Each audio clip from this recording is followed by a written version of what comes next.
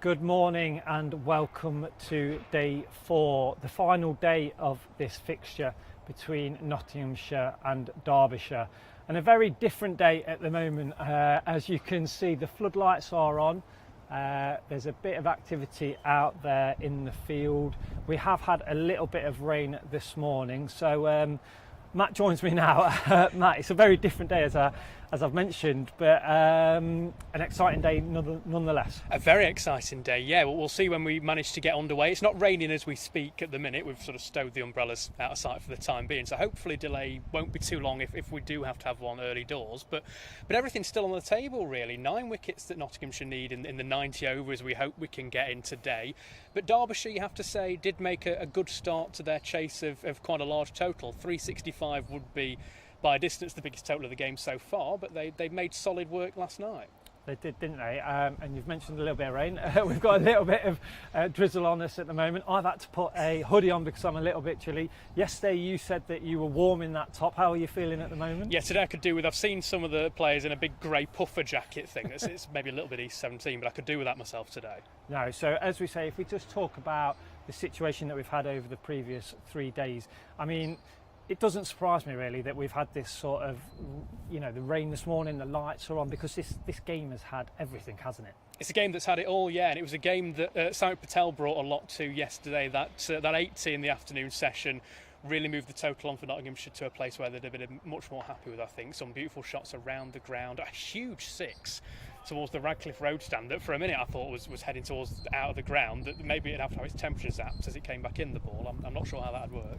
But I like what you've done there. I like what you've done. Thought about that one this morning on the way in, I have to say. But he played beautifully and it sets it up nicely. There was a nice battle with the ball as well last night between Samit and Billy Godalman. That'll resume this morning when we get out there. I can see behind you as well Tom Barber and Jake Ball are going through their paces at the minute. Joey Evison out there as well. So plenty of armoury and 9 wickets to get. I mean, when talking to Samit last night, I just mentioned that on a day like today, when you need 9 wickets, it is a day for cool and calm heads. And, these cricketers have been in these situations before. Anything can happen. But, it is really finely poised. Yeah, and Samit himself is a man who's been there and done that in these sorts of games, whether it is derby performances, big games against Derbyshire, both here and at the county ground, finals. He's been man of the match in knockout games. So if it does start to get a little bit tighter later on, if the pressure's on, there are figures in there that may be able to sort of deal with that pressure quite nicely. I mean, as I look over my shoulder, the Notts lads are out there just, in a socially distanced huddle, shall I say. But it's these sort of things now, the nerves are still going to be there, aren't they? Everybody will want to get on with it. The ground staff are just roping the outfield. But the Derby lads, they're still in their changing rooms, but we're hopeful that we will get a full day's play. Yeah, there's plenty of time in the day if the light holds as well. I know we've got the full lights on at the moment, so that gives us a little bit of extra time potentially if the light doesn't hold towards the back end of the day. But it's a game that's maybe difficult to call. We ran a poll on our Twitter page last night to see what people thought as to who would win the game. It was 61% Nottinghamshire at that point and 32% to Derbyshire. Good, 6% the draw, which when I got here this morning I thought was optimistic, but maybe people had seen different rain radars to me because it is still on. All 4 results possible really. Can't rule a tie out, which would be a very dramatic way to end the first game of the Bob Willis Trophy, but it's difficult to call at this stage. Just while we're waiting for, the Notts lads are literally just coming out onto the field now, but just a quick mention for a few of the lads that have performed over the whole 3 days, people like Hasib Hamid. Yeah, Hasib Hamid, one of 2 Notts players to get 2 50s in the match, with Samit Patel being the other, of course, and set things up nicely in both innings. It was, I think we spoke yesterday morning about how he'd started with Stephen Mullaney on the evening of day 2. They continued that work through early doors on day 3. Some nice shots from Mullaney around the ground. It was fairly aggressive in that early part of the day yesterday, but Hasib playing beautifully. Well deserved his 50, looking in control for most of that innings as well. So very good knock from him. Well, I think Steve Burks and his crew have basically given us the crew to tell us that we need to get on and to match coverage. We have lost 1 over, so it will be 89 overs today. But the umpires are out, the players are out, so I will now pass you over to our match coverage and to the voice of Dave Bracegirdle.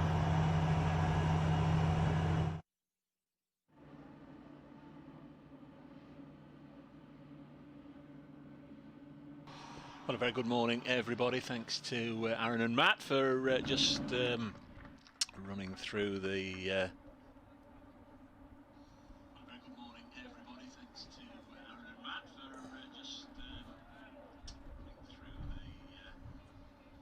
Just a little break there as BBC Radio Nottingham just trying to come on the line. The players are out on the field. We I've had a little bit of a drizzle half an hour or so ago, and we've lost 1 over. We've had drizzle, it's grey, slate grey overhead, and we have had 1 over, as I say, sliced off the allocation. So 89 overs to be bowled in the day, and we're going to get underway with Madsen on strike, Billy Godleman at the non-strikers end, 129 for 1. I'm Dave Bracegirdle, and to my right, the voice of Derbyshire cricket, Dave Fletcher. We'll bring Fletcher in a moment. Joey Everson's going to bowl the first ball of the day. It's punched back to the bowler, and it's a dot ball. And we'll say a very good morning to the Iceman, Dave Fletcher. 34.9 this morning. 34.9. It's unbelievable. Yes. Good morning, Dave. Good morning, everybody. The loss of 1 over isn't going to affect the result of this game one way or the other, which is good news. The ground staff are still sitting very much against the hover mower, so perhaps there's a little bit more around at the moment as Everson comes in and bowls to Madsen, who clips him into the leg side. There is no runners. It's fielded out there at mid-wicket by Joe Clark.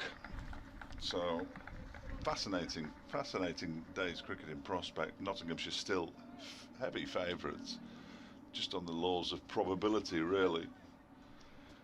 But 236 in 89 overs, 2.6 something runs and over. I mean, could they? I don't know. These two will play a big part. They've already put on 96 for the second wicket. Billy Godleman 69. Wayne Madsen, who's who's on strike now, is on 27, and he's beaten Madsen. Yeah, the programme's still on. Oh, it's just okay. And it goes through to the keeper. Got to go. Yeah, and there's no run. But yes, it has the potential to be an exciting day's cricket. The weather's due to improve as well, isn't it? Well, I hope the technology aspect improves. Sorry, dear listener, you're probably not aware. Well, you'd have been aware of rather clunky introduction there, but we were told we were on air and then off air and on air, and Radio Nottingham trying to get us, and they couldn't get through. But we're here. We are. Everson bowls to Madsen, pushes into the leg side again. Again, it's Clark who does the fielding. What's going to happen then? Well, the laws of probability say Nottinghamshire. The laws of 2.6 runs and over say it's perfectly within Derbyshire's grasp, but given that it's something they've never achieved against another county and only ever achieved in 1997 when Kevin Dean hit the winning runs against Australia for a 1-wicket win at the county ground. I don't know. I'll tell you at tea. Everson's in and bowls to Madsen. Gets an inside edge there, really, up to mid-on. It was the most convincing of shots. I mean, everybody's saying Notts win or Derbyshire win, no draw. But it's a horrible day weather-wise. We've had a little bit of drizzle. Wasn't really expecting this, and we did. It was in my forecast. We don't need too much taken out the day before the draw becomes a live possibility. 68 overs would mean they'd need 3.5. I've been doing the calculations. Yeah, all right. This next one is pushed out into the offside. Sami Patel does the fielding at the end of the first over, which is a maiden. You touched on the history. I'm a little surprised, but something else that weighs in Nottinghamshire's favour then with regards to history. The last time a visiting team, when we have to call Derbyshire a visiting team for purposes of the fact that we are playing at Trent Bridge, although they are, according to the ECB fixture computer, Derbyshire the home side here, but that's by the by. But a visiting team, the last time they knocked off a score of this magnitude in the fourth innings, 1925, Middlesex. So, a while ago. It's 95 years. So history does. That must have been a good game, though, Dave, was it? I wasn't here. No. And as you say, Derbyshire have never chased this down in the fourth innings against the county. No, history suggests. Everything points towards we get a full day's play in Nottinghamshire. victory. I think there'll only be a draw if we do get a prolonged spell of rain, really. You would expect. Derbyshire will be 363 for 1 in the final over, and it'll be a maiden. And the game ended a draw.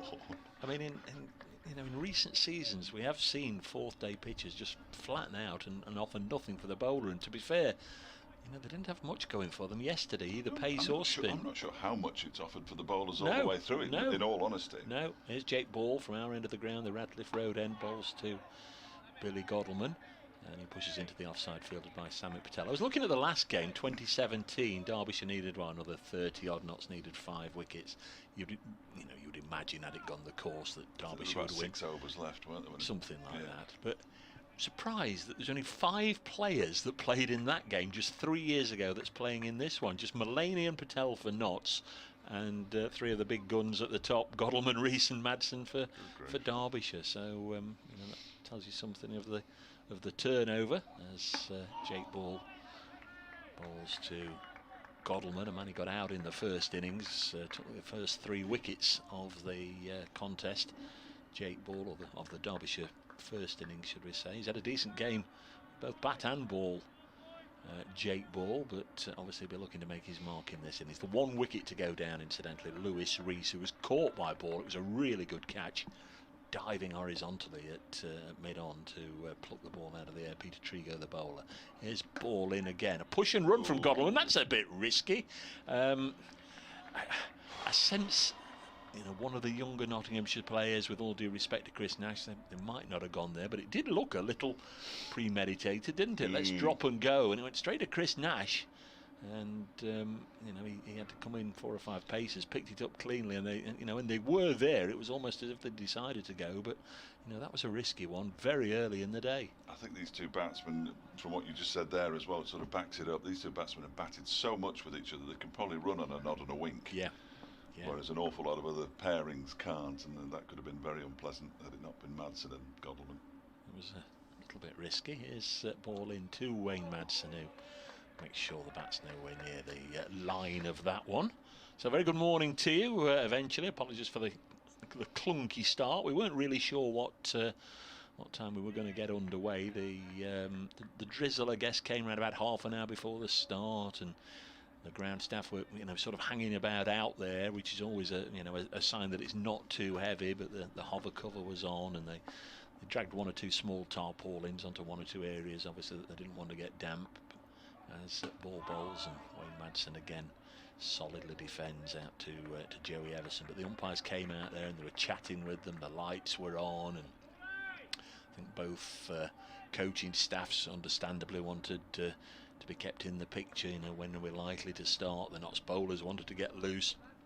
I'm sure the Derbyshire batsmen wanted to just sort of get into the zone, as all batsmen like to do, sort of 5 or 10 minutes before their innings starts. They really like to focus, and we weren't really sure when we were able to start, as that Ball comes in wide of the off-stump end of the over. So we've lost an over of the allocation. It's an 89 over day if we go all the way, and we've had a couple of them. Derbyshire have added just 1 run to their overnight score. They're 130 for 1 here at Trent Bridge. This Bob Willis Trophy game. Dave Bracegirdle and Dave Fletcher with your BBC Radio Derby online, BBC Radio Nottingham online, and in case you have been grafting away the last 2 or 3 days and weren't aware, there are live pictures, certainly through the Nottinghamshire County Cricket Club website. I don't know if Derbyshire are taking the same link and you can get it through there, or you have to go through the Derbyshire one. But if you are able to get to a screen of some sort, you can also enjoy the pictures. And somebody I saw put last night, thank goodness there's a mute button, so thanks very much. Thanks for all the lovely comments, but you'll be all right once it's not me on comms with you, Dave. You'll be all right. They'll be able to lift it up again. That's the one that kept me awake all night, not all the lovely comments. Thank goodness there's a mute button. So cheers, mate. I can't find the mute button here. Here's Joey Everson around the wicket, bowling to Godleman. It was a flash at that one outside the off stump. Kind of delivery you really ought to be leaving or connecting with, if you know what I mean. But that was neither one thing nor the other. It was just more of a waft than anything else, a left-hander's waft. So I left you to it first thing whilst I just made sure we were connected and everything. And your temperature was incredibly low, wasn't it, this morning? 34.9. Is that incredibly low? Well, I think so, and I forgot to look it up. I went in and had a chat. Mine's been in the 36s, 36.3, 36.4 all the game. Next delivery is pushed into the onside up to Jake Paul at mid-off. Yes, it has been that before. So we are temperature checked each day, dear listener, and we do wait the nod and the thumbs up from the bemasked medical team just to make sure that we're okay and we're to be allowed in. I wish I hadn't looked it up now. Oh, you're dead, are you? Well, I've got hypothermia. This next delivery is pushed up to mid-on. Hypothermia is a dangerous drop in body temperature below 35 degrees. It's a medical emergency that needs to be treated in hospital. Anyway, thank you. I'll see you later. I knew that thermometer wasn't working. Can't have said 34.9, surely. Well, it said it, but it can't be right, can it? I'd sat in my car and everything.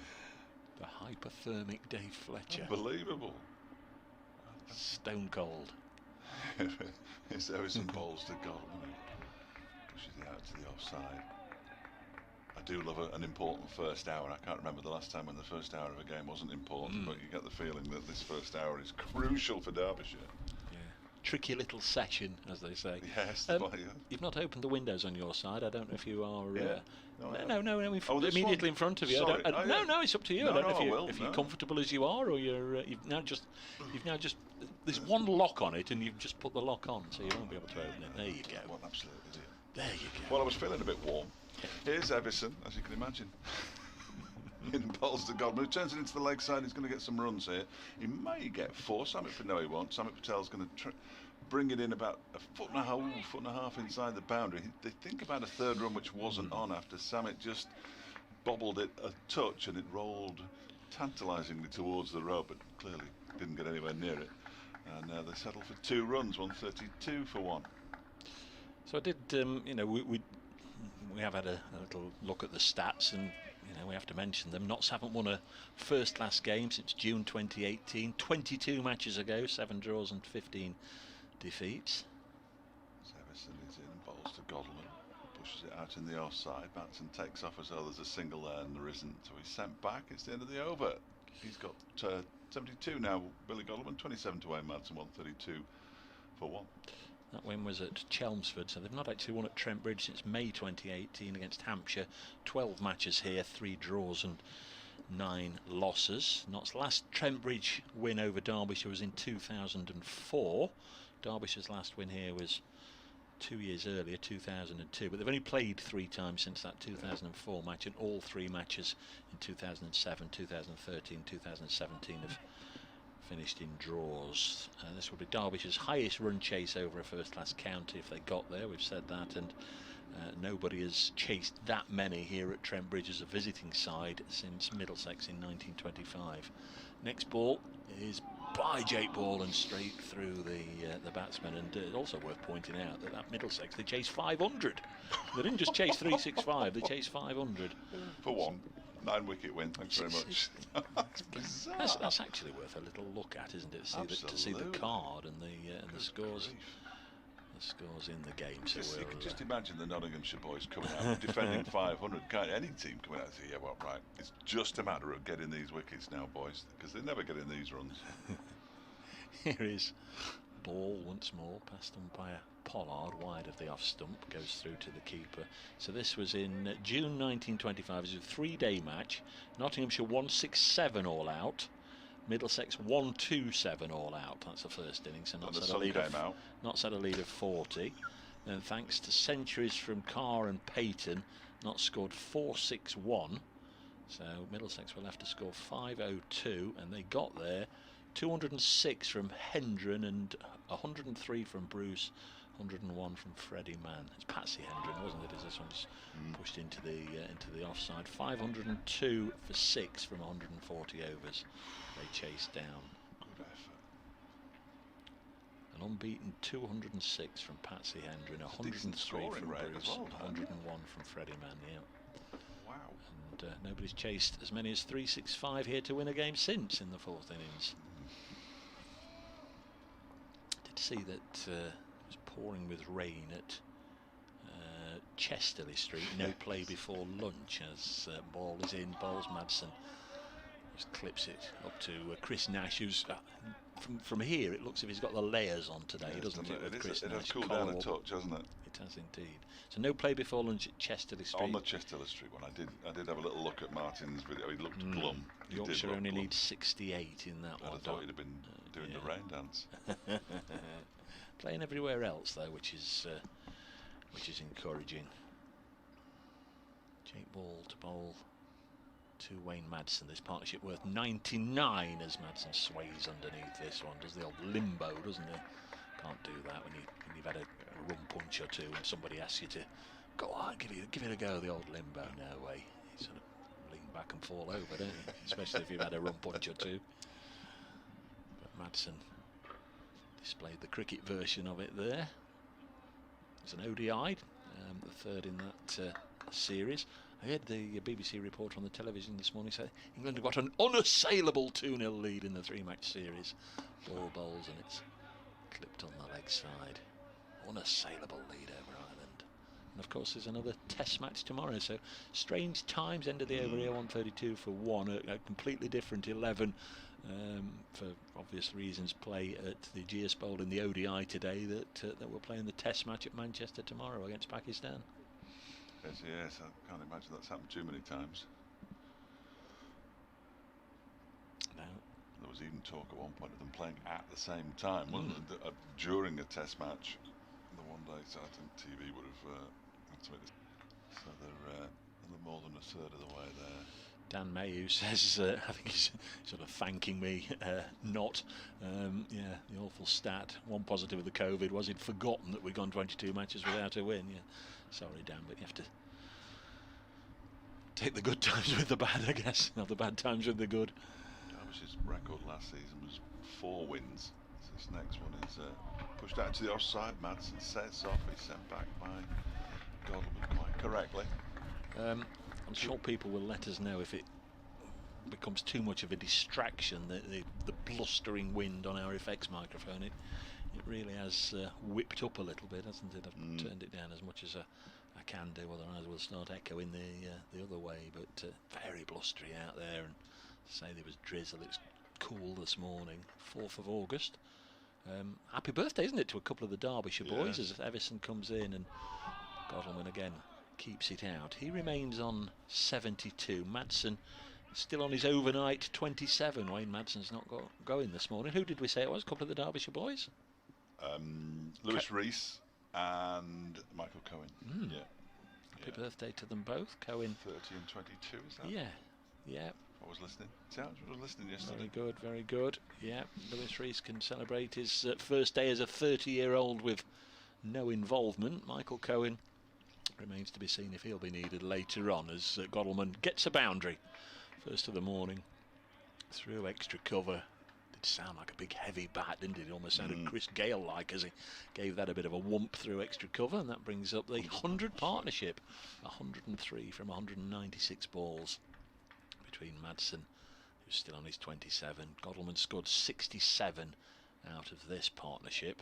When the screen pops back to its normal berth as it does now, I can tell you that Godalming's on 76, and the sound of the hover cover means that although I'm struggling to see any spits and spots, in fact, yeah, if you look very, very finely, you can see it. So sadly, again, I'll just turn down the effects microphone because that there hover cover, although it's brilliant, is very, very loud, as everybody always reminds me. Did it manage to catch you during your 11 o'clock report? Yes, it got me. It got me. And you have to mention what it is, really, otherwise people will wonder what's happening. Yeah. It's what do you think, Dave? It's so light you struggle to see it unless you look in the black of the Batman board, and you can just faintly make it out. I mean, the players are just ambling off.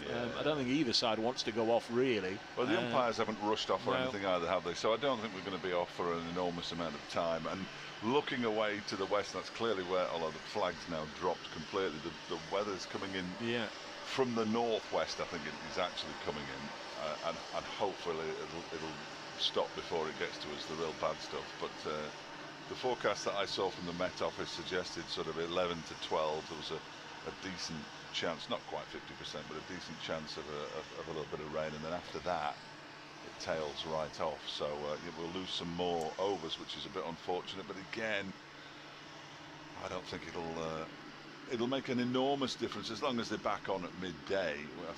That's about as many overs as Derbyshire would want to lose, you would have thought. Although it would help them in their bid to at least save the game. Yeah. So I still think we've got a good chunk of cricket and a potentially decent day's play. Not much to sum up really. We've had 4.4 overs bowled this morning. 7 runs have been scored, all of them to Billy Godalming, who's gone from 69 to 76. Remember, he scored a century here last time Derbyshire came in 2017. Wayne Madsen has just really kept him company this morning.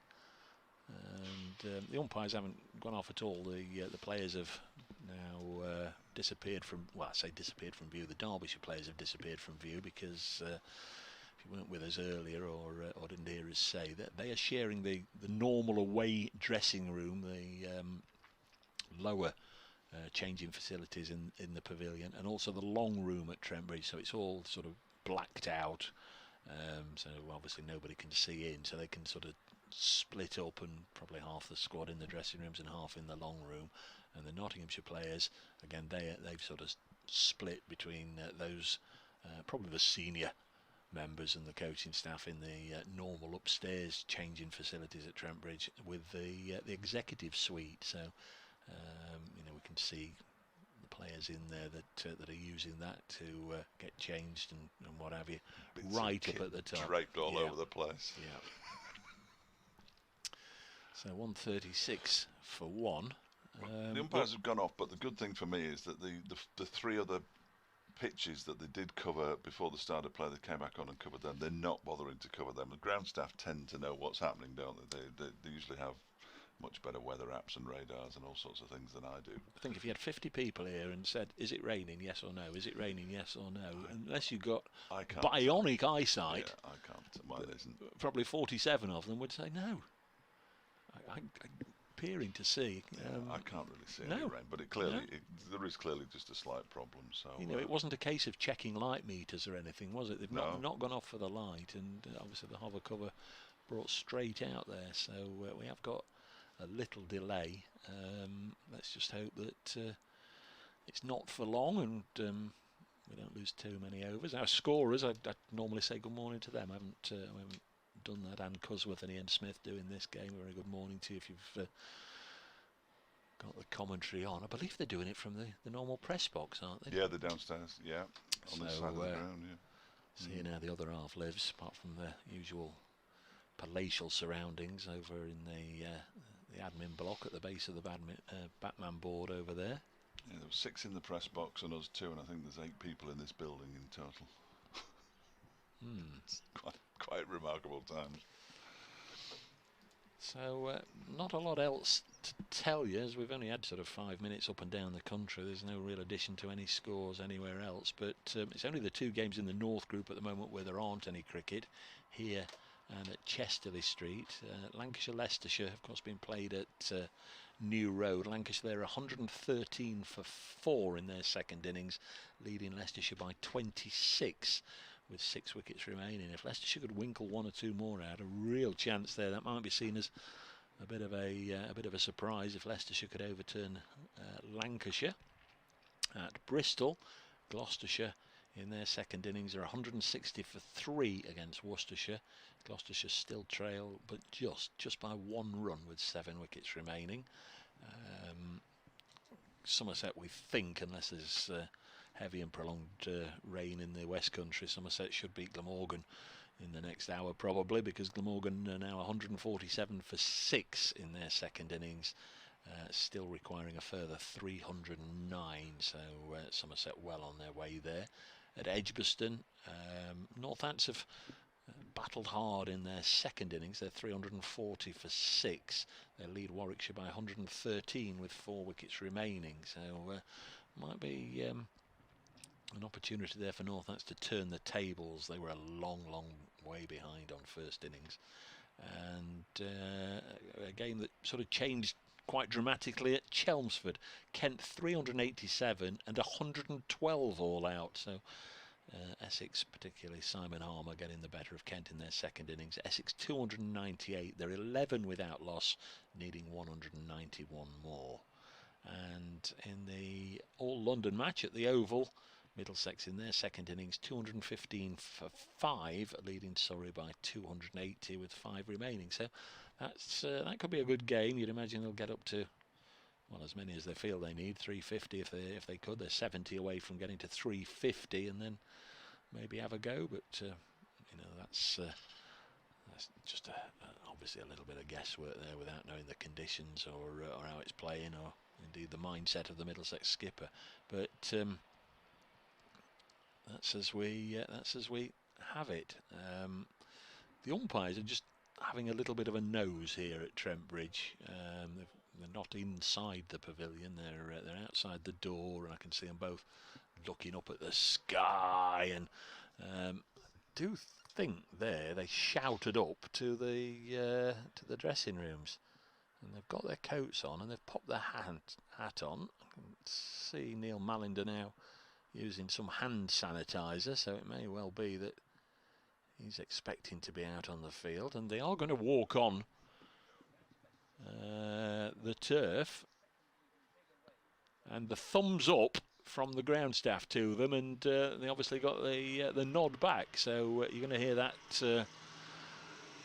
sound of the hover cover again, but this time we don't mind. We do mind when it's coming on the field because it means it's raining, but when it's going off, we're more than happy to hear it. So we will have the players back on the field in a moment.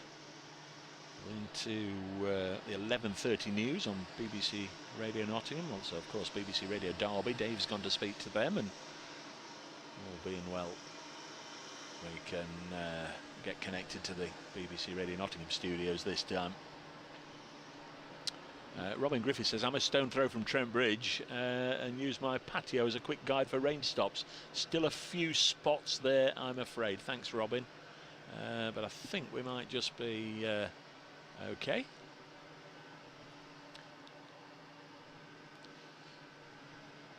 And it's been a very stop-start way to begin the final day here of this match. The noise you can perhaps hear in the background is the hover cover, but it is now just being wheeled away. The players came on a little late. We lost an over at the start of the day. We just had 4 overs cricket in which Derbyshire scored 7 runs, and then we've had another little bit of drizzle. So not much progress on this, the final day. Both sides can win this one. Derbyshire have been set to score 365, and they're just about to take the field with them. 136 for 1.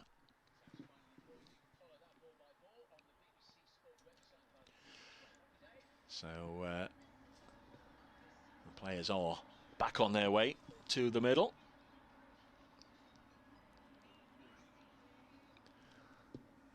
And hopefully we can have an unbroken period of play now. This little passage of play leading up to the luncheon interval. Let's have a look. We're going to do some working out here now. The board has changed. 81.2 overs remain. So we started on 89. We've had 4.4 overs.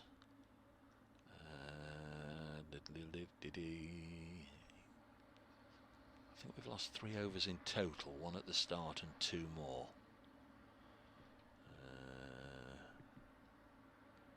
80, no, floundering away. We've lost 4 overs in total, 1 at the start of play and 3 from that stoppage. So it's an 86 over day now, 86 overs, and we've got 81.2 to go. There we are. Did that all on my own, so it's probably wrong. But pleased to say the players are ready. We're going to get things up and running with Joey Everson, given the opportunity to share the opening duties this morning, bowling to Billy Goddleman, and well, almost as if he hadn't been off. His concentration clearly not disturbed, and straight back into the get on the front foot and block it mode is Goddleman. And we're up and running again. 136 for one. Interesting that Stephen Mulaney's gone with Joey Everson first up this morning. Of course, both in the first innings and the second innings, he started with Ball and Peter Trigo. He's used Tom Barber in short, quick spurts, but he's gone with Everson this morning, who bowls to Billy Godleman, who clips this firmly to Jake Ball at mid-on. Ball could have kept it because it's the end of the over, but instead he's lobbed it to Joe Clark to give it a bit of a wipe on his flannels, no doubt, and it's 136 for one. 40 overs have gone. There's been a wicket at Chelmsford in the Essex-Kent game. I noticed, I didn't mention it when I read the scores a minute or two ago. When the third day closed last night, there was just enough time for Essex to face one over, and they sent Joey Porter out as night watchman to face that one over rather than Sir Alistair Cook. But it's Porter the night watchman who's out. 136 for one as Ball bowls to Madsen. Left alone goes through to the wicket keeper. Possible to tell, I guess, but it'll be interesting to know how many listeners we've got who are just listening to the audio coverage rather than watching the pictures, because I do apologise from time to time. It's almost now ingrained that people are watching pictures as I am, but of course many of you, I assume, aren't still. Floodlights are on and you can see the shadow round Jake Ball, so it's still quite gloomy as he bowls to Madsen. Leaves this alone, just got out of the way of it. It was always climbing, steepling over the top of the stumps and through to Madsen, who hasn't got going yet today, still on his overnight 27. That won't ruffle his feathers, or indeed Derbyshire supporters, because as long as he's there, got power to add. Nothing wrong with playing yourself in when you've got a rather hefty run chase ahead of you. Is Ball in again to Madsen. May have pushed at that one. The way he's rehearsing it again suggests he possibly did, but that one just nipped away, just nibbled away off the seam. Well bowled by Jake Ball, and just for the first time Madsen looked a little disconcerted. I think that's his car alarm that's going off, and he's thinking, I wish I'd sorted that out before we came back now. I wish somebody had sorted it out. 136 for one. We had, I don't know, some sort of mechanical road cleaner or something yesterday morning disturbing us as Ball bowls this one wide of the off stump, but there is a car alarm going off. 136 for one. I think in all, Dave, we've lost 4 overs. I don't know if you've... Yes, it went down another 3, didn't it? Yeah. In fact, I wrote down 84.2 deliberately, because it's about the only way we can work it out, isn't it? Let me see how many there's left. 136 for one. Jake Ball. Not the longest of run-ups, but just paces himself nicely, accelerates and fires it again outside Madsen's off stump. It's in a steady and persistent line, this, that Jake Ball's bowling, and Madsen just having to be careful. I'm sure he did get drawn into nibbling at one of them. Happy to leave when he can. 1 ball left in the 41st over. Nottinghamshire against Derbyshire. Next ball again outside the off stump. It's a maiden. I guess both sides will take something from it, but probably more for Derbyshire. They'll just be looking to get through, you'd imagine, the early stages here without any collateral damage, and then they can press on towards their target. Well, there's no chance if they lose early wickets, have they? That really will be the end of it, whereas Nottinghamshire have just got to, I believe the phrase is, go through their processes. Yeah. And believe in them. They've bowled Derbyshire out once already in this match. They'll have to believe that they can do it for a second time. Derbyshire will be in uncharted territory at some point if they get close. But Godleman, who's batting a long way outside his crease again, as Joey Everson bowls to him. He turns it into the leg side. Now there's a little bit of hesitation as they go for the run. There's a shot at the stumps that misses at the striker's end, and that wasn't too far away. You're going to have to tell me who that was, because he's got number 1 on his back. Yeah, I'm just making sure it's not somebody who's just put on a sweater, but I think it is one of the young lads who's come through the academy and has now got a first-team contract. Sol Buddinger, Buddinger, on as a subfielder, and optimistically is wearing a white floppy sun hat, so he's going to be easy to pick out while he's on the field. Yes, he is. I just looked, and then when he threw it, and I thought, number 1. I've not memorised them all yet, but I didn't remember that one. Everson's in and bowls to Madsen, who defends it. That single took them to 137 for 1, incidentally. Godalman up to Wayne Madsen's shirt number 77. Of course, what we've got to do also is identify why he's not on the why he is on the field. Because Jake Ball went off at the end of that over. I was just going to, sorry, I should have mentioned it. He signalled straight away. Probably change of boots or something. I was just suddenly wondering why Peter Trigo wasn't bowling, and perhaps it was him. But now I can see Trigo down at deep square lane. There were some bowls, and Madsen pushes it up to Buddinger. Yeah, as soon as he bowled that last delivery, the last over, he held his hand up and gestured for a 12th man, and he went straight up the steps and into the door that's open to the left of the pavilion there. I assume that he just needed he wasn't limping or anything, didn't show any signs of any kind of distress. I think probably just a change of boots or an extra sweater or something. Umbrella. I don't know. Here's Everson, bowls to Madsen, a short delivery. And wide as well. Madsen has nothing to do with it. With 10 runs required and into the last over, I rather fancy he might have had a go at that one. The sporting dressing rooms up and down the country always have one or two traditions, and one of them, when a new player signs for a new county or is taken on for the first time, is the old initiation and the initiation ceremony. I'll tell you in a second. It's all right, it's perfectly clean, it's good in fact. Madsen defence. And Buddinger's done well over the last couple of years through the, come through the system, scored good runs for the seconds. He's also a wicket keeper as well, was given his first contract in the winter, given this initiation, had to come up with something on a team bonding exercise. And he's got a friend, now a lot of this is, I think his friend is a record producer and a singer. 137 for 1. Some bowls to Madsen, who plays and misses at that one. And he made an adaptation end of the over 137 for 1 of John Denver's Take Me Home Country Roads, an adaptation of Take Me Home Radcliffe Road, and good.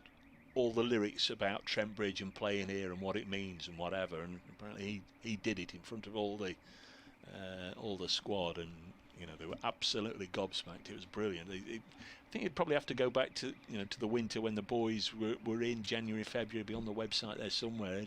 If the media team are about and want to tweet it again or put people to a link where they can get it. But absolutely brilliant. Obviously Derbyshire fans aren't going to listen to it and say, "Oh, that's that's fantastic." Spotify soon. But for a young lad, you know what it's like for a youngster.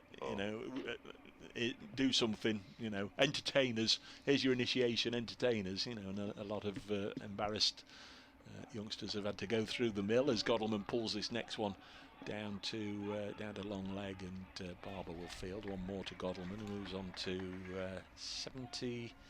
Has it gone up? Now it does. 78, 138 for 1, but he'd obviously been tipped off, and he'd been working on it for quite a while with his mate, who again I believe record producer and singer and songwriter, and they'd come up with this, Take Me Home Radcliffe Road. So again, that'll be lovely, folks.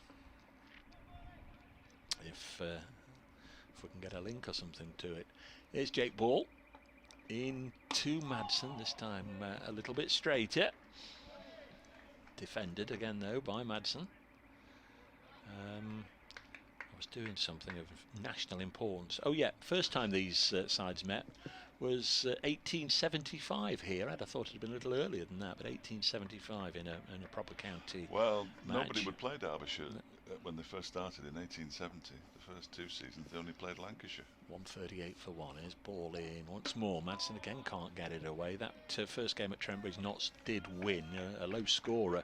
Notts won 3-5, Derbyshire 1-2-5, Notts 2-0-5, and then in the second innings, chasing just over 200, Derbyshire were bowled out for 1-2-2. Yeah, this 365 is the new 200. Yeah. A run for every day of the year. 138 for 1. So far, Derbyshire still have 9 wickets intact. Madsen pushing it again back towards the bowler, who makes a stop with his left hand. Clogger says, I'm praying for rain, struggling to recall a time when Nottinghamshire sport has been more depressing if Derbyshire beat us today. Dear Clogger. Oh, he's got NFFFFFC. Forest obviously in the back of his Twitter thingy there, so Forest supporters disappointed about missing out on the playoffs. Notts County supporters another year in the National League. It's not been great. 138 for 1. Next ball nudged up to mid-on to Chris Nash. Mansfield fans are saying, what's all the problem? But they of course haven't played for a long old time. They didn't play League One and League Two, did they? After lockdown, they didn't come back. So Mansfield supporters will be just hoping to at least have their team back playing, and hopefully they'll be able to go and see them, as will all sports fans. Eager to go and follow their favourite team. 138 for 1 as all bowls. Madsen keeps it out. Newark, who had to change their name from Newark Flowserve, Step 5 team yesterday, admitted into the FA Cup for the first time. Excellent. So my local team, I can walk and watch them, Dave. If I'm not working covering a game myself, I can walk and have a glass of something refreshing and watch them. But they've had 3 or 4 promotions in the last few years, and up to Step 5 now, the Midlands League. Excellent. So I shall be open a. Have they changed their name from that? Well, it was Newark Flowserve, which is the name of a company. But they can't have that at Step 5. But you can't have company names now. Yeah. So they're now Newark, and there is a Newark Town who are 1 step below. Ooh, bit of rivalry there. Yeah, there's certainly that. It's Everson. Begins a new over from the pavilion end. Billy Godman drives, but it's a real inside half of the bat job, and Everson can parry it into the floor in his follow through. No run. 138 for 1. Thanks to the club. If you follow the club Twitter feed, Nottinghamshire County Cricket Club Twitter feed, at the behest of Brace Cricket, a reprise of Lord Buddinger's, that's his Twitter thing, Ode to Our Home, and I'll retweet it as well. So if you follow me, you can get it. If you follow Nottinghamshire's official Twitter feed, it's on there. But brilliant as Godalmand drops this on the leg side. I think I heard it in the deepest, darkest moments of lockdown, so it was perhaps later than January or February that I said, but brought a tear to the eye.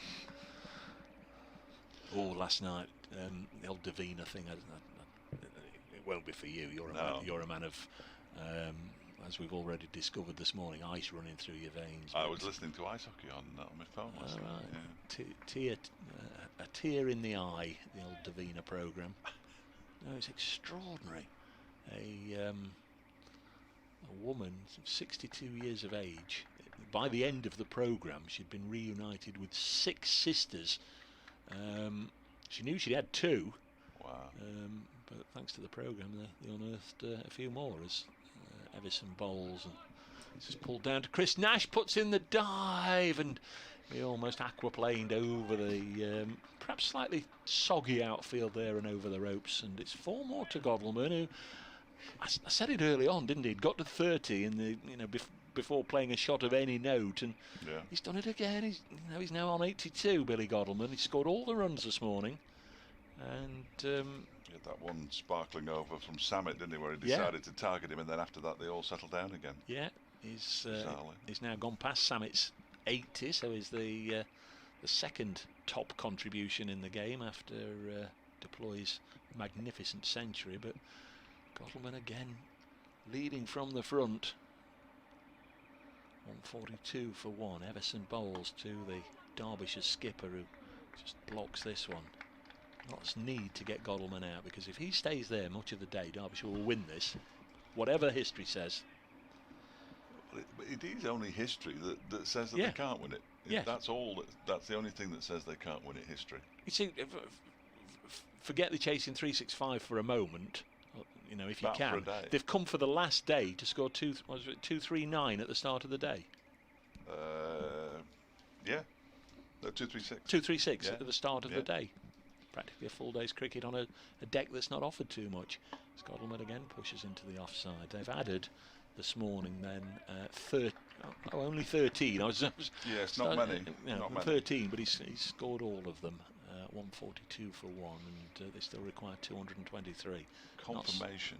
Not need a wicket Sorry, or two. Dave. Yeah, no, Sorry, go on. no, confirmation that Leicestershire versus Derbyshire will take place at Grace Road. I've just received the information from media and photographers from Leicestershire's Media man. So we're definitely at Right. Grace Road next Saturday. 142 for one as Godalming defends again against Everson, though. So almost certainly that will rubber stamp Nottinghamshire's visit to Grace Road for the Fisher County ground. In a couple of weeks' time, Notts play Yorkshire on Saturday, then go to Old Trafford to face Lancashire, and then in the fourth round of matches, these games starting on 4 consecutive Saturdays, the fourth of which they'll be at Grace Road to face Leicestershire. Then there'll be a little break for 2 or 3 weeks of T20 action. Then the fifth game in the Bob Willis group, Notts are at home to Durham. Who do you finish up with then? September the 6th, isn't it? We're at Aigburth to take on Lancashire. Jake Ball begins a new over from the Radcliffe Road end, pushed out into the offside by Wayne Madsen. Leicestershire next Saturday, 142 for one. Then it's Headingley and then Durham. Derbyshire, as we've said on many occasions, you'll know by now, not playing at the Incora County ground at all this season due to initially Pakistan being there, and now, or soon, if they're not already there, the England women's team will be playing their international summer matches in Derby. As ball comes in and bowls, and Madsen plays inside the line of that one of those strange leaves where he sort of hangs his bat and then drags it inside. So Hampshire are also playing certainly their 4-day games away from home, or at home at Arundel. Yes. Derbyshire just couldn't find Which is in Sussex. Yes, Derbyshire just couldn't find an alternative venue with the requisite facilities to A, keep everybody safe inside, and B, keep everybody out. Yeah. As ball bowls, and it's defensively driven up to mid-off, where it's fielded there by Joe Clark, and there's no run, which is a bit of a shame, I think. But the other thing, of course, is that even when you go to an outground, your ground staff have to do a fair amount of work at the outground as well, don't they? So if they were preparing pitches for internationals and touring sides at Derby, and having to prepare pitches at an outground as well, they'll be a little bit stretched, I think. As ball bowls, and this one is left alone by Madsen to go through to the keeper. He has been completely becalmed, Wayne Madsen. Scored a run today. Again, an experienced campaigner, of course, so it won't really, I don't think it'll be gnawing away at him. No.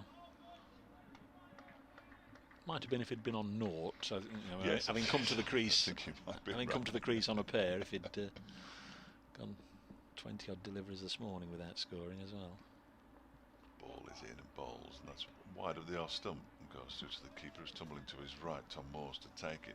Interesting dynamic for the batsman, isn't it, really? Because I mean, we've spoken about it, saying, you know, historically no chance. Well, if they're not going to think, oh, we've got no chance of winning, you come to the ground with no pressure necessarily to score runs, and if you bat all day, you save the game at worst. Yes. But if you do bat all day, which is what batsmen tend to want to do, then who knows? But Nottinghamshire searching for this first wicket of the day, and Madsen gets one that's bang on target, just puts his bat in the way of it, and it goes back to Jake Ball, who does a couple of keepy uppies, then loses control, and it's the end of the over at 142 for one. Madsen has 27, Godalming has 82. Okay, there's no real devilment in the wicket at all, is there? No. It's you'd say it's just a tinge darker than it has been. The conditions today have just juiced it up a little bit, but it's playing nice and true. There's not many footmarks, of course. It's bone hard out there. You know, if Samit comes on and has a long spell, he's going to have to do it through the old spinner's friends of flight and guile rather than prodigious turn, I'm sure, as Godalming faces Everson. Clips it up to ball at mid-on, and there's no run. We're 5 minutes or so away from midday, but we did have that slightly late start and then a little stoppage of about 10 minutes as well. So it's been a very truncated opening hour, during which Jake Ball and Joey Everson have taken turns to bowl at Wayne Madsen and Billy Godalming. Trigo, Barber, Patel and even Mullaney at the captain's disposal. This one a bit of an inside edge, away behind square on the leg side down to Chris Nash, who strong arms it into Tom Moores. So another single. Godalming goes to 83. Very much leading from the front. He's going to have a bit of a chat to Wayne Madsen now, as if Wayne Madsen needs coaching through these next few deliveries from Joey Everson. He doesn't like to go more than 5 minutes before having a discussion with somebody, Bill. No. 143 for one. Here's Everson. Madsen leaves it alone. As a teammate, I guess you've got to become attuned to that. I guess straight away. I mean, the young bowlers coming into the side that we've seen in this game. You know, when I bowled at a standard that was infinitesimally a million miles from what these guys are playing, but you know, I'd like to get the ball and bowl me over, and to be disrupted 2 or 3 times in the over by the skipper. Shall we try this? Shall we try that? Or whatever he was saying to them. That one's an LBW appeal, asking strongly. Joey Everson pleading. Asiba Mead has run in from gully. I know the ball was there to pick up, but he ran in appealing as well, as if he could see. As if it, yeah. Yeah. He obviously had a good view of the LBW shout. He's got the same view that we've got. Yep. Aeroplane goes over the top of the Batman board again into East Midlands, but good shout from Everson. I think it nipped back through the defences. Looked a very good shout there on the stream. We're high up in the sky. It's sometimes difficult. Well, it's always difficult to judge height, whether they're going over or not. But Everson was convinced. He comes in again, bowls to Madsen, who pushes up to Jake Ball at mid-off, and you can hear the... Oh, crikey, that's a wild old throw. Brilliant work from Tom Moores to prevent Derbyshire being gifted some overthrows. Jake Ball apologises twice. That's how bad a throw it was. 143 for one. Just wonder if there was a little bit of bat in that. It just sounded like a more wooden noise, and it hit his pad. Good umpire, Malinder. And I've already been wrong several times in this match, so I'll shut up. 143 for one. Everson bowls. Finger-tipped by Joey Everson, almost onto the stumps, but Madsen would have been back, and you can hear the applause. That's not spectators inside the ground. It's not canned applause that's been put in by us. It is the players who are very G'd up, supporting the bowlers. Peter Trigo away to our left on the Fox Road side of the ground on the boundary. We both caught it, and we're here been bowling a couple of practice deliveries, so I'm sure he's had the nod from Stephen Mullaney to get himself ready. And he's now swapping places with Joey Everson, so I wonder if that's significant. Probably not.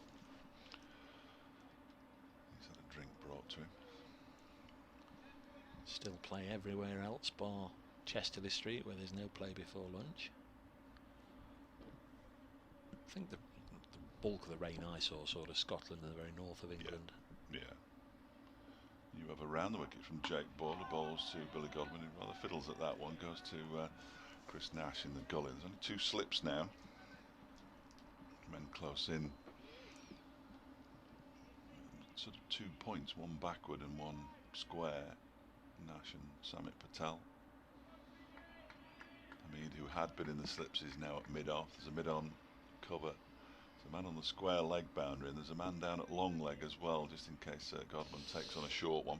Getting quite a lot of likes of people that have listened to that song by Sol Boddinger. This next delivery is again off an edge, down into the ground, out into the offside. Samit Patel does the fielding on this occasion. He's a brave man, because it can be very daunting, can't it, if you're a new member of any squad, but let alone a young member of a squad, to stand up and sing, let alone a song that's an original song, if you like, with the original lyrics. 143 for one. Godalming 83. Wayne Madsen 27. Derbyshire require double Nelson. We've got up there. Derbyshire require 2-2-2. That's clutch that handful of straws from the Notts perspective. Hear the boos from the Derbyshire fans. Here's ball. Could be a really good game of cricket this final day as Godalming defends. Peter Trigo coming into field, and now Stephen Mullaney getting ready. That's an energetic warm-up from the skipper. So I think he's going to have a go.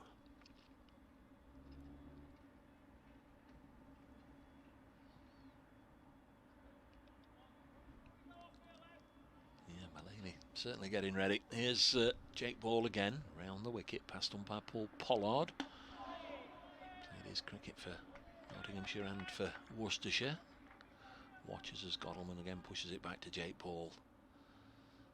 Now in his 16th over, none for 34. 3 wickets in the first innings.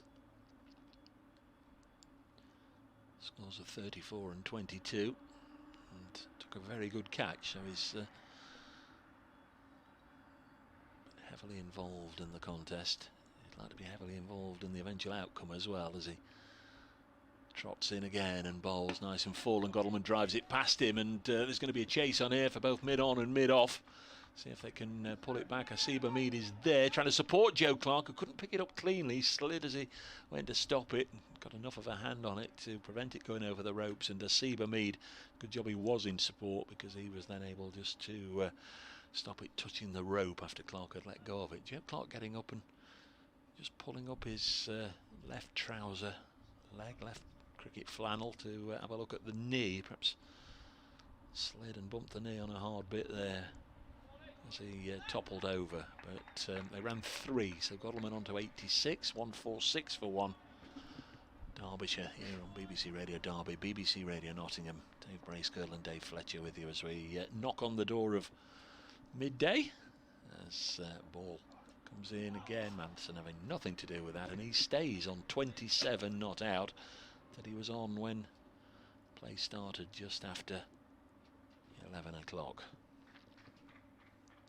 Umpires are getting together. I hope that's not. No, I don't think it's anything to do with the weather.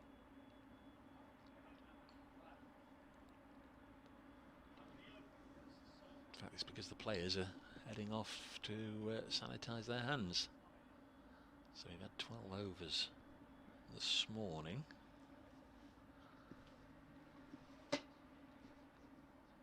update for local radio whilst they're away doing that in just a moment.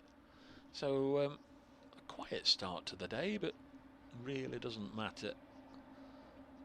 17 runs have been added, 17 for none. All of them to Billy Godalming.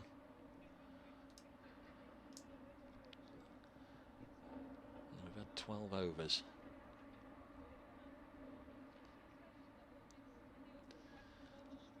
Just waiting for the cue to do this. Here we go, this radio update. Well, we've had a bit of a stop-start opening hour to the day. We've only had 12 overs. They did begin 5 minutes late and then went off for another 10 minutes. But we've now had 12 overs, as I say. 17 runs have been added, no wickets taken, crucially. Derbyshire have been set to score a whopping 365, but they made good progress last night, and they're currently 146 for 1. And there is a wicket. Godalming has got Everson. First ball after the comeback. And Billy Godalming is pinned LBW by Everson round the wicket. Thought he'd got Madsen in the last over, but Billy Godalming is out. LBW to Joey Everson, and that should be a hugely important moment in the day. Tremendous knock from Godalming, really. 86, made from 137 balls with 10 fours and 1 6. And Notts will be glad to see the back of him, and if Derbyshire are to get home, they won't be doing it thanks to the bat of their skipper, although he set them on their way. That's a terrific knock, 86 out of 146, as I say, but he's gone, and Joey Everson's picked up a really important wicket there. New man is Lewis Deploy, of course, have scored a century in the first innings. Makes his way past his skipper, gives him a little consolatory pat, and a word pass from Godalming. 146 for 2 as Deploy makes his way to the middle.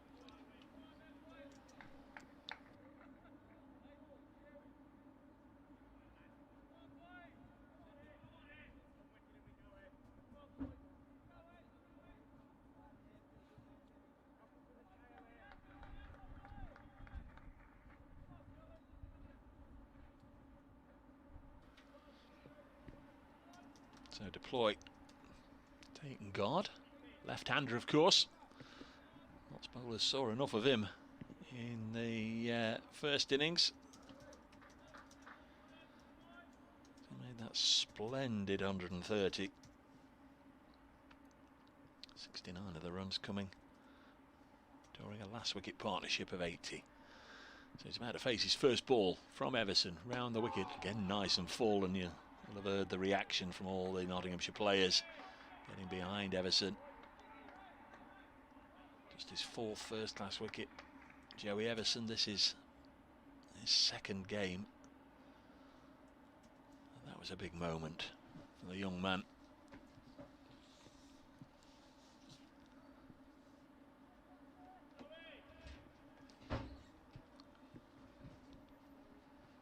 Come on, Joey is the cry. As the fair-haired Everson comes in at the 2nd time of asking bowls, and Deploy keeps it out. Plays it up to mid-on. So the concentration perhaps broken by the hand sanitising break, Dave. Oh, I never even thought of that. It's first ball back. Shout. Yeah. It was just a very full delivery, wasn't it? And trapped him on the crease or just outside where he was batting. Big blow, that. There's Joey Everson in again, and runs for Deploy. He's just got it wide of the bowler through mid-on. Jake Ball scampering after it. Couple of runs. Deploy up and running on 2. 148 for 2. There's been movement in one of the games, the London Derby. Middlesex skipper Stevie Eskenazi, it is this season, has declared his side 2nd innings closed on 248 for 6, so setting Surrey 313. So a doddle. Well, they've got a game on, haven't they? They've got a game on now. They know what they're doing as next ball is pushed out onto the offside, and there's no run. Of course, the last time that Middlesex went to Surrey, it was the one where the crossbow came into the ground, and Middlesex were docked points because of their over 8, which ultimately sent them down. And Kevin Hunt rarely mentions that. I mean, we've been down to Lords the last 2 seasons following their relegation, and never mentions it. 148 for 2. I don't know, and this probably isn't the place or the time to sort of go too deep into. Oh, false start from Everson. Is he? Yeah, I'm going to say. Oh dear. That's not good. I wondered initially if Deploy had backed away and he was just coming to a halt, but he was coming to a halt because... as soon as he threw the ball away, it's never a good sign that as he's gone. he's just made the Left- gesture to left the skipper foot. as if, as if across his throat, sort of the knife across the throat. I'm going to slit your throat, sort of as the pirate Given would the do. old But substitution sign as well now. So Samit Patel finishes over. He's already taken his sweat. He's decided he's finishing this over. has. Samit, hasn't he? He I'll has. do it. I'll do it. Skip, you're all right. he has. So Yeah, I've got this. Mulaney's been warming And up. Mulaney said, "Put that sweater back on and go away." No, he hasn't. He said, "I can't touch your sweater." Yeah. That was Joe Clark, wasn't it? I'm Yeah. not allowed to touch the sweater. Now he's going to ask Ben Duckett, look. Yeah, Ben, just take that somewhere, will you? I'll throw it on the floor so you have to bend down. We're laughing. We should tell you what's going on again. Don't know about you, Dave. We sort of forget that not everybody's watching the pictures, but Joey Everson's going away with James Pipe, the Notts physio. Samit Patel whipped off his sweater, threw it to Joe Clark, sort of, here you go, and threw it straight to him, and Clark, hang on, I can't take your sweater off, gave it back to Samit, and then Samit threw it to Ben Duckett. Can you take my sweater off the field? Meanwhile, Stephen Mulaney at this end, what's going off? Samit, it's all right, Skip, I've got it, I'm going to bowl. So the over will be completed, or the one ball will be completed by Samit Patel bowling to loose deploy. It'll be funny then if Mulaney says, that's it, Samit, have a spell. Well, you would hope he would, wouldn't you? Because he'll bring either Trigo on or... You'd imagine. Well, himself. Or Barber, or himself, He's been loosening up. Yeah. But just to finish that off before Samit does get ready, I was just going to say, this isn't the place or the time. We've got other things to concentrate on. I don't know if anybody ever did get... did they find the culprit of the crossbow or what? Yeah, no, I don't know what the eventual outcome was, but I think it slipped down the fielder's trousers. Oh, look, when I found them. Yeah. I'm sure it didn't, by the way, before anybody suggests that I'm suggesting that. Just thankfully nobody got hurt. Yes, quite. 48 for 2. Quite a delay on here now. Similar thing happened in Stockport at Woodley Sports Football Ground. They had to stop a football match because a crossbow landed on they're bringing the pads out, aren't they? A crossbow just for one ball.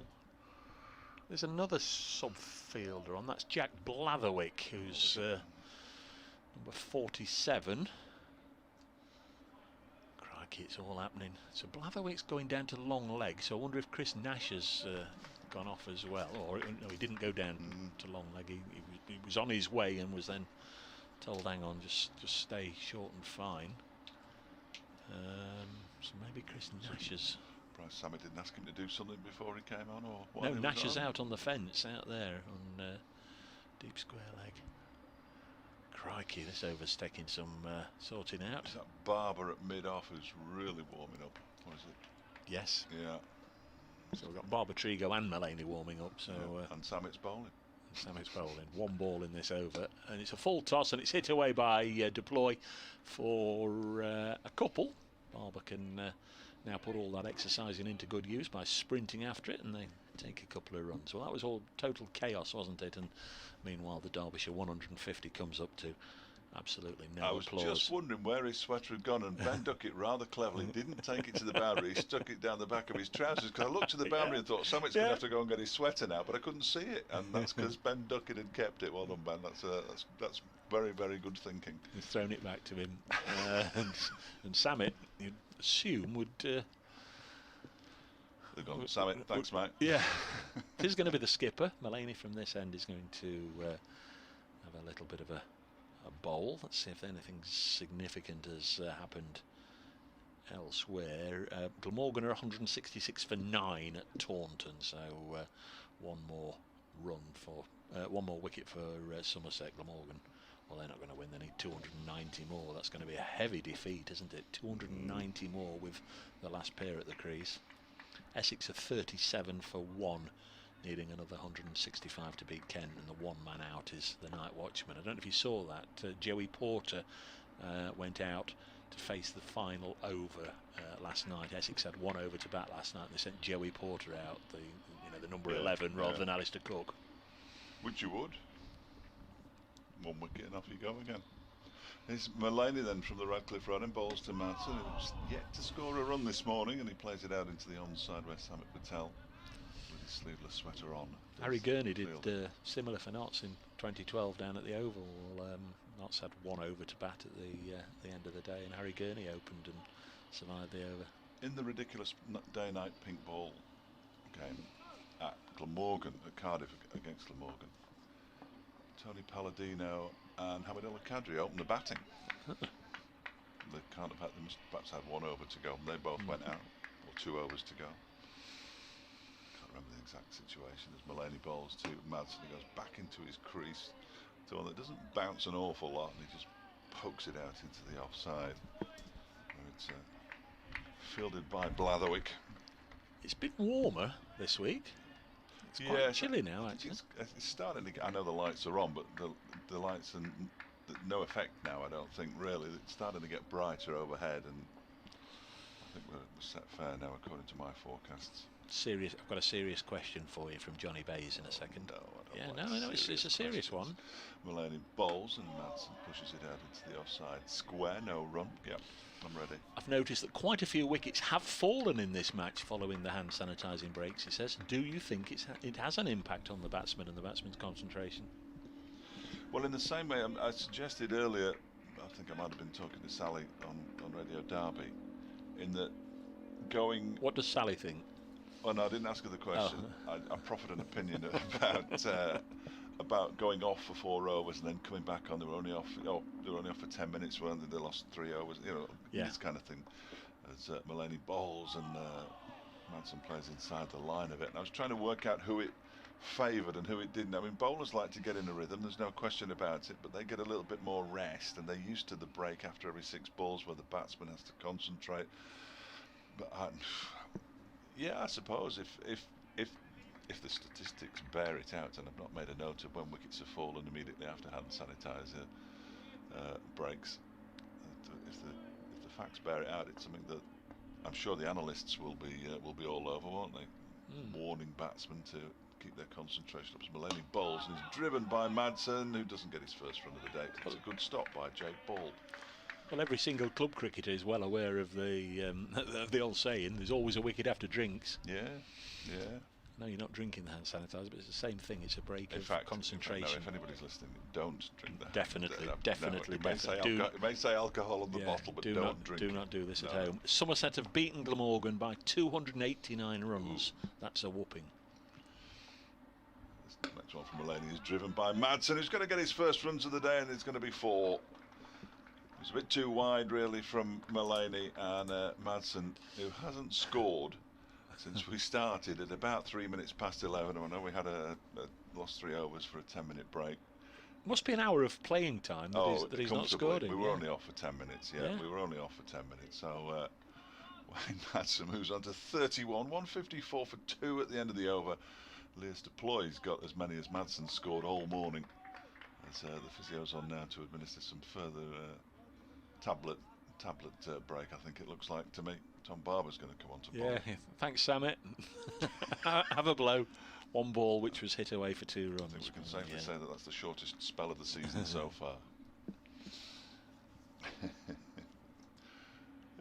I'm not sure whether poor old Stephen Mulaney had much say in the decision of who was going to bowl that final ball. He couldn't get to the wicket and get his jumper off quick enough, could he? So that was absolutely magnificent. I mean, it was the right choice with 1 ball, of course, really, because you don't want a quick stretch and yeah, absolutely. No, it was just funny the way he did it. It was. He is one of the great characters.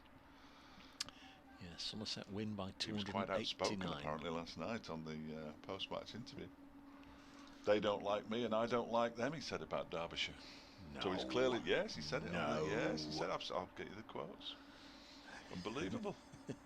It's Tom Barber. I mean, it may have been tongue-in-cheek because I didn't see the interview and I didn't see the context in which that phrase came out, but that he's clearly been listening to me saying he should sign for Derbyshire, and he wants to nip that one right in the bud early doors. So hang on a minute, they don't like me, I don't like them, I'm not coming. Thanks very much. Tom Barber bowled to Deploy wide of the off stick, went through to Moores. It was a very full delivery.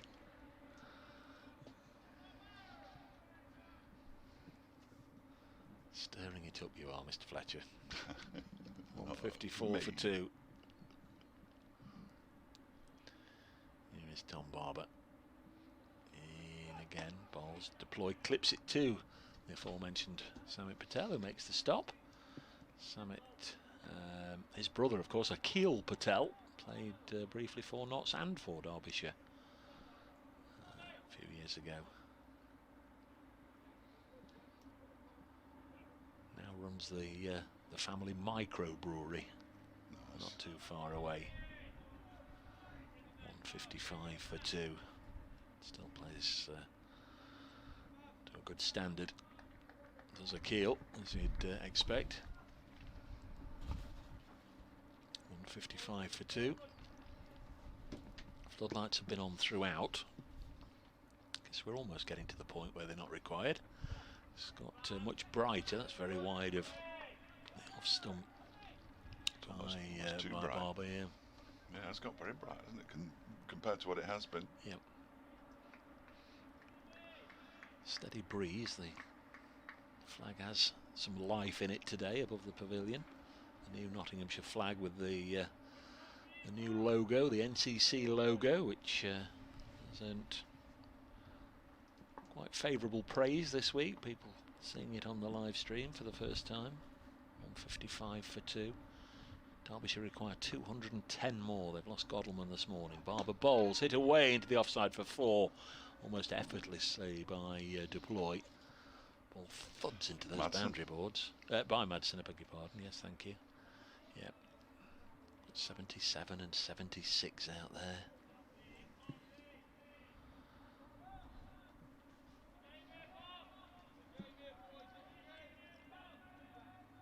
Crikey, they're a noisy bunch this morning.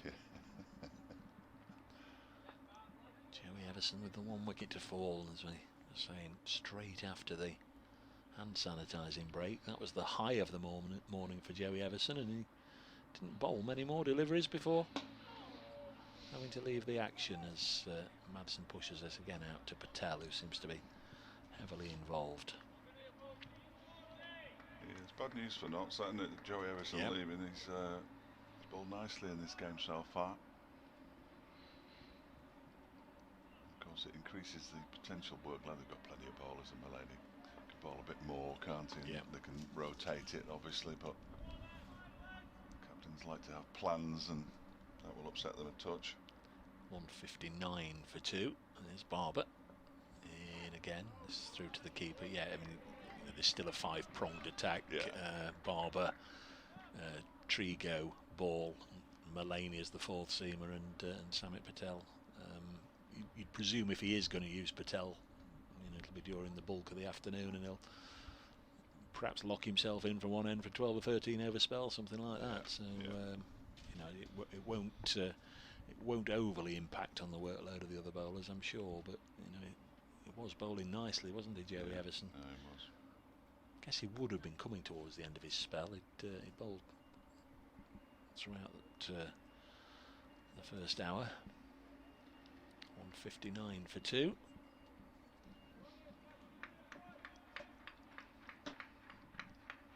Deploy on 5. Madsen 35, 206 more to win with the 8 wickets that they have left in hand. First innings hero Lewis Deploy out there at the moment. May have to reproduce something similar in the second innings. The way he got off the mark with a drive, but it was relatively straight, suggested that he's full of confidence. He hasn't been hit yet, which is disappointing. Here's Mullany in bowls, and he turns this nicely into the leg side for a single. Trigo comes in off the boundary to do the fielding. Just a little bit high, but not a problem for Tom Moore's throw. On 60 for 2, so it brings Wayne Madsen back on the strike. He's 1 run away from another milestone in his remarkable career. He's facing Stephen Mullany with 2 slips, a gully and a point, and Mullany comes in and bowls, and he drives it into the ground. Mullany can pick up and just wobbles a throw towards the stumps. You've had a tweet from Andy, a photograph. Yes. Have you got your tweety thing up? Yeah. And who's the gentleman in the photograph? Is that Devon? It's Devon on the left, and it's Samit on the right, and it's Dye in the middle. Yeah. More chance of signing the guy on the left, suggests Andy, which isn't Samit.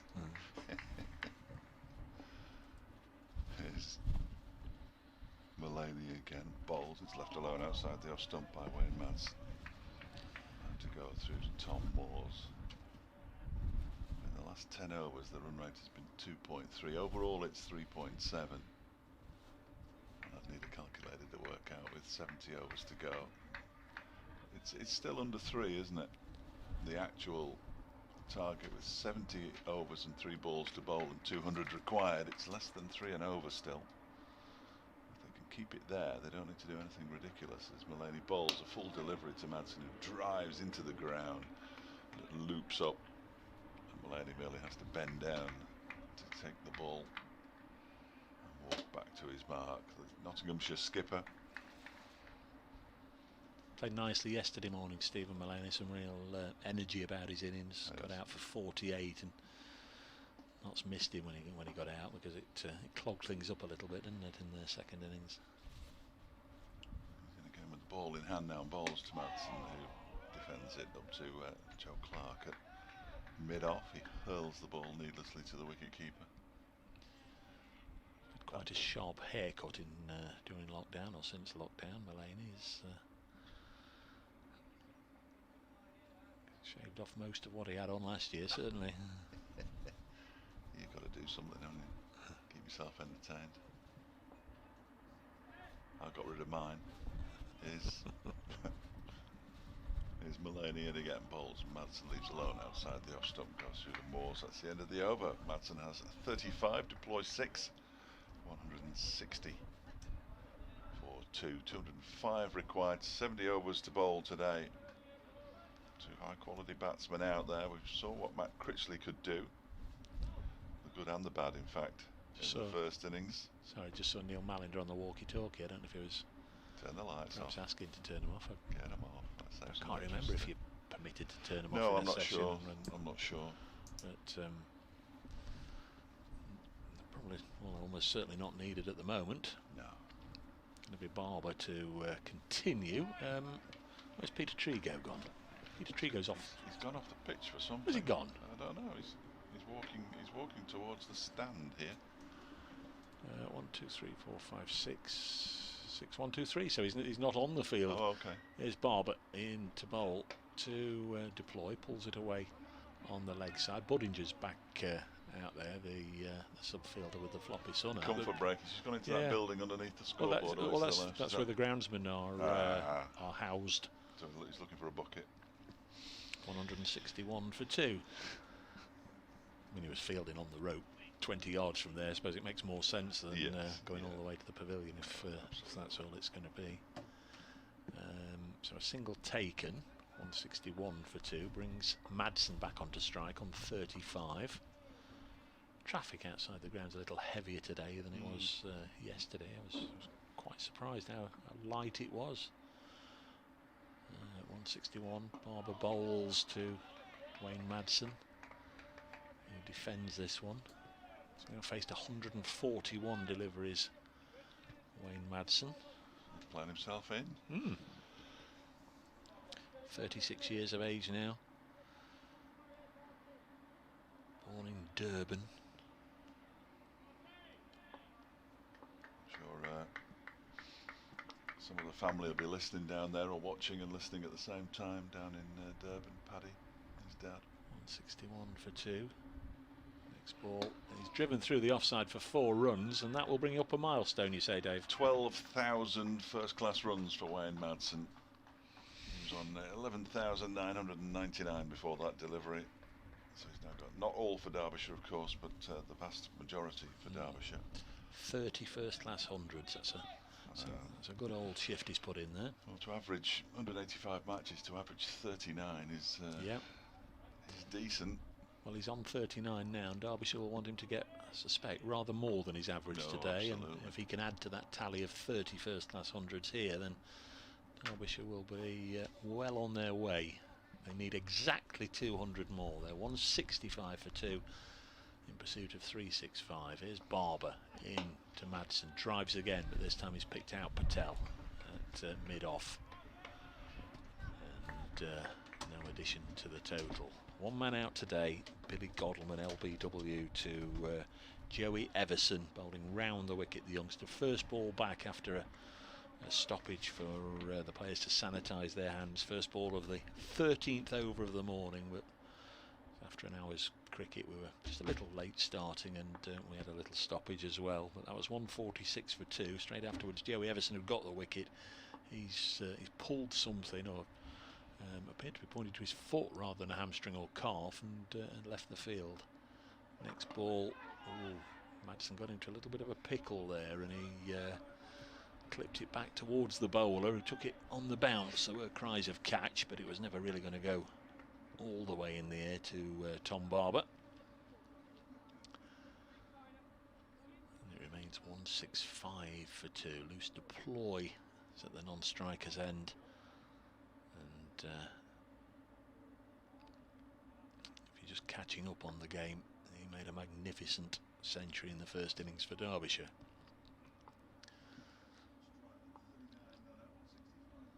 Here's Barber, comes in, bowls wide of the off stump. So these are the two, really, with all due respect to everybody else. If Notts can get rid of Deploy and Madsen, both high quality performers, they'll very much fancy their chances of picking up that first win in more than 2 years.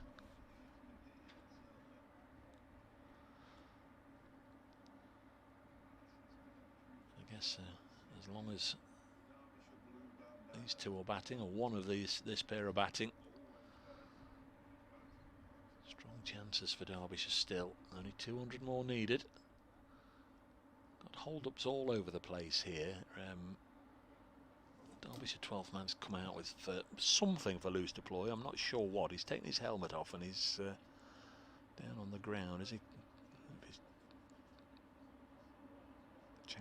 changed his gloves certainly, but I don't think that was the issue.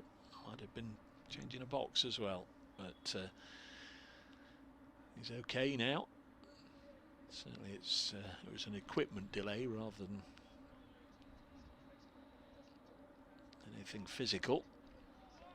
165 for 2. The day began with Derbyshire on 129 for 1, so fairly pedestrian run rate, but that's absolutely fine. They've only lost the 1 wicket.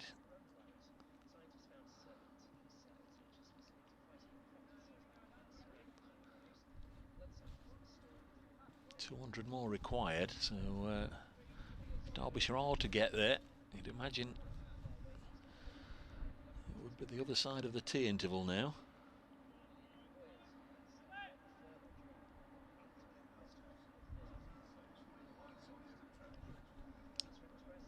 Going to be Stephen Mullaney. I think this is the first time he'll have bowled at loose deploy.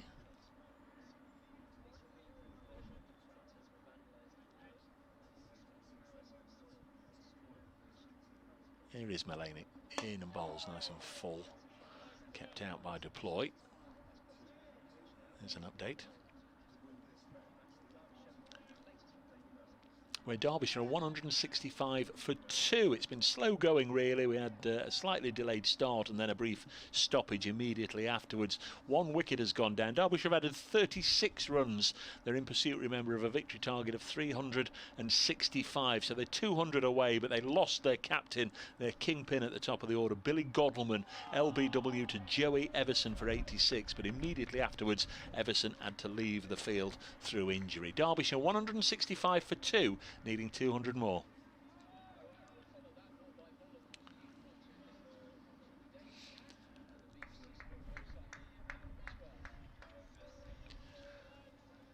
Latest Mullaney delivery, very full. Deploy jabbing his bat down on it just in time. Slip, a leg slip. Short leg, hit him on the pad and gone, and Mullaney's got a wicket. He's got loose deploy, who turned away, and you could see from this distance, thrust his head back. Mullaney's gone on a little bit of an Imran Tahir stroke Andre Adams celebration all on his own, and then he's joined by the rest of his teammates, and there's a lot of touching of boots, which seems to be the modern, the 2020 version of high-fiving. But Deploy, you could tell he didn't like it. Swinging delivery. Deploy maybe got across his stumps and found himself in line, and up went the umpire's finger. It was a very throaty bellow from Stephen Mullaney. He was confident, and he's got the verdict, and that, with 200 still needed, is a massive blow, Dave Fletcher, to Derbyshire's hopes.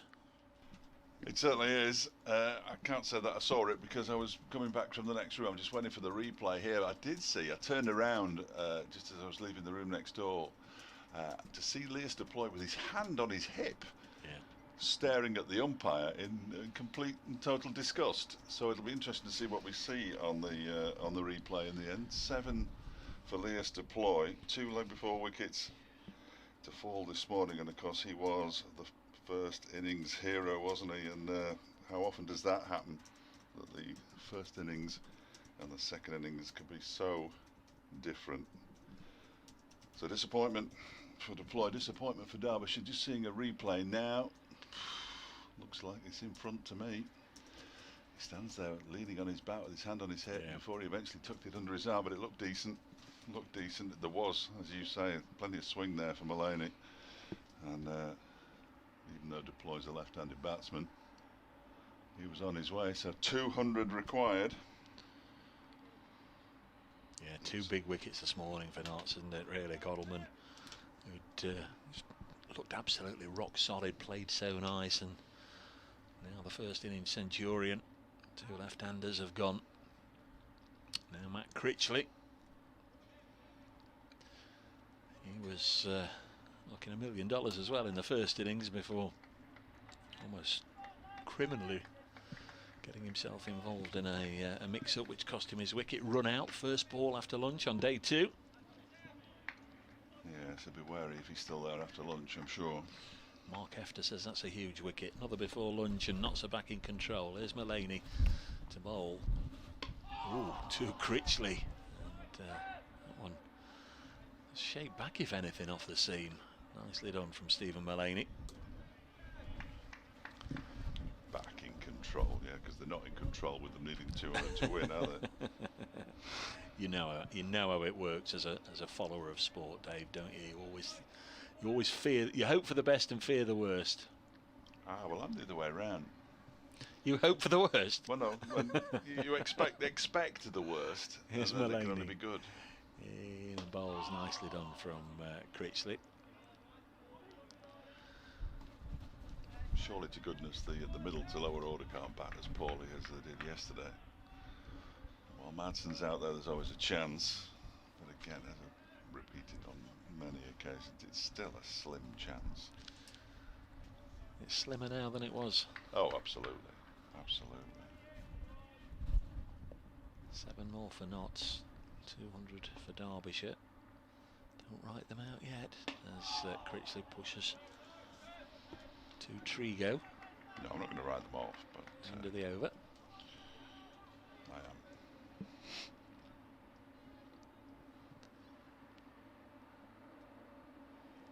No play, remember, Chesterley Street this morning, where there was rain between Durham and Yorkshire.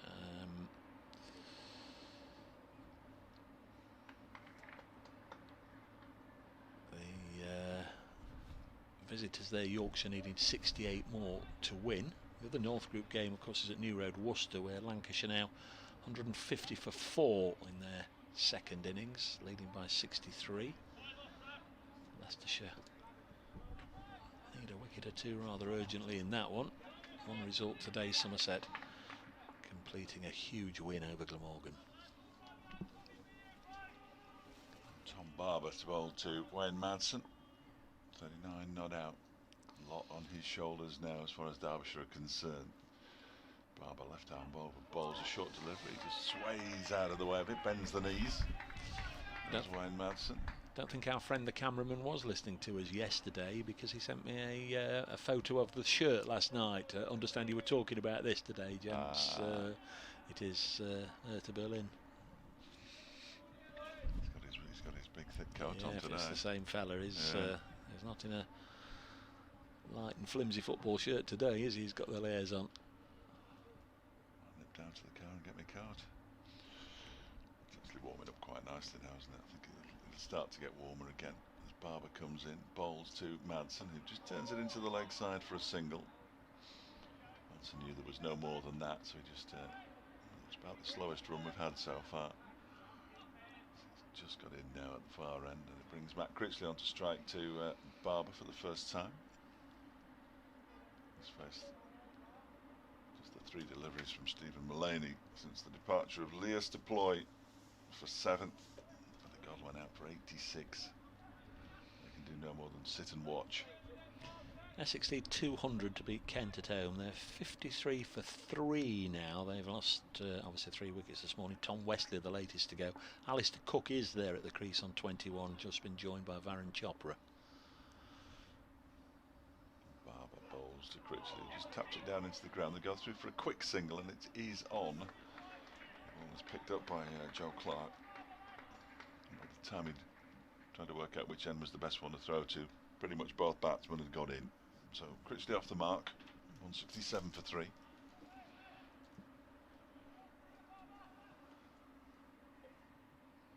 Latest centurion in this round of matches, Adam Rossington of Northants, who's reached 3 figures. Northants 408 for 6 in their second innings against Warwickshire. Northants now leading by 181 with 4 wickets remaining. They were a long way behind on first innings, so they've turned that round nicely. Adam Rossington, probably what, 7th centurion in this round of games, something like that. Yeah, I'd have thought so. 6 or 7. Some faffing going on here, I'm afraid. Stephen Mullaney's run all the way from slip to have a word with his bowler. Now he's going to stand at mid-off. There's a short leg in, that's Hasib Hamid. As ever, 1 slip in place as this next delivery is driven out towards the cover boundary by Wayne Madsen. Delivery from Barber, picks up a single. Yes, Trigo fielded. We've not seen Trigo bowl No. today. I wonder if he's... Well, it seemed to be okay there. Ran over the outfield, picked it up in a good strong throw, so doesn't seem to be anything handicapping him. Did nip off to the toilet though. Yeah. Might have had something dodgy for his tea last night. Don't think it's stopping him bowling. They've used 5 different bowlers without him, so... Barber's in and bowls. Yeah, one of them's off now though. Yeah. This one is defended backward of square on the offside by Matt Critchley. The key will be when they unleash ball again for a second time for me. He's continuing to keep loose and warm down below us at long leg. Wouldn't be surprised to see another burst from him in the remaining 19 minutes of this session, assuming that lunch is still at 1 o'clock. As far as I know, yeah, I don't think they changed things too much on the last day, do they? Well, they didn't. Here's Barber again in and bowls to Critchley, who pushes this one out into the offside, and there's no run. End of the over, 168 for 3. Critchley 1, Madsen 41, Derbyshire 197 more to win. 67 overs left in the day. It's the wickets column now that we're all focusing on. Once that starts to tick over, then you know you've got a problem. Don't think Derbyshire would mind an hour of rain. Just, you know, like you say, it takes time out of the game and gives them an opportunity to have a little bit of a go if the wind is still on, if they do get somebody set. They're not that kind of club, Dave. They're not that kind of club. You know, there might be others. Durham might be really grateful for the rain, for instance, up in the north, because they're clearly heading for defeat. But Derbyshire are happy to lose. I think you're always happy if there's a second option. You want to win, but if you can't win, you don't want to lose. No, absolutely. There is Stephen Mullaney, the Notts captain. He was absolutely jubilant to get that last wicket. This time it's run down to backward point. He went off, and you know we're used to the likes of Imran Tahir and Andre Adams celebrating like that. That was tremendous stuff from Mullaney. You could tell how much it meant. Away he went. It'd be horrible if the second game in succession between these sides in first class here was decided by the weather anyway, wouldn't it? It certainly saved Nottinghamshire last time. Did. 68 for 3. We assume, but that's the thing with cricket, you never know. Notts only needed 5 wickets. Yeah, Derbyshire needed 24 runs in 6 overs. The 2 batsmen and the umpires were out in the middle, and the Nottinghamshire players were still in the changing rooms. 168 for 3. Gary Wilson was prowling out there. Here's Mulaney. And once again, Madsen gets everything behind it and defends. As I recall, it rained very, very heavily. It wasn't one of those where get them out there. It did stop and they were out. It was bad light as well. Ha! I detest the bad light calls. Having been on the wrong end of them at several grounds. 168 for 3. Still is a Stephen Mulaney from the Radcliffe Road end. He's 5th over. Now fields off his own bowling. Figures are 1 for 5, so the Derbyshire batsman not been given any freebies by Mulaney. But Madsen's just looked to occupy the crease, hasn't he? And you know, it takes on an even greater importance getting rid of him, because he's not that like the old Barnacle Bill this morning. Madsen, he was 27 not out overnight. He's 41 not out now, but he's still there and just as likely to hurt knots. Leaves this one alone. Lunch at 1 o'clock, so all being well, be back for 1:40 for the afternoon session.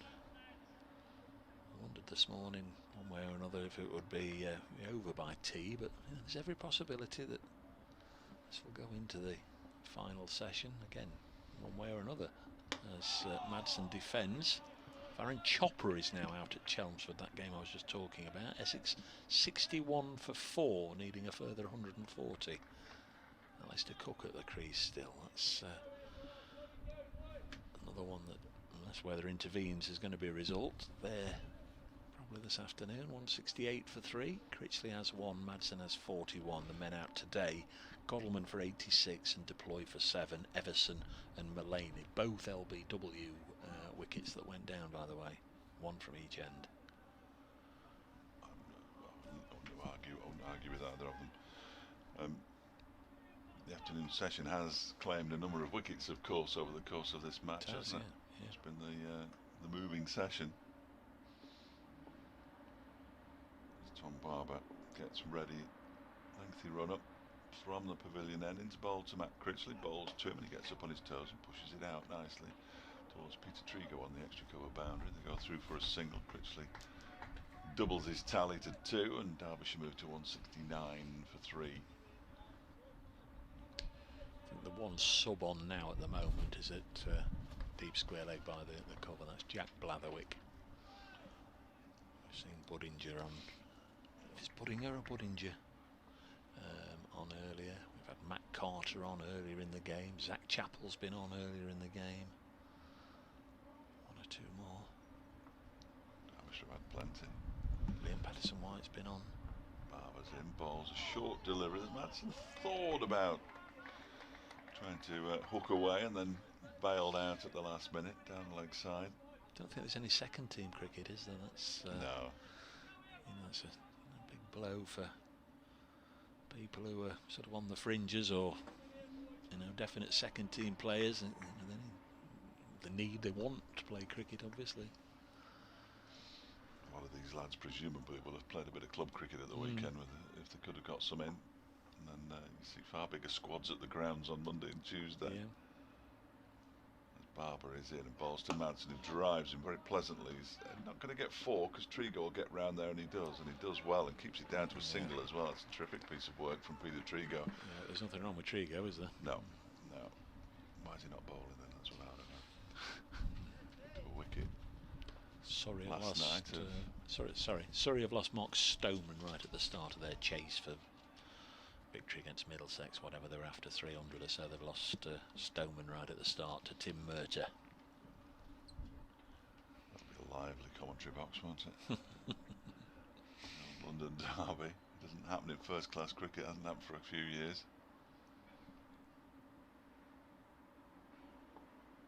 Barber comes in again, bowls to Critchley, who gets up on his toes and guides it down to the just backward point. Amit Patel does the fielding. Sleeper wants the pads. Another important wicket to go down. Dane Villas of Lancashire, just been dismissed by Callum Parkinson of Leicestershire. So Lancashire are 5 down, leading by 68. Ooh. Would be. That would be something, yes, absolutely. You know, Ben Slater will be hoping for an opportunity. Always good if Leicester should get their 1 win of the season out of the way early before you have to play them, though, isn't it? Here comes Barber again and bowls, and this one's guided square on the offside by Critchley. They've run 1. Madsen thinks about a second. They decide against it because Trigo's already hurling the ball in. And they pick up another single. Critchley's gone on to 3 now, 171 for 3. That would be a good win for Leicestershire. Yeah. In the away home game at Worcester.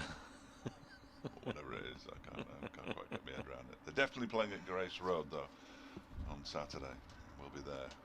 At the moment, they're definitely playing. Yeah, yes, that's a very good caveat to put in there. At the moment, yeah, who knows what's happening. You'll be well fed. Oh, no, you won't, will you? You'll have to take take my own sandwiches. Normally one of the better. This next delivery is left alone by Madsen. Oh, it's the best.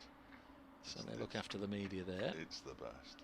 As they do at Trent Bridge normally, of course. But again, this week we're Trent Bridge is good too. We're on our sandwiches. Yeah, 171 for 3 at the end of the over. Derby has got better as well, much better. The food that we've had in the last couple of seasons has been sensational at the county ground in Derby, and obviously the food at Chesterfield is always top class. Scene of a Luke Fletcher meltdown, the Derbyshire Press Catering a couple of years ago when he did the game with us, when they had the temerity of putting mayonnaise on his on his ham and salad cob or whatever it was. You know, big daft lad, he didn't like mayonnaise. I offered to lick it off for him, but he didn't seem. What's the delay here? Asiba Mead is taking the pads off, the protective pads, and that's holding everything up. Meanwhile, Samit Patel is putting them on. He's putting them on. Yeah, I'm going to say Samit Patel's loosening up. Whether he's going to get another over or so before lunch remains to be seen. But I mean, he's not going to get caught. He's got the skin on underneath as well. Yeah. The long-legged skins on underneath. I don't blame him at all. Really. No, it is a bit nippy out there, isn't it? No, he looks like he's wearing 1970s flares because he's at the bottom of his trousers. He's had a decent debut, past 50 in both innings. Yeah, and absolutely. He took a good catch as well, didn't he, in the first innings? Here's Mullaney starting the new over to Matt Critchley. Lets it go through to the keepers. As mentioned in the first innings, they know each other well. Mullaney skippering the north side that Critchley played in a couple of years ago in Barbados, that north v south 50 over competition.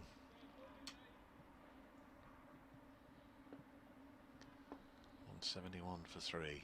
Stephen Mullaney again bowls accurate line, and Critchley, well, he pushed it into the offside. There were quite rightly calls of either no or wait, and Peter Trigo just couldn't get there. It's no fault of Trigo, it was played sufficiently wide of him, but it's a mark of respect that the two batsmen weren't sure if Trigo's athletic prowess was able to prevent the single being taken. But they do exchange ends. Madsen back on strike on 42. Critchley has 4, 172 for 3. An awful lot of car hooter blasting going on outside the ground, of course. Well, it'd be strange if it was inside the ground, wouldn't it? 172 for 3 as it's defended by Wayne Madsen. Quite entertaining. I think it was inside the ground. No respect for night shift workers, have they? Trying to sleep off there. It's pointless. Yeah, okay. We know you're there. Yeah. Do they want to get in, or do they want to get out? 172 for 3. We can't see any of this, of course. Here's Mullaney bowling. This is pushed up to Joe Clark at mid-off. Clark fires the ball down to the wicket-keeper Tom Moores, who then throws it in turn to Samit Patel, who drops it. Picks it up, bowls the ball to Jake Ball, which nearly hits him in the throat. Ball gives it a wipe and hands it on to Mullaney. A lot of players touched that ball then, didn't they? 172 for 3. I think that's, that was one thing they were sort of all concerned about. This one goes through to Moores when it was called a vector of disease or something. Something like that. Yes, that's the terminology. That's what. Yeah, I think he was just making it up as he went along at that point, though, wasn't he?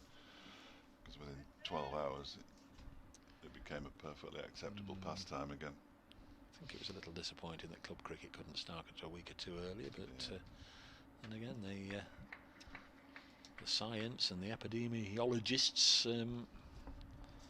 Well, I think if it were left to the scientists, we wouldn't be doing anything now. No, probably. I don't know. This one swings away from the batsman and through to the keeper. Scott Borthwick out in that London game. Sorry, 19 for 2. Again, I guess that would be a little turnaround in standings. I know it's not a county championship season, but Surrey Division 1 side, Middlesex Division 2 side. If Middlesex could beat Surrey, they'd obviously be cock a hoop. 172 for 3. End of that over. We are, I make it 6 minutes away from lunch, and that means twirly-whirly time. Samit Patel this time has taken his own sweater over the boundary edge and is going to have a bowl from the pavilion end. He's bowled just one ball this morning, finished that over that Joey Everson started. I think it was the same over in which he actually picked up the wicket of Billy Godelman. So the good and the bad there for Joey Everson. It looked, as we said at the time, didn't we? It looked more like a foot injury rather than calf or thigh or groin or anything. But he sort of pulled up and then he drew his hand across his throat, almost like they do menacingly in the gangster movies. I'm going to slit your throat, as if to say, that's it, Skip. I'm done for. Here's Patel. Here's Dave Fletcher. A lot of bones in your foot as well as Patel bowls, and Critchley defends out to the offside. It's 43 runs scored in this morning session. We did lose 4 overs, but still not very many runs. Derbyshire need 193 in 2 sessions. Patel comes in again and bowls. That's a full toss. So he's pitched 2 out. He's pitched 1 out of 3 so far today. He's got a long stride in there to push the ball back to the bowler, and this time he drives, and he's going to get a run. I think that's all he's going to get. Trigo comes around, does the fielding. Is there any update, or has anybody asked anything about Finn Hudson-Prentice? Or are we likely to see him with a runner again? Or? I think we'll see him with a runner again if required. He was out there this morning using that big medicine ball thing that they used to bash into the floor for no apparent reason. When Madsen just steps away there. Likely to bat in his normal position, or would they not want to risk the injury and pop him down, or would they may even promote him, just go out and have a whack? As I say, the next 3 batsmen are all much of a muchness, really. Harvey Hussein's probably too high at 6. This next one is pushed into the leg side by Wayne Madsen. With no disrespect to Harvey, but I just think wicket keeping as well. You want to be number 7, don't you, really? I haven't seen enough of Matty McKinnon, although they rave about him. Finn Hudson-Prentice has got a 99 to his name. This next one is pushed out into the offside. 99 on debut against Middlesex, and then lollipopped one to mid-wicket. Came into bowl, took a wicket with his first ball for Derbyshire. He made himself an instant hero. Yeah. Big part of the T20 success, in inverted commas, as this next delivery is pushed into the onside. It's all relative, isn't it? End of the over, 173 for 3. Wayne Madsen continues his very concentrated vigil out there. This next over, will it be the last before lunch? Probably. Yes. Probably. Definitely. Excellent, that's what we like to hear. Get all my stuff in order before... Nearly halfway, 173 for 3, 192 more required. Durham have seen 1 or 2 tweets at Chesterley Street where Durham are playing Yorkshire. Stop raining, covers coming off, mopping up, hoping to get underway 2-ish if there's no more rain. Oh yeah. 173 for 3. Yorkshire just needing 68 more runs to pick up their first win of the North Group.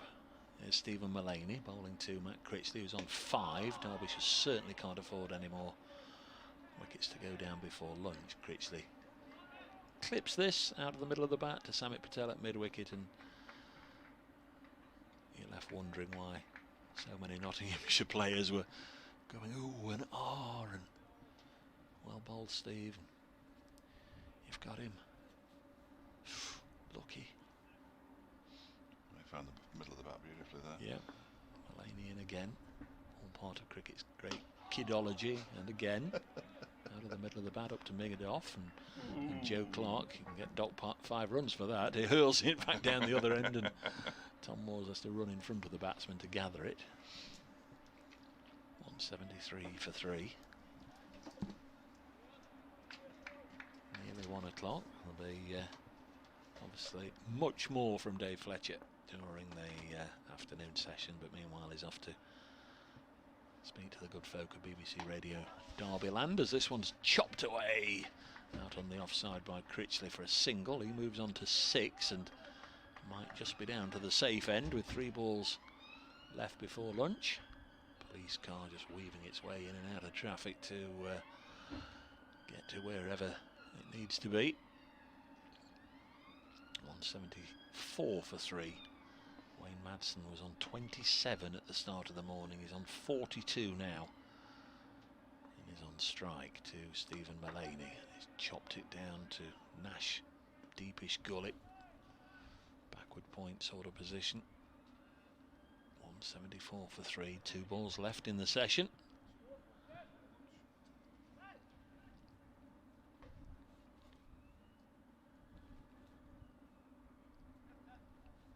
Had, I think, just 24 overs in the session.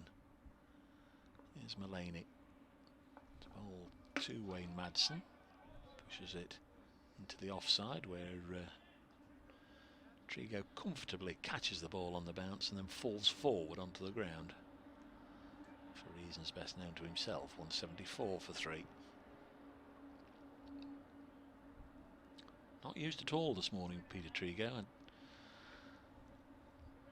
Better silver sixpence, he'll bowl the first over of the afternoon session. How about that? 174 for 3. Final ball of the morning. Mulaney bowling to Madsen.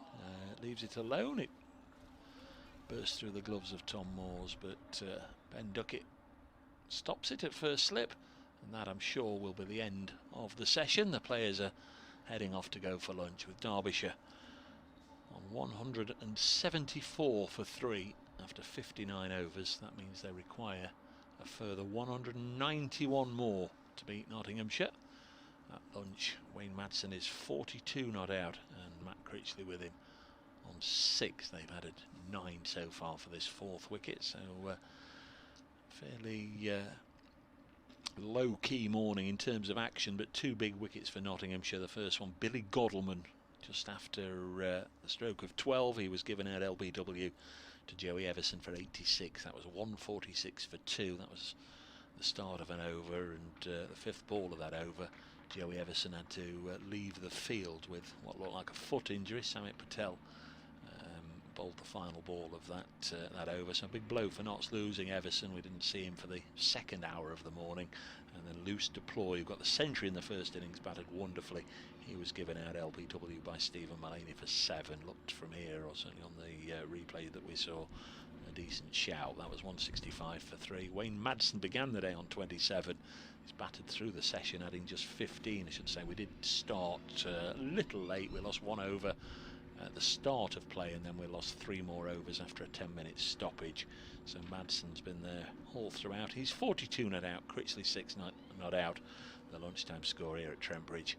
Derbyshire 174 for 3. If they're going to win, they need 191 more. Nottinghamshire require 7 more wickets. 62 overs remain in the day. It's lunch at Trent Bridge, so from Dave Fletcher and myself, Dave Bracegirdle, for the time being, we'll leave you with the reminder that play should start at 20 to 2 if you want to come back and join us then.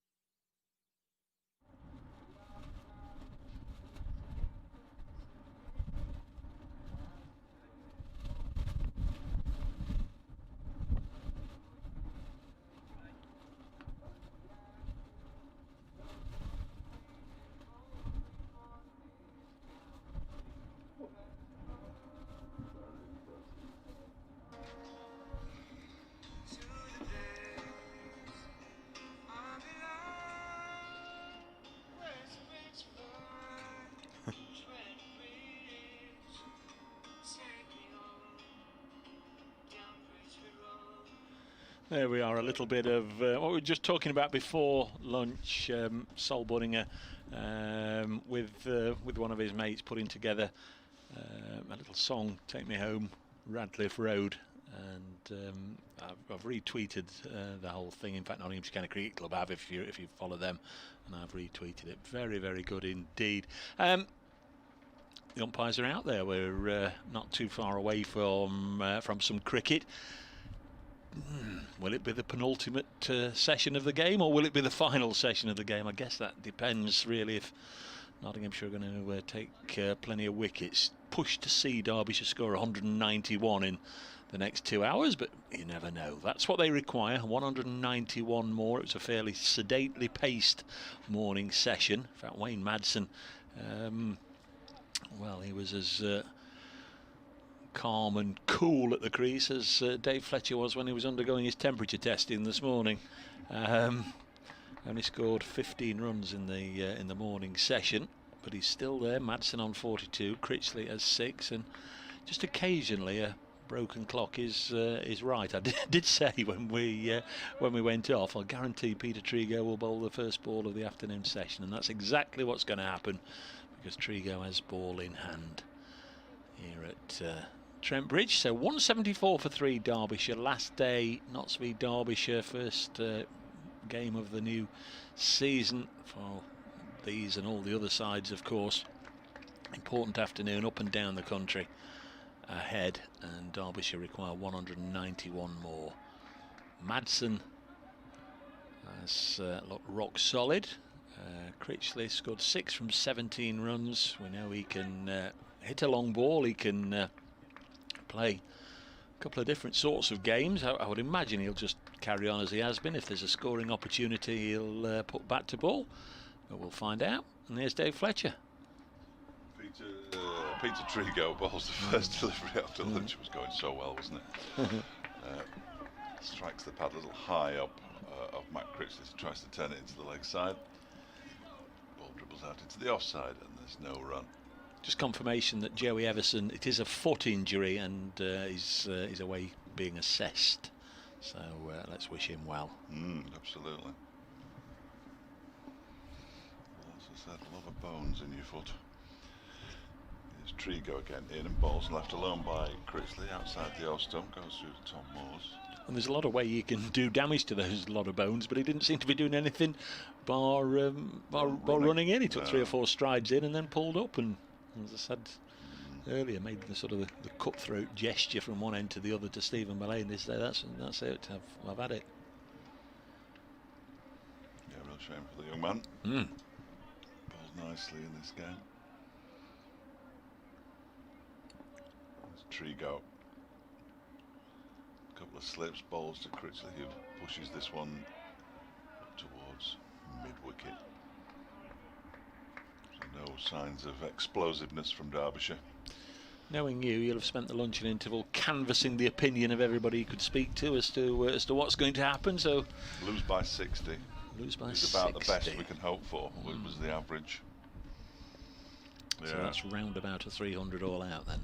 Yeah, which would be a good effort in the 4th innings, but not quite good enough.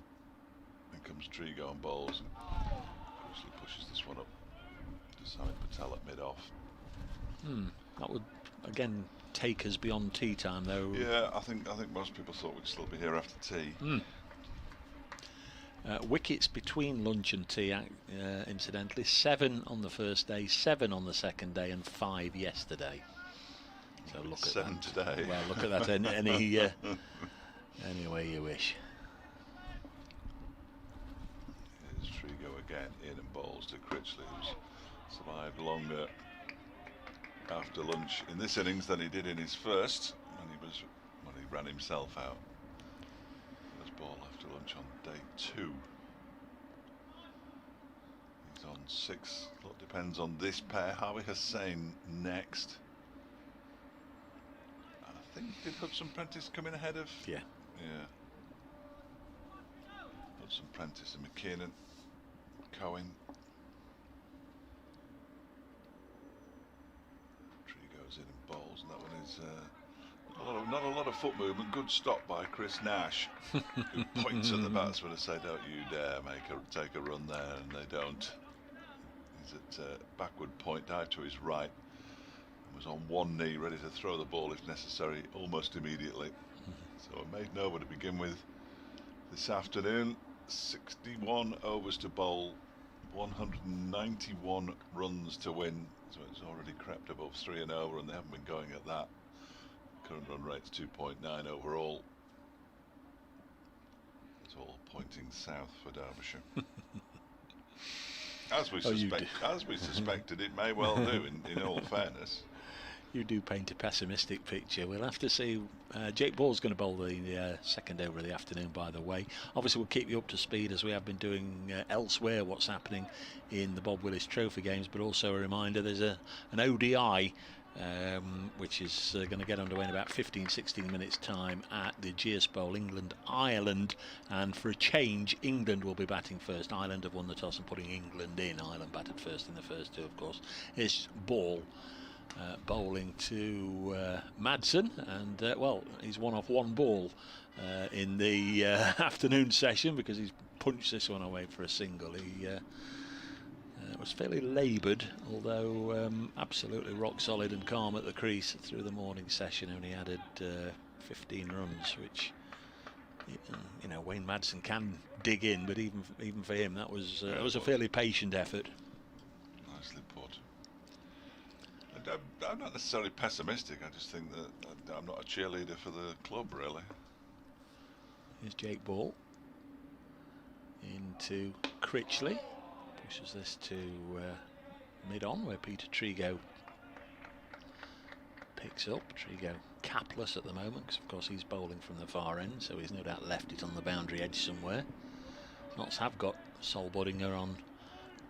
He's out on the boundary on the Fox Road side of the ground with the white floppy sun hat on, so he's going to be easy to pick out when he gets involved. We've seen Jack Blatherwick on as well this morning. His Ball running away from his bowls. A nice flow of the bat from Critchley, but all the way along the ground, and Joe Clark does the fielding and then hurls it into Tom Moores, but not the best of throws. It was never going to reach Moores, and umpires tend to get a bit skittish about things like that, don't they? Keep it up, keep it up. It's in the fielding team's interest to keep it up, and they can't use any saliva to repair any Chris Nash just been damage. Very deliberately moved by Stephen Mullaney from mid-wicket out onto the mid-wicket fence, as if to say to Critchley, you know what's coming now. Here's Jake Ball in, but bowls it nice and full, and it's well defended. 175 for 3. Lots of time left in the day, 60 overs after this one, so plenty of cricket. Derbyshire don't, as Dave was saying, they don't really need to get much of a hurry up on if they can occupy the crease for periods, for long times. Individually they'll not be too far short of the target. As Ball comes in once more, striving for his first wicket of this innings, and concedes a run here as Critchley plays it away square of the wicket on the offside for a single. 176 for 3. Floodlights were turned off, saving electricity, saving the pennies all through the 40-minute lunch period, but were put back on, which tells you that it is still fairly grey and hazy. The greyness is way above Trent Bridge. There's no dark threatening clouds around. Probably could have got away without it, but as a safety measure, and probably because they had them on through the morning session, they popped them on again as Ball bowls.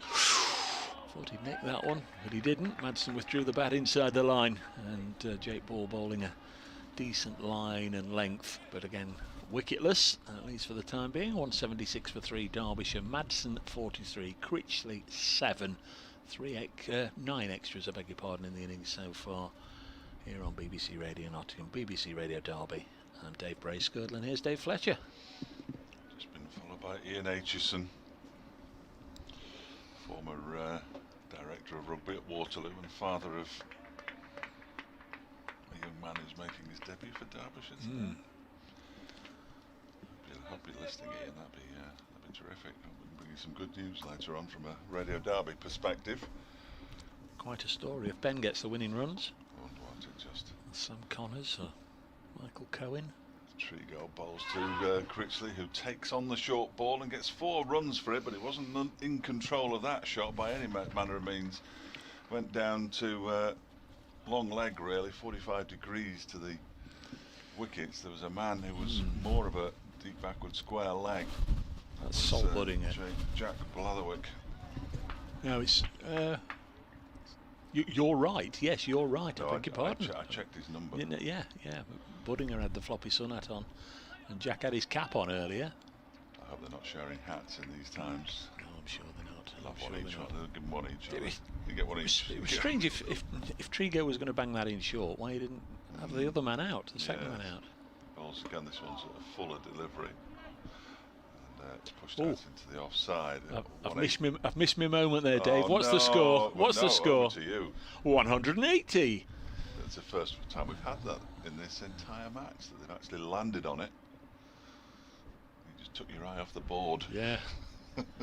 Nearly halfway. 180 and 185 required. But when they get 5 more, you can tell me how many they need.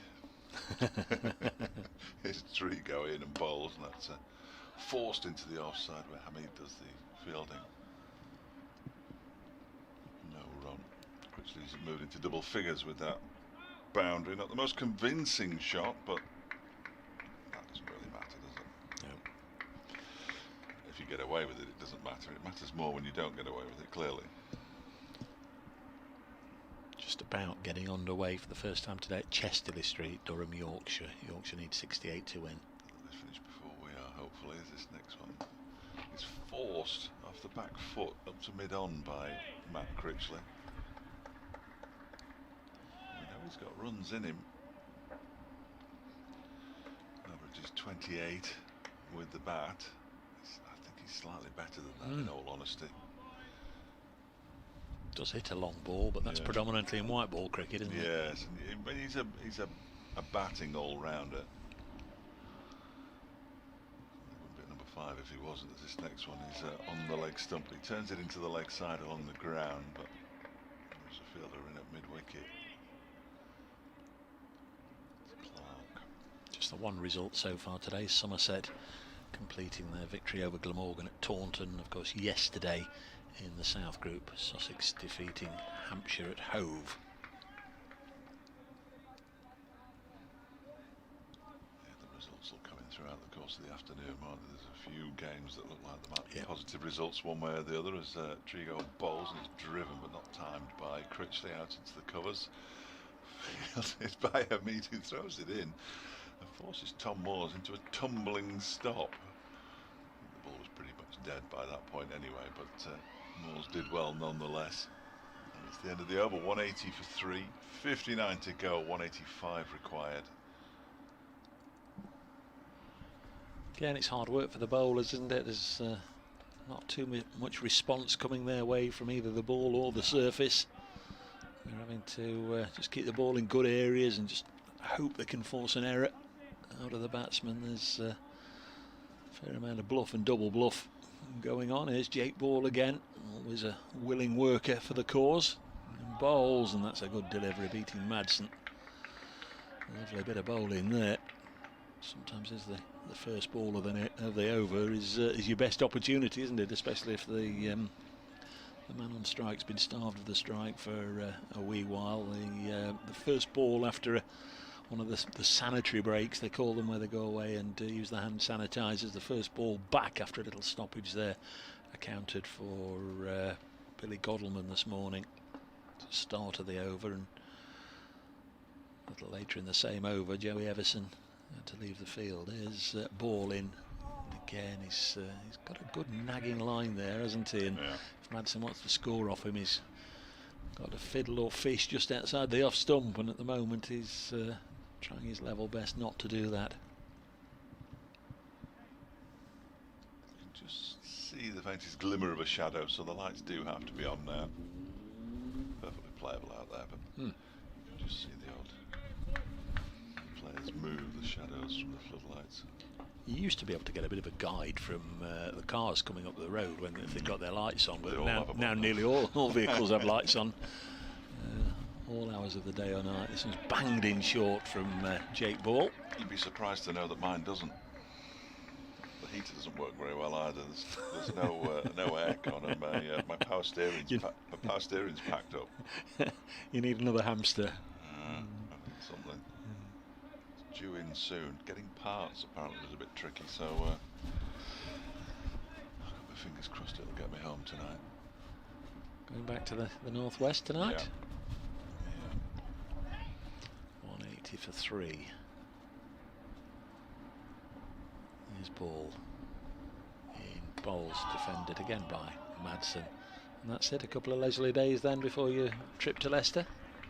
Yes, I think so. I don't think I've got anything on for a couple of days. Test match starts tomorrow, which is good news. Yep. So, assuming that the weather in the northwest behaves itself, I'll be watching that, listening in. Leisurely drive down to Leicester Friday. And a couple of home-ish games at, one at least at Headingley before Durham. 180 for 3. Here's Jake Ball.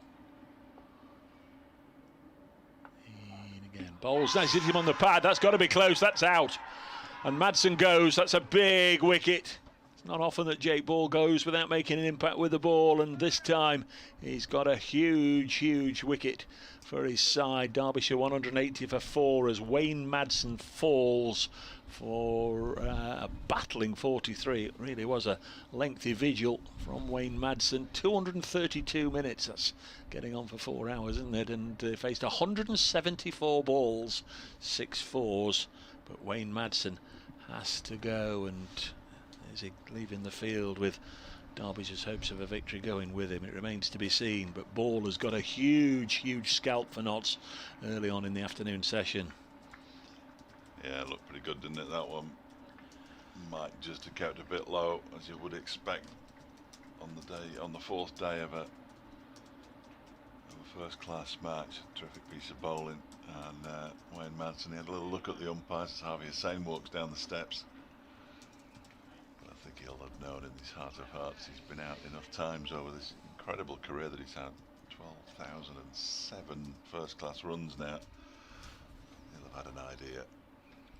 So a couple of the young boys who came through the Derbyshire Academy, Matt Critchley joining from Lancashire when he was released there as a teenager, a young teenager, and Harvey Hussain, Derbyshire born. What can these two do? They touch bats as Hussain makes his way out, but Harvey didn't last too long in the first innings. He's got runs in him too, no question about it. Pressure starts to mount, doesn't it? Does a little bit, yeah. 185 needed, still 58 overs to go. Do you bat them out? Can you bat them out? Third wicket today, Dave, all LBWs. Yeah, I wouldn't say I had any complaints about any of them. No, but yeah. It's just, again, just something worth pointing out to the batsmen that are to come, really, that they can't get you out any other way, so get your bat on it. 180 for 4. Good bowling from Jake Ball, though. He kept pegging away outside the off stump and then got one full and straight. He comes in to Hussain, who pushes it out onto the offside. And that's the end of the over. Successful one. Derbyshire 180 for 4, and Jake Ball's got the wicket. Rachel says she's just done a lounge office air punch. Today seems to be a good day as any for a Ball hat-trick. I can feel it in my bones. Or that could be rheumatism. Come on, Notts.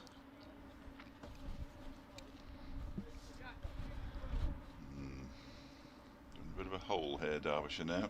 It was always going to be a tall order, as I think I may have said at the start of the day. See, that's the big four gone, isn't it? Godalming, Rees, Madsen, and Deploy, and still half the runs required. Yes, and then you really needed one of those to be around to help the tail should it get down to that. And at the moment, I mean, they're not inexperienced players by any means. Matt Critchley's 49th first-class match. This. Sane won't be far. He might even be ahead of him actually.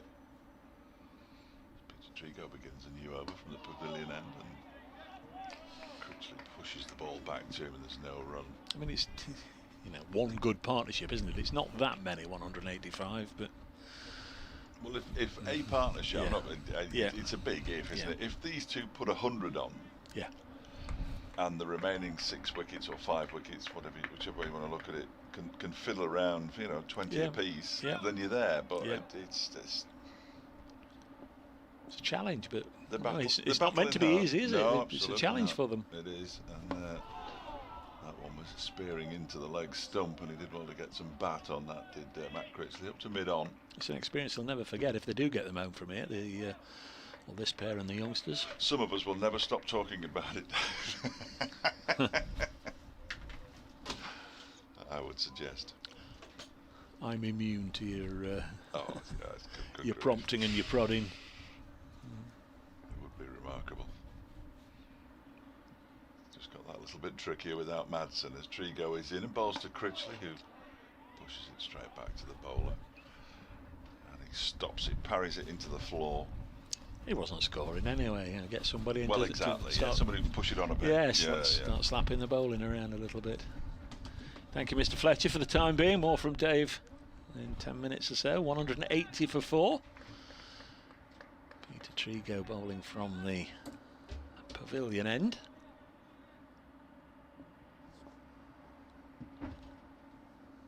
Umpire is Neil Malinder down the leg side. Well taken by Tom Moores. 1 or 2 or 3 or 4 of the Nottinghamshire players on the offside thought they heard something as it went down the leg side, but neither bowler Trigo or catcher Tom Moores were able to support them because they knew it had gone cleanly through.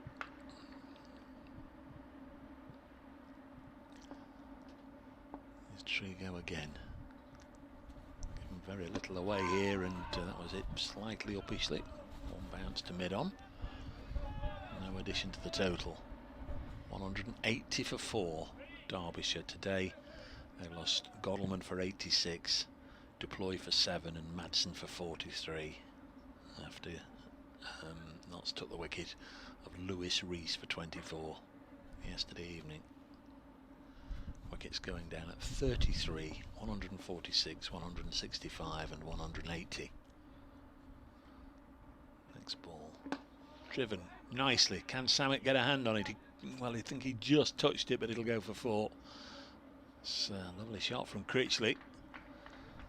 Full of venom, full of intent. Moves on to 15 with that extra cover drive. Just scorched the fingers of the diving Patel. And they are now, they being Derbyshire, beyond the halfway mark. 184 for 4. Needing a further 181 to inflict a victory here over Nottinghamshire at Trent Bridge, something they've not done since 2002. And as we've said, the run chase, were they to get there, would be one of historic proportions for both sides. It would be Derbyshire's highest successful run chase against a first-class county, and it would be the highest successful run chase here at Trent Bridge by a visiting side since Middlesex in 1925. So that's the measure of the challenge before them, but it's still possible. His ball bowling to Harvey Hussain leaves it alone. Luke Fletcher, as we've seen every day in the match, is on the ground. We can see him on the grass between the rope and the Fox Road seating. He's in front of the Larwood and Vose with Liam Price, the fitness and conditioning coach, just doing some don't know if it is Liam Price, it might be, but he's doing some jumps and stretching and bending. He's had a bit of an abdominal twinge. Notts will be looking to get Fletcher back as soon as they can, as this one's worked away. Certainly a couple here. Samit Patel's after it. Harvey Hussain has worked it towards the deep square boundary. They've run 2 and they'll have to settle for 2 because Patel has ball in hand and returns, but Harvey Hussain nicely away. his first 2 runs. 186 for 4.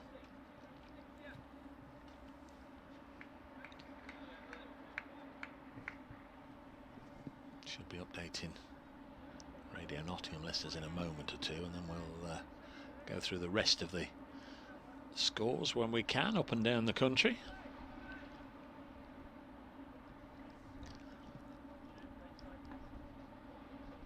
Wickets for Evison, Trigo, Ball and Mullaney as Jake Ball bowls again. Sane eases it onto the offside. Subfielder Jack Blatherwick picks it up.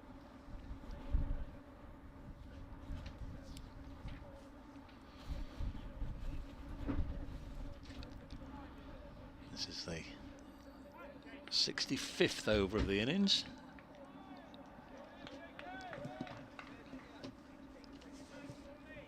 Where we've just seen a big moment because Jake Ball has struck for Nottinghamshire, just removed the obdurate Wayne Madsen. Fine player Madsen, but he's hung around today. Only scored 15 runs between the start of play and lunch. Looked determined to bat all day and try and see Derbyshire home, but Jake Ball getting him out. LBW, the 3rd LBW of the morning session. So Derbyshire's top 4 are gone. They're in pursuit of a victory target of 365, but Notts have 4 of the 10 wickets they need. Derbyshire 186 for 4.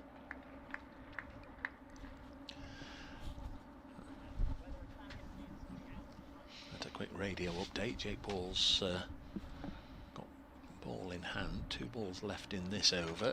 He's into Harvey Hussain, banged in short. So I was going to give you those other scores. They've just started at Chesterley Street, where Yorkshire are now 115 for 3. They've had quite a lot of rain there this morning, but they are playing. Yorkshire only need 55 more to defeat Durham. The other North Group game is, for reasons that we won't go into now, being played at New Road, Worcestershire, between Lancashire and Leicestershire. Lancs 162 for 5, leading Leicestershire by 75 with 5 wickets remaining. Central Group, Somerset have defeated Glamorgan already today. A huge win for Somerset over the Welsh county as Ball bowls. Harvey Hussain playing a million miles away from his body.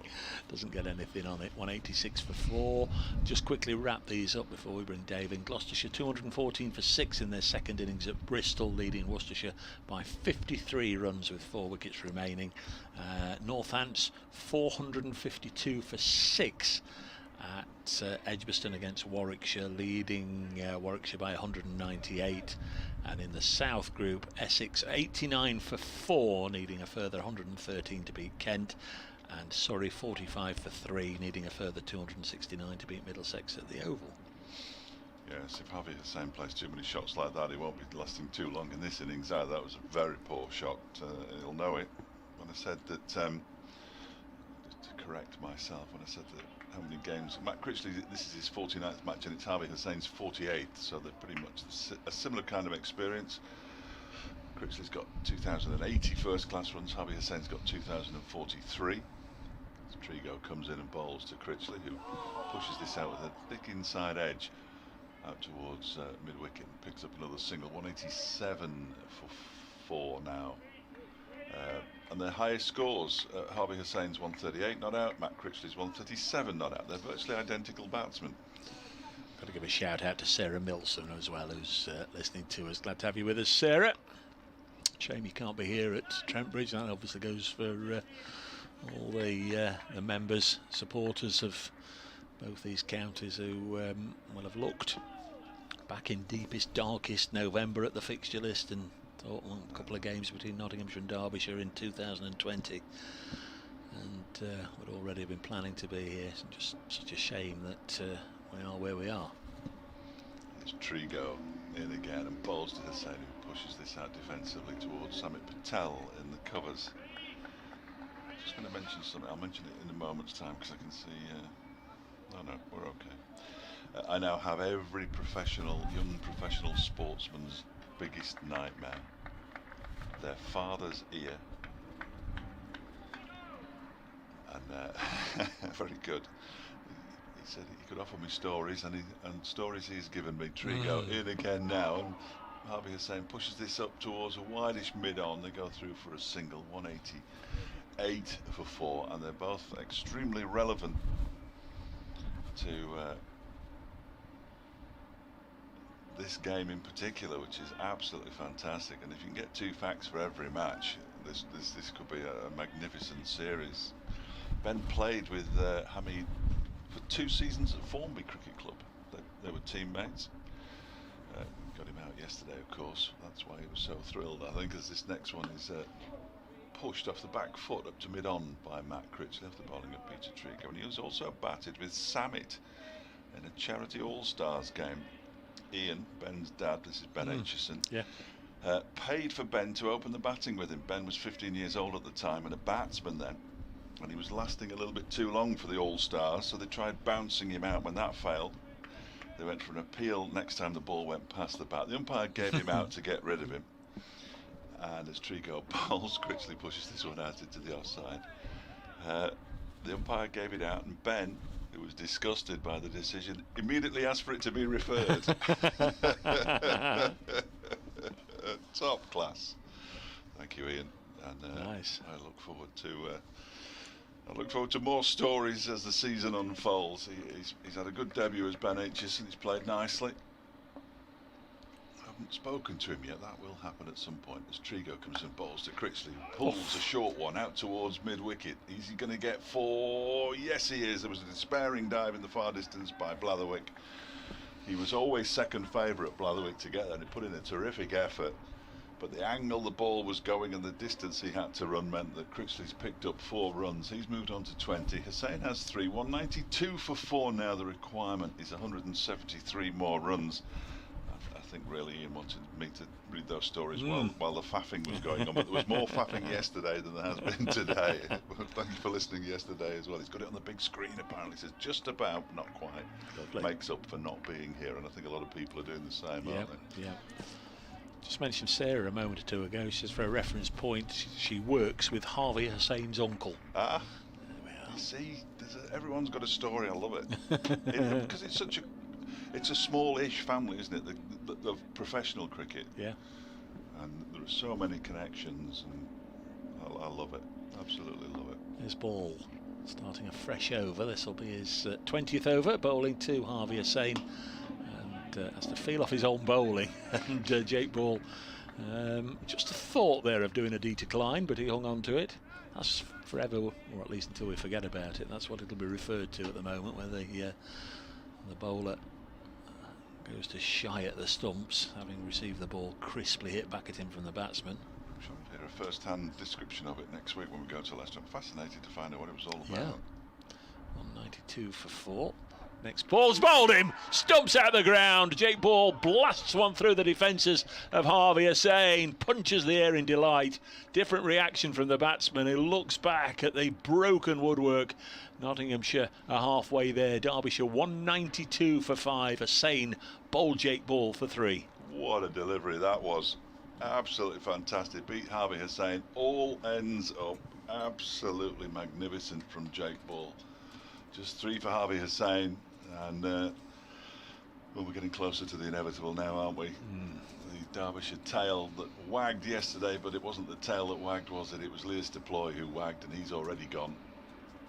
And now it's all down to Matt Critchley. Can he be a match winner for Derbyshire? He's going to be joined by Finn Hudson-Prentice, who's coming out without a runner. I think that's Finn Hudson-Prentice, the way he's walking. Obviously he's wearing a helmet, and confirmation from the big screen scoreboard. It is Finn Hudson-Prentice, which is good news on several fronts. That he's recovered sufficiently from the thigh strain that prevented him from batting 2 days ago to actually bat without a runner, which means he has half a chance of playing, you would have thought, at the Fisher County ground in the game starting on Saturday. But we don't have to faff about, to coin a phrase. We're trying to work out where the runner is. Yesterday he played a ball out into the offside, immediately pointed to the umpire, who was standing at point, and shouted no. Wayne Madsen was behind him at square leg. Can get a bit confusing. Yeah. You'd think if he was in, that much discomfort 2 days, it would have been Sunday, wouldn't it? Yeah, 2 days ago when he couldn't bat. He's not going to be turning for quick 2s and 3s, surely. Anyway, let's find out. Ball is into bowl to him. This one shapes away from him. Lovely bit of bowling from Jake Ball to dismiss RVSA, and he just squared him up and demolished the off stump. It went cartwheeling out the ground. Lovely sight for a fast bowler. Poor old Big Fletch is doing some doggies. I've seen him. I've seen him. He won't be enjoying that, will he? I know players like to keep fit, but they don't mind lifting a bit of weight and that kind of thing. But there's nothing worse than running on your own when there's a game going on as well and you can't play. I mean, that's just soul destroying. Not only can you not play, you can't stand and watch what's going off. This time it's nicely defended. That would have, that's what Fletcher's all about. A wicket there from one of the fast bowling cartel, and able to celebrate with a successful bowler. He likes all that. Though, when he's waved to them. Yeah, he looks okay. Not sure how close to a comeback he is. Notts play Yorkshire at the weekend. I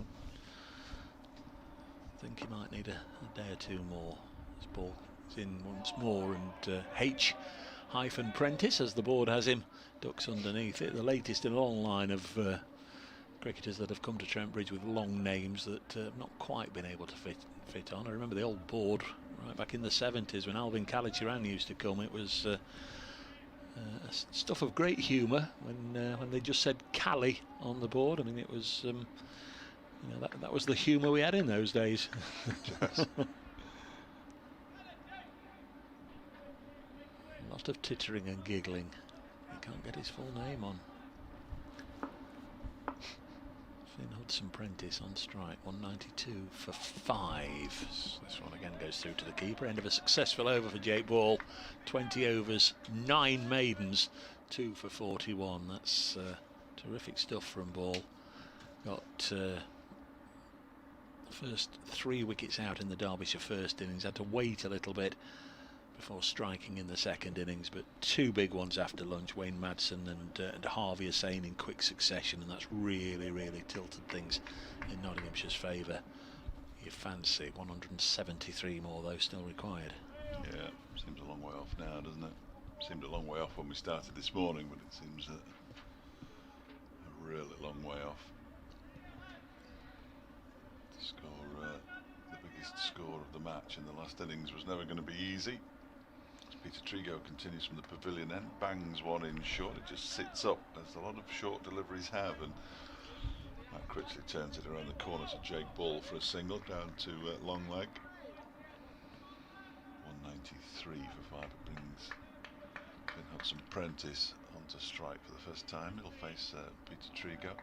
Again though, I'd say Critchley's looked good. I mean, Notts couldn't get him out in the first innings. He got himself out with that ridiculous run out, having made 48, and needs somebody there with him, doesn't he? Yeah, These two need to stick around for a bit. And Matty McKinnon, apparently, I mean, I've not seen enough of his batting to suggest that he's going to hang around a long time. As this next delivery is pulled into the leg side, a little aerial. He's going to get 4 runs for it. There was a despairing dive there from Blatherwick, who's fielding closer-ish in at mid-wicket. Big Fletch can't keep him out of the action. He does the fielding and tosses the ball back. I'm not sure he's allowed to do that. Former Derbyshire loanee Luke Fletcher doing the fielding. I'm still not sure he's allowed to do it. Mike Brown says we needed a start like this after lunch. It was getting a bit tense for us oldies. No. He's just sanitised his hands, in fairness to him, so he won't catch anything from the ball. It's what everybody else catches from him in the first place. 197 for 5. Hudson-Prentice defends this next delivery out into the offside, and there's no run. Good all-round cricketer, Finn Hudson-Prentice, and he joined really midway through last season. Didn't play in any of the one-day stuff, which was at the start of the campaign, wasn't it? Last year. Played a very full part in the remainder of the championship and the tour game against Australia, as well as the T20.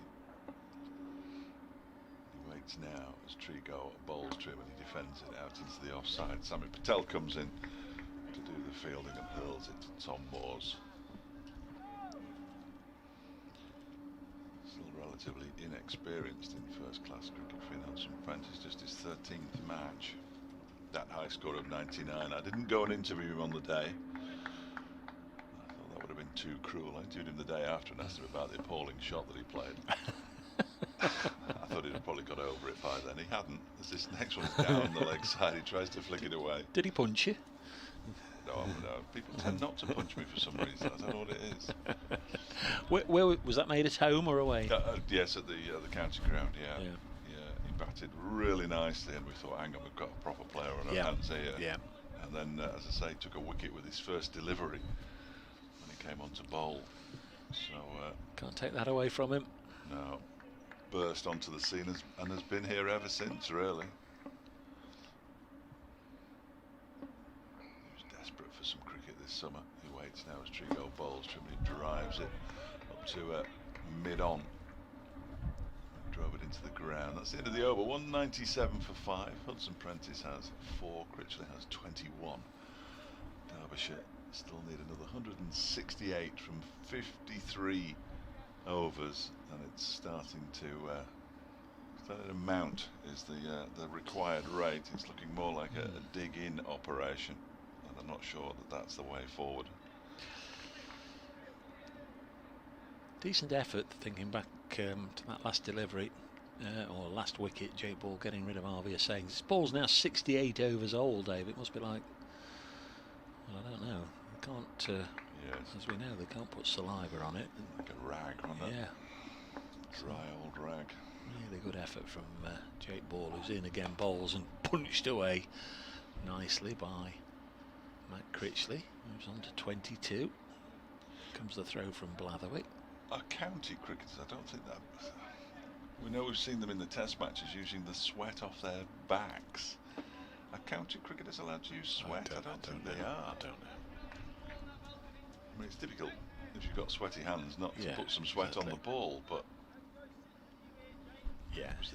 they can do slightly more in the test matches because it's the biosecure bubble.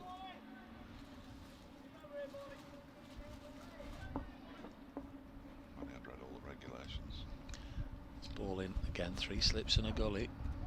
This one goes through to wicket-keeper Tom Moores.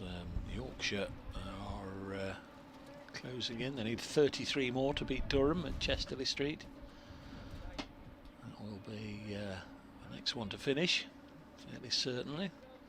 England, meanwhile, an indifferent start in the ODI against Ireland. They've lost a couple of wickets. Jason Roy for 1 and Johnny Bairstow for 4 have both gone early on in that one. So Ireland giving them a little bit of a taste of their own medicine. They've been in trouble themselves in the first 2 one-dayers at the start. 198 for 5 here as the next delivery is played on the leg side by Hudson Prentice, defending, who's played one really classy shot to get a boundary and defended the other 10 balls he's faced. It was a little bit uppish though. The shot, it was a nice shot, but it was a little bit too close to the fielder for my like. You can probably hear it's fairly blustery. Strong gusts. Ball in again. Hudson Prentice defends. In fact, it's picking up by the second. Let's turn the effects microphone almost completely off. It's really ruffling Dave's hair to my right. I can't even remember. What, having hair? No, well, certainly my hair being ruffled. It's been a good while. This ball once more running away from us in the Radcliffe Road end, and nudged up to Trigo at mid-on, no run. A lofty perch on the 3rd tier in the Radcliffe Road stand, an almost totally isolated Radcliffe Road stand, certainly isolated from the rest of the ground, and 2 or 3 or 4 members of the media down on the first floor, and the scorers, as we've pointed out, they're not in their usual air-conditioned luxury over on the far side of the ground. They're in the press box for this one. 198 for 5. Ian Smith and Ann Cusworth on duty with the score books. Next ball from Ball just comes back, might have got an inside edge onto the pad. End of the over. Maiden from Jakey Ball. 21 overs. That will be 10 maidens, I think, 2 for 42. No, they've got a single first ball, didn't they? Got a single for the first ball. Still not bad figures. No. Critchley has 22. Two batsmen having a bit of a chat. Stephen Mullaney down there, and I think there's going to be a bowling change. Yeah, Peter Trigo's been urged to pop on his sweater. Been going for about 3/4 of an hour since lunch, Peter Trigo. He's not been able to add to the wicket of Lewis Rees that he got last night, but he's done okay, Peter Trigo. Tom Barber has been expensive in this second innings. Got 5 and over. Mm. He's got the kind of pace that middle order and late order batsmen tend not to like quite as much as the openers. So we'll see how he gets on here. As looks like he's going to go around over the wicket. I think he is. Mead's popping the pads and helmet on again. He's going to be in there at Boot Hill, so might be a bit of leg theory. We've seen he'll take on the short ball, Matt Critchley. He's not worried about taking it on, and it's the longer of the 2 boundaries towards leg side. Blatherwick standing about 10 yards inside the boundary at mid wicket. Jake Ball the same at long leg. And as a result of Hamid standing where he's going to stand, Pollard's going to go all the way across. There's a bit more faff here. He's got to go all the way across to point, so he gets a good view. Don't upset the Of umpires. any potential stumpings. Don't upset the umpire. He'll be adjudicating against you next time the ball strikes you on the pad. He'll guarantee it. Yeah.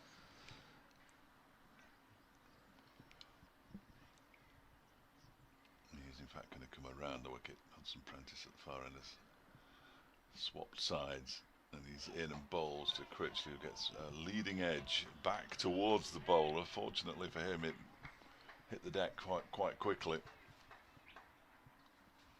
His follow through stops very abruptly, doesn't he? He doesn't sort of charge halfway down, and seems to be able to stop himself quite quickly. Mullaney was again looking to get himself ready there, as if he might be having a bit of a bowl. Jake Paul might be due for a spell as well. Here comes Barber again and bowls, and that's struck Critchley amidships as he tried to pull it into the leg side, again showing that he's not too worried about the short ball. He's more than happy to go for it. In fact, just probably in the stomach area, showed no pain. Looking at the replay, he just doesn't rub it. Didn't hurt that.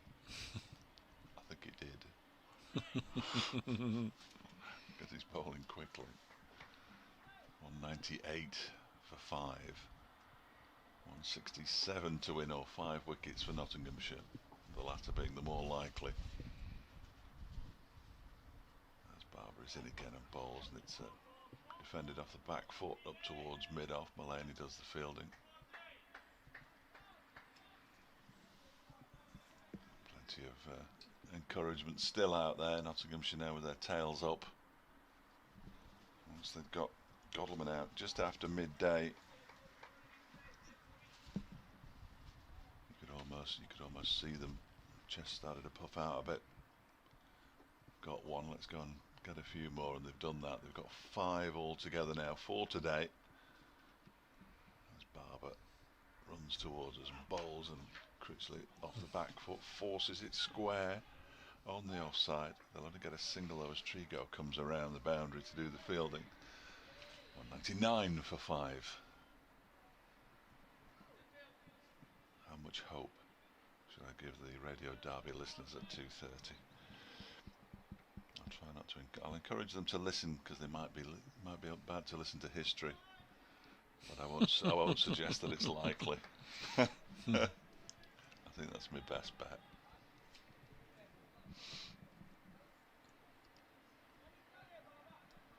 Hudson Prentice is ready. Ball's taken a wee while to get back to Tom Barber.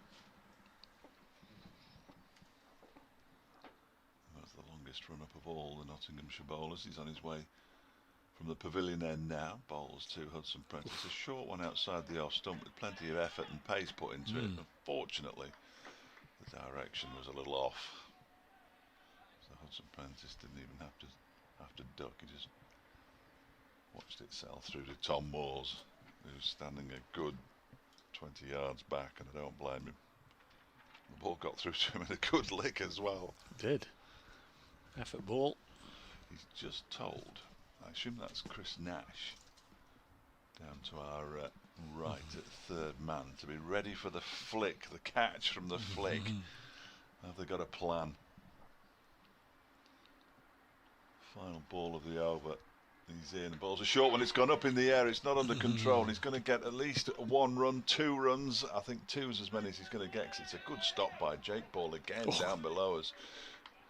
And then the throw isn't taken cleanly for some reason by Tom Moore. But that was a good stop, because it would have had plenty of spin on it. He's holding his right arm though. He'd be all right. He'd be all right. So Hudson Prentice gets away with 1 there. He moves on to 6. The 200's up for Derbyshire in the second innings. 201 for 5. Critchley 23. 164 to win.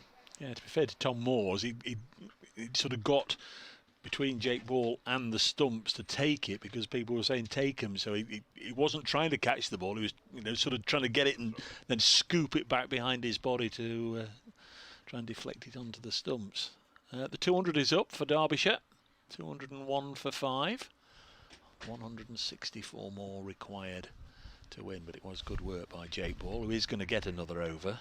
Mulaney has been warming up, and Patel has also been dropping hints whenever the skipper sort of caught his eye line. He's whirled his arms around, but I think it's going to be the skipper whenever Jake Ball is deemed ready for a break. But he's going to have another over. He's picked up a couple of wickets in this spell. Madsen, LBW, and Harvey Hussain, who was clean bowled. Critchley has 23, he's on strike, ball bowls to him. Hit him on the pad, but it was going down.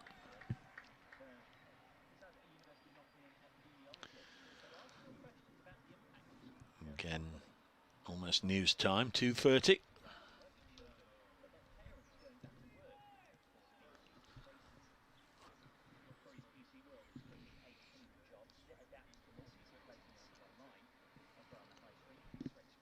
Derbyshire beginning this morning on 129 for 1.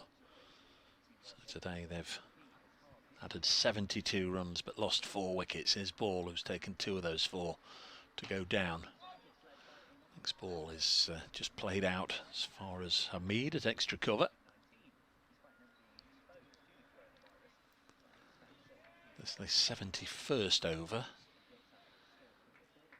But remember, new balls aren't given to a bowling side until 90 overs now. That's one change to the playing regulations from normal years.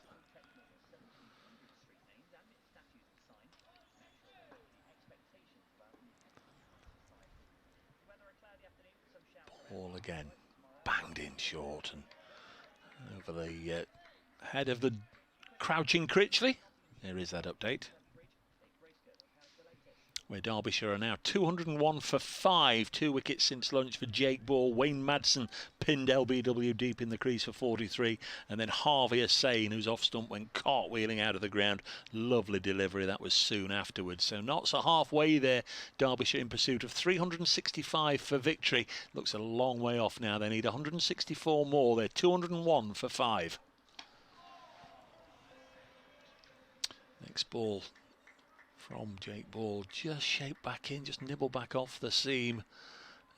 What bit of seam there is left, I guess, on the ball, and Critchley had to adjust to the ball coming back and kept it out. Runs it up to mid-on to Samit Patel.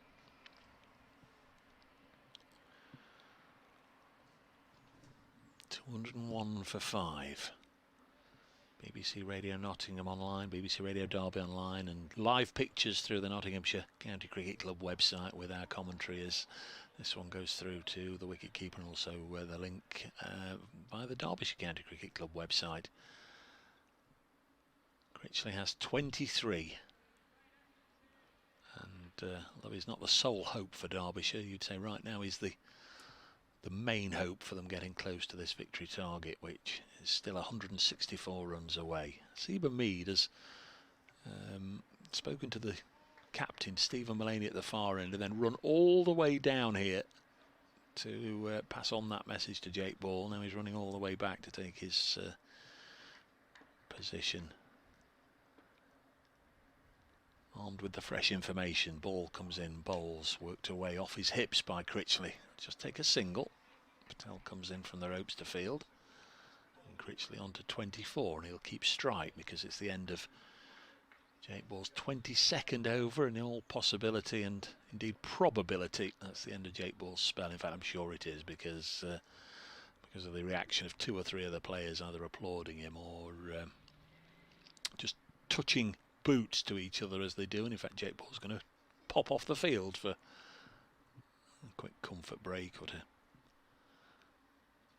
change his shirt or something, but he's popping off the field. We've already got Jack Blatherwick on. I'm sure Sol Boddinger will come on as the second subfielder. He's already on the field.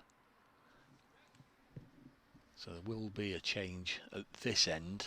Players are just meanwhile disappearing to all parts of the ground to sanitise their hands. All these little coffee tables all the way round the ground with hand sanitizer on. Every 6 overs they have to go and just spray some gel on, rub it in, and they'll make their way back out to the middle. So 2 subfielders on, both wearing white floppy sun hats, and the longer the day goes on, the more the overhead conditions improves. Very, very grey and dark this morning. Obviously a little bit of rain forcing the players off the field. We've still got the floodlights on, but for the first time we can see a bit of blue sky overhead.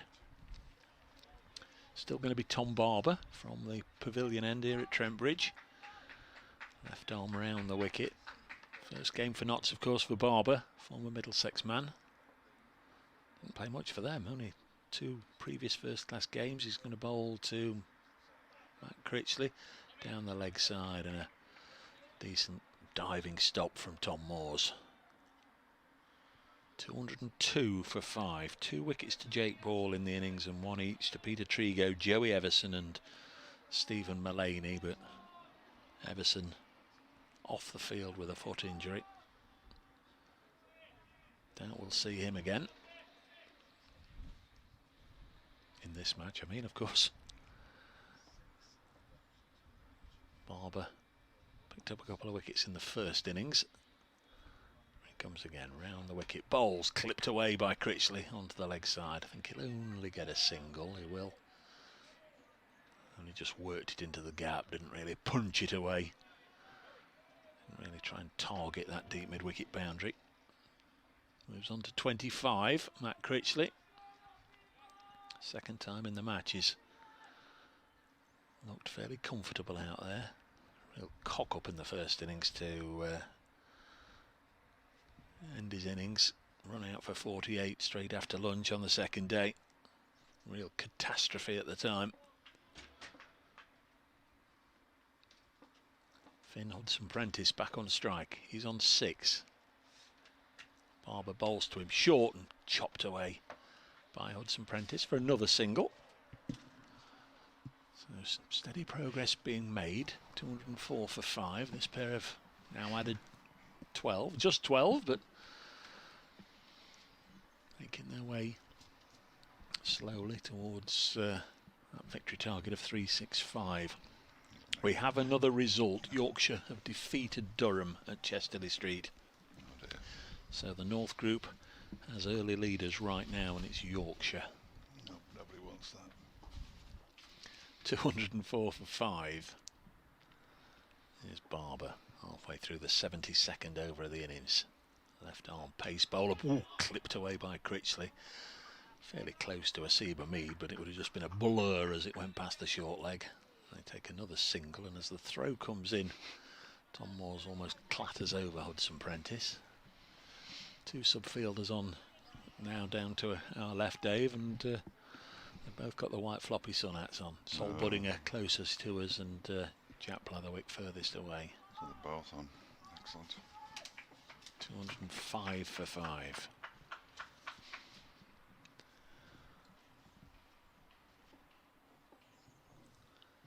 Here comes Barber. Prentice has 7. Just the one slip, duck it, and this one left alone. It was short, it was fairly quick, but it was ill-directed, really. Goes through again into the keeper's gloves. And again, it's an opportunity for all the Nottinghamshire players to sort of back the bowler and get behind him. You can probably hear them all geeing each other up.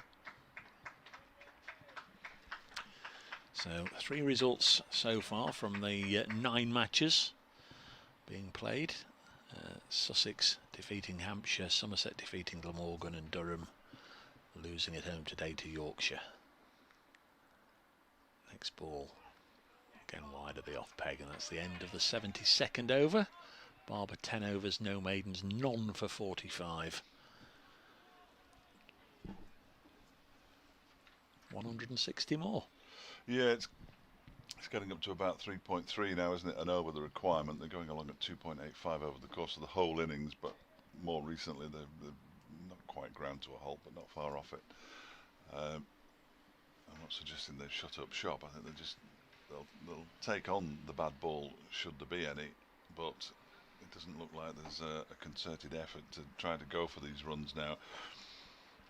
You do wonder whether batsmen from number 5 down can last long enough to get Derbyshire over the line for a draw, if indeed you do get over a line for a draw. We'll soon find out. Well, we'll find out over the course of the next 3 hours or so. Nottinghamshire firm favourites. Their supporters can rest easy. James Vince is out. He's nicked behind, surprisingly. Unusual dismissal. On his home ground, of course. Down at the Aegeus Bowl.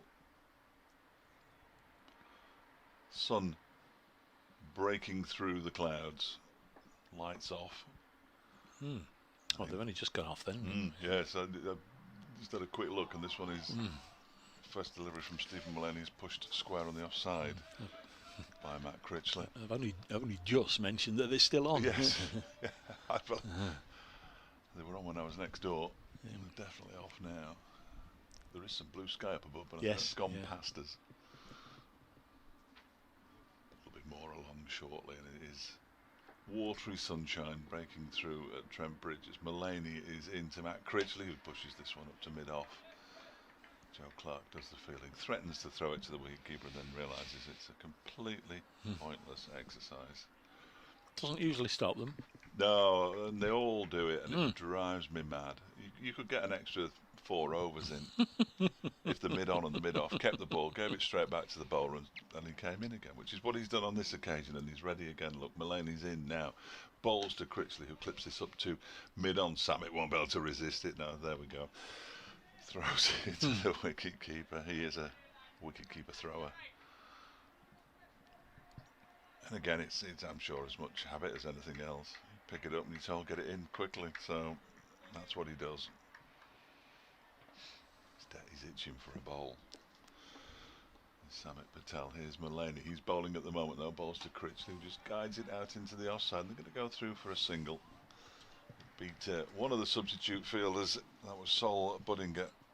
It was picked up by Jack Blatherwick, the other sub fielder. 206 for 5. 48 overs and a couple of balls of this over left still to go.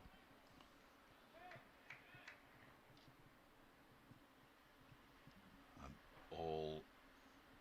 it's all now about the remaining 5 wickets and whether Nottinghamshire can pick them up. You would have thought on some Prentice weights as Mullaney bowls to him. Defends it out into the offside to Buddinger. Of course, it might be that we have an hour of this and then the lower order has to contend with the new ball having been taken. Yes, yes. They will. They'll not survive. They won't. The odds are totally against them. The odds are against them, but it's these kinds of scenarios that... Get a message into that Derbyshire changing room. Prove Dave Fletcher wrong. Yeah. I don't suppose that would be any kind of motivation. Time for somebody to stand up and be a hero. Mullaney bowls wide of the off stump. Hudson Prentice has absolutely nothing to do with it. And the over comes to an end, 206 for 5. Hudson Prentice has 7, Critchley has 27. They still need 159 more runs to win, and I think there is an argument for a fully fit Hudson Prentice, this is a personal view of course, to come in above Harvey Hussain. Harvey Hussain, who batted beautifully at Northamptonshire. I can't remember whether it was the last season or the season before now, when they got a 1-wicket win. And he was in with Ravi Rampal, who could be a little erratic. Afternoon, Ravi, if you're listening.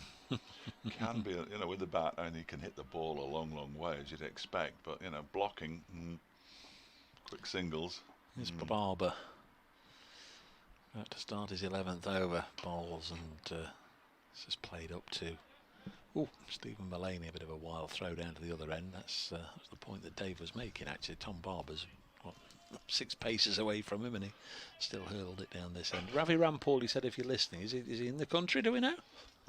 What date is it? I think he's in the country tomorrow, so he may well be sitting in an airport lounge. Port of Spain. Yeah.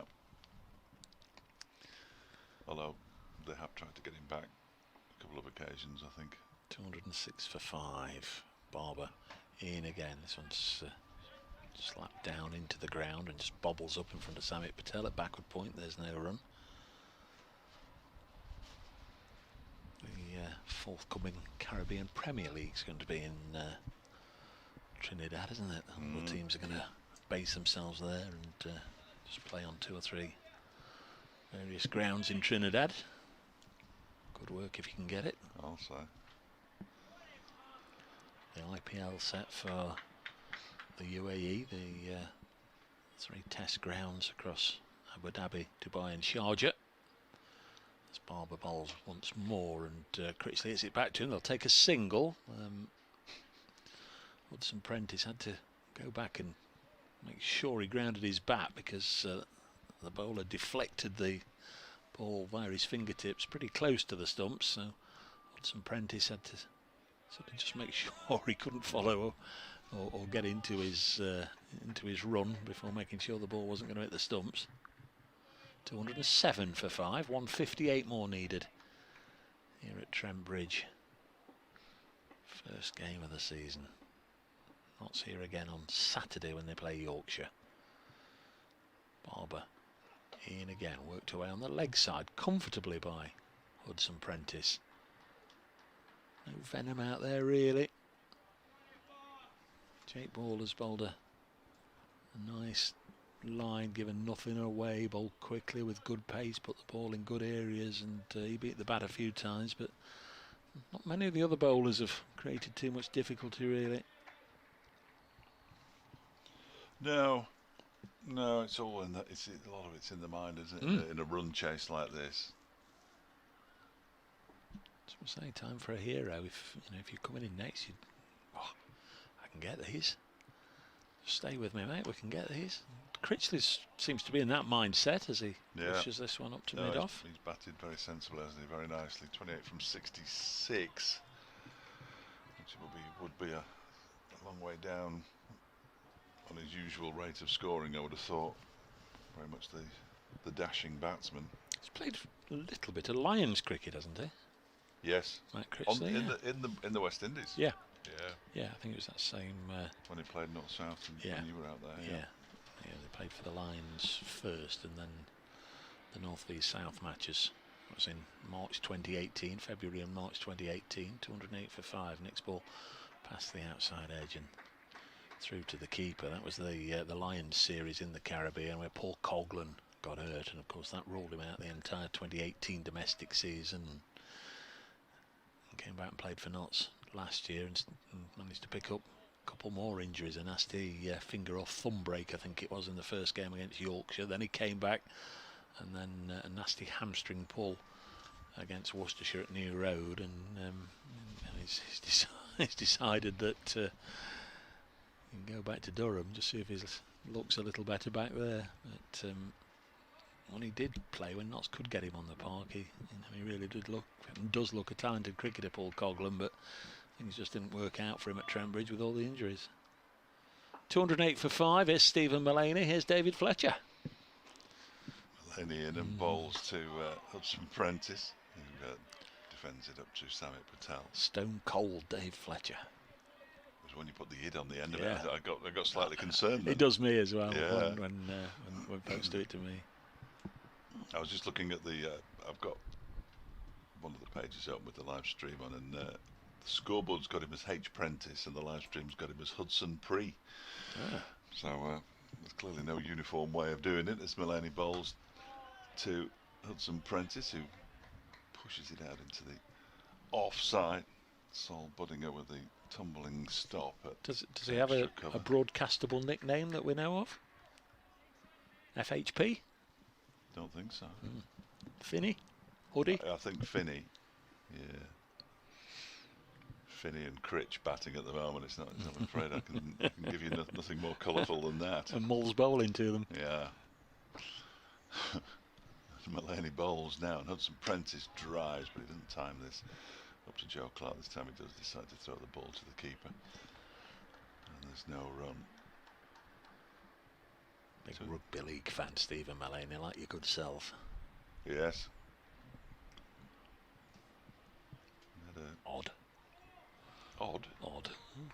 They had a season in Super League, did Lee Centurions, but it didn't last very long. Well, it lasted a season. That's how long it lasted. Nice stadium there. Manchester United women's football team plays their home games at the Sports Village. And goes Mullaney and bowls to Hudson Prentice, who's beaten. Not sure what shot he was playing there. He went back towards the stumps and played a little sort of dab affair that beat him. Yeah, even on the replay it doesn't look any better. Taken well, and the stumps were removed by Tom Moores. But having gone back into his crease, there was no chance of a stumping. Samit bowls the ball back to Mullaney. Yeah, all right, Samit, I know. Just give it 10 minutes. Here's Mullaney in and bowls, and this time he gets bat on the defensive shot. Out into the offside. 208 for 5. Be nice if we were wired up to Samit, you know, like they have tried with the television for a while, haven't they? You know, speak to one of the players. Buzzing in your ears all the time. Yeah. If we can have a chat with Samit while he's on the field, it'd be gold. Hudson Prentice waits, and this time he turns the next delivery from Mullaney into the leg side, where it's fielded by Hamid. He's still got the fielding pads on. It's the end of a maiden over from Stephen Mullaney. 9 overs, 4 maidens, 1 for 8. Not an awful lot of runs available from Mullaney's bowling as ever. 208 for 5, 8 to Hudson Prentice, 28 to Critchley. The partnership 16, and I thought you were going to end the sentence before when you said it there. They're racing towards, and I thought you were going to say the next number up, because that's pretty much how it feels at the moment. They're on 16 and they're racing towards 17. 157 more required.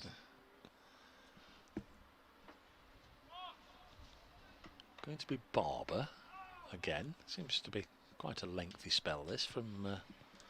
It is only his 4th over. Is it by the spell? Yes, no, you're right. It does feel like he's been bowling at that end forever. It does. He's one of these that takes him a while to get through an over, doesn't it? So this one's worked away by Critchley for another single. It takes him 4 or 5 minutes to bowl an over, and it really does seem a long time when he's bowled 4. And he's put a lot of effort into it, but unfortunately, because he's only conceded the 8 runs in the first 3 overs that he's bowled, but the effort that he's put in has been slightly misdirected. If he could get the line right for some of those short balls, then I think he would seriously inconvenience batsmen batting at 5 and 7. He's done all right. He's done all right through the game. Picked up a couple of wickets in the first innings. Here he comes again. He'll be handy on a lively track as Hudson Prentice defends. He's only bowled 1 maiden in the game. In the first innings, his figures 15 overs, 1 maiden, 2 for 71. The 2 wickets he got in quick succession, Michael Cohen and Sam Aitchison. None as yet in the second innings, so his Well, this won't be a maiden, so there'll be just one maiden out of 27 overs he'll have bowled. But I guess that's not his forte. He's just urged to rush in and bowl quickly. It's a shock bowler, isn't it? Yeah. Comes in again. Bowls. And that Like was that. fairly quick underneath the bat of Hudson Prentice. And again, the encouragement and support from his teammates is good to hear. Notts have been accused of being a little bit quiet over the last couple of years, but at the moment, they're making a din.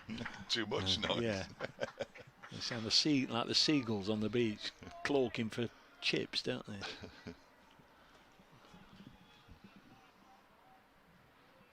Lots of din, lots of encouragement. It's just a way of distracting the batsman, really, isn't it? It has no effect on the bowler, but it is nice as a bowler to know that your teammates are with you. He bowls this time pulled away by Hudson Prentice, just to the left of short leg Hamid. They run the first one quickly, and although there was a little bit of hesitancy by Critchley, Derbyshire supporters won't want to see that. They do comfortably come back for 2 when they committed themselves to it. 211 for 5, 154 more needed. Again, it'll be a case of, let's another 10. Let's chalk them off by 10s. Let's get it down under 150. 211 for 5. Barber banged that in very short, and I don't think it was properly timed by Hudson Prentice, but there are plenty of gaps there on the leg side. Next ball is slingy delivery, very full, very quick, but very wide. Yeah, not for me to criticise. That would be the one criticism of him. I'm sure that when the analyst gives him his analysis after the game or tomorrow or whenever, just if you can just come in a foot.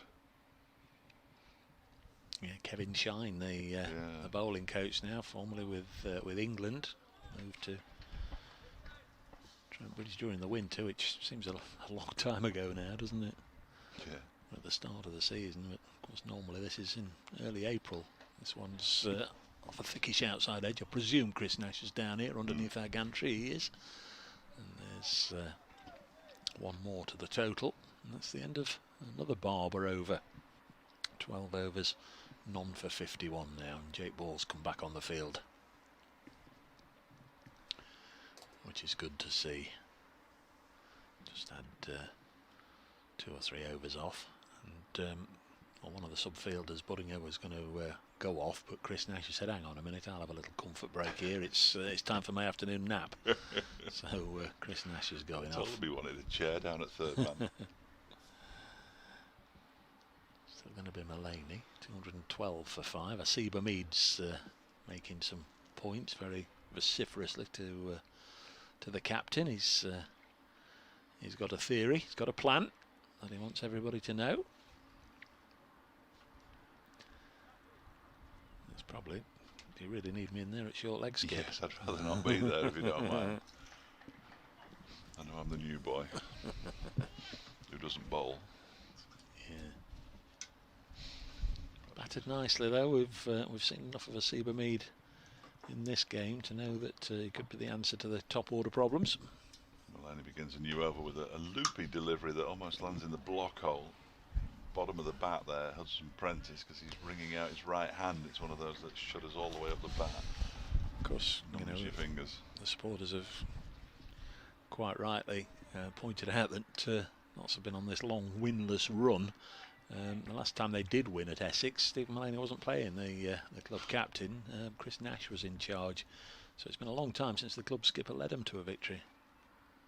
He's in bowling now and bowls again, and that's driven but not timed by Finn Hudson Prentice. Jake Ball does the fielding, and despite the change of a mid-on or a mid-off, as it was, he still throws the ball to the wicket keeper. I suspect if Notts do win, Mulaney will be very happy indeed, judging by the way he celebrated his wicket. Yes. Was he in charge in the home win then? Yeah. He who's actually captain the England Lions last time, not one. This next one is turned into the leg side by Hudson Prentice. Peter Trigo does the fielding. Chris Nash was the captain at Chelmsford for that win. It's the first time in 20 years that Notts had had an uncapped captain. You know, I don't know. You know, a lot of counties do it differently, but at Notts, you know, you get your full cap for, you know, distinctive or distinguished service over a number of years, all being an international. This next one is edged down into the gully. That's a fine stop. Is that Buddingham down there? It's one of them. It's certainly one of them, yeah. Neither of them are turning around. It is. He's been fielding slightly closer to the bat, Buddingham, in recent times. Yeah, well, he's a wicket keeper by trade. You had a little listen to his song. It's a terrific effort. Yeah. Rotherwick out on the boundary at cover as in comes Millennium Bowls. This one is guided very nicely indeed by Hudson Prentice down to third man for 4 runs. There is a chase on. Ben Duckett's chasing it. I think he could slow down if he wants. He didn't slow down. He kept running and he's collected the ball. But it was a nice shot by Hudson. Very much a product of one-day cricket. Nice shot nonetheless. He moves on to 15. 216 for 5. They've added 24. 149 to win. They're just teasing us by giving us a bit of hope from a Derbyshire perspective, these two. Under 150 now. The psychological 150 barrier. Yeah. There's a lot of psychology in games these days. One more ball of Mulaney's over. Somebody just needs to give him the ball. There we go. He's got it now. End of his 10th over then. 1 for 12 his figures at the moment. He's in and bowls to Hudson Prentice, who leaves alone outside the off stump.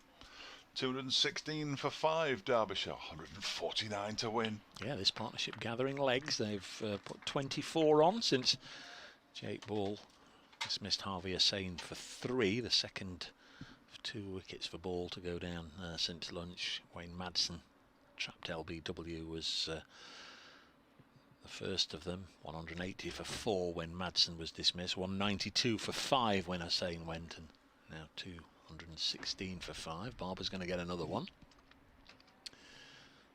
So that's one of 3 North Group games. One has finished. Yorkshire beating Durham, and New Road, Lancashire bat on 186 for 6, leading Leicestershire by 99.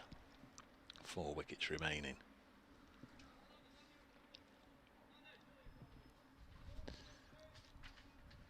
Cries of Blathers across the ground. That's Stephen Mullaney shouting to Jack Blatherwick, who's been moved from sort of a long leg to deep backward square. He's almost square of the wicket now, obviously on the leg side. And again, Critchley found himself a long way down, and a little bit of hesitancy there with the calling and the decision making.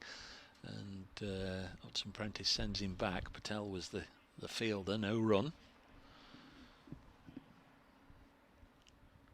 Be a huge catastrophe and calamity for Derbyshire, were he to be involved in another run out. Just nicely restored a little bit of the balance. This pair still a long way from home, but just getting the innings going again. And Critchley punches this one to the fielder at mid-on. In the central group, Gloucestershire 250 for 9, leading Worcestershire by 89. Just that 1 wicket left, so real chance there for Worcestershire. At Bristol, Somerset have defeated Glamorgan earlier today. Northants still batting, but batting relatively slowly. But it's a huge total, 465 for 6 in their second innings, leading Warwickshire by 238. Perhaps they know, looking at the surface, that not time to bowl Warwickshire out. Nice, pleasing push by Critchley past the bowler. Might be 3 here. Joe Clark's after it. They've run 2 already, and no, they'll settle for 2. Safety first. Critchley on to 31, 220 for 5. In the South Group, 1 game finished yesterday. Obviously, Sussex beating Hampshire. Essex 146 for 4, needing 56 more to beat Kent at Chelmsford. Surrey 64 for 4. 84 for 4, needing 230 more to beat Middlesex.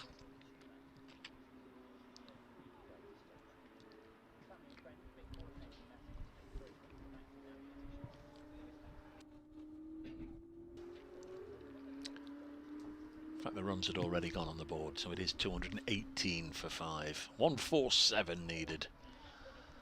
As Critchley defends.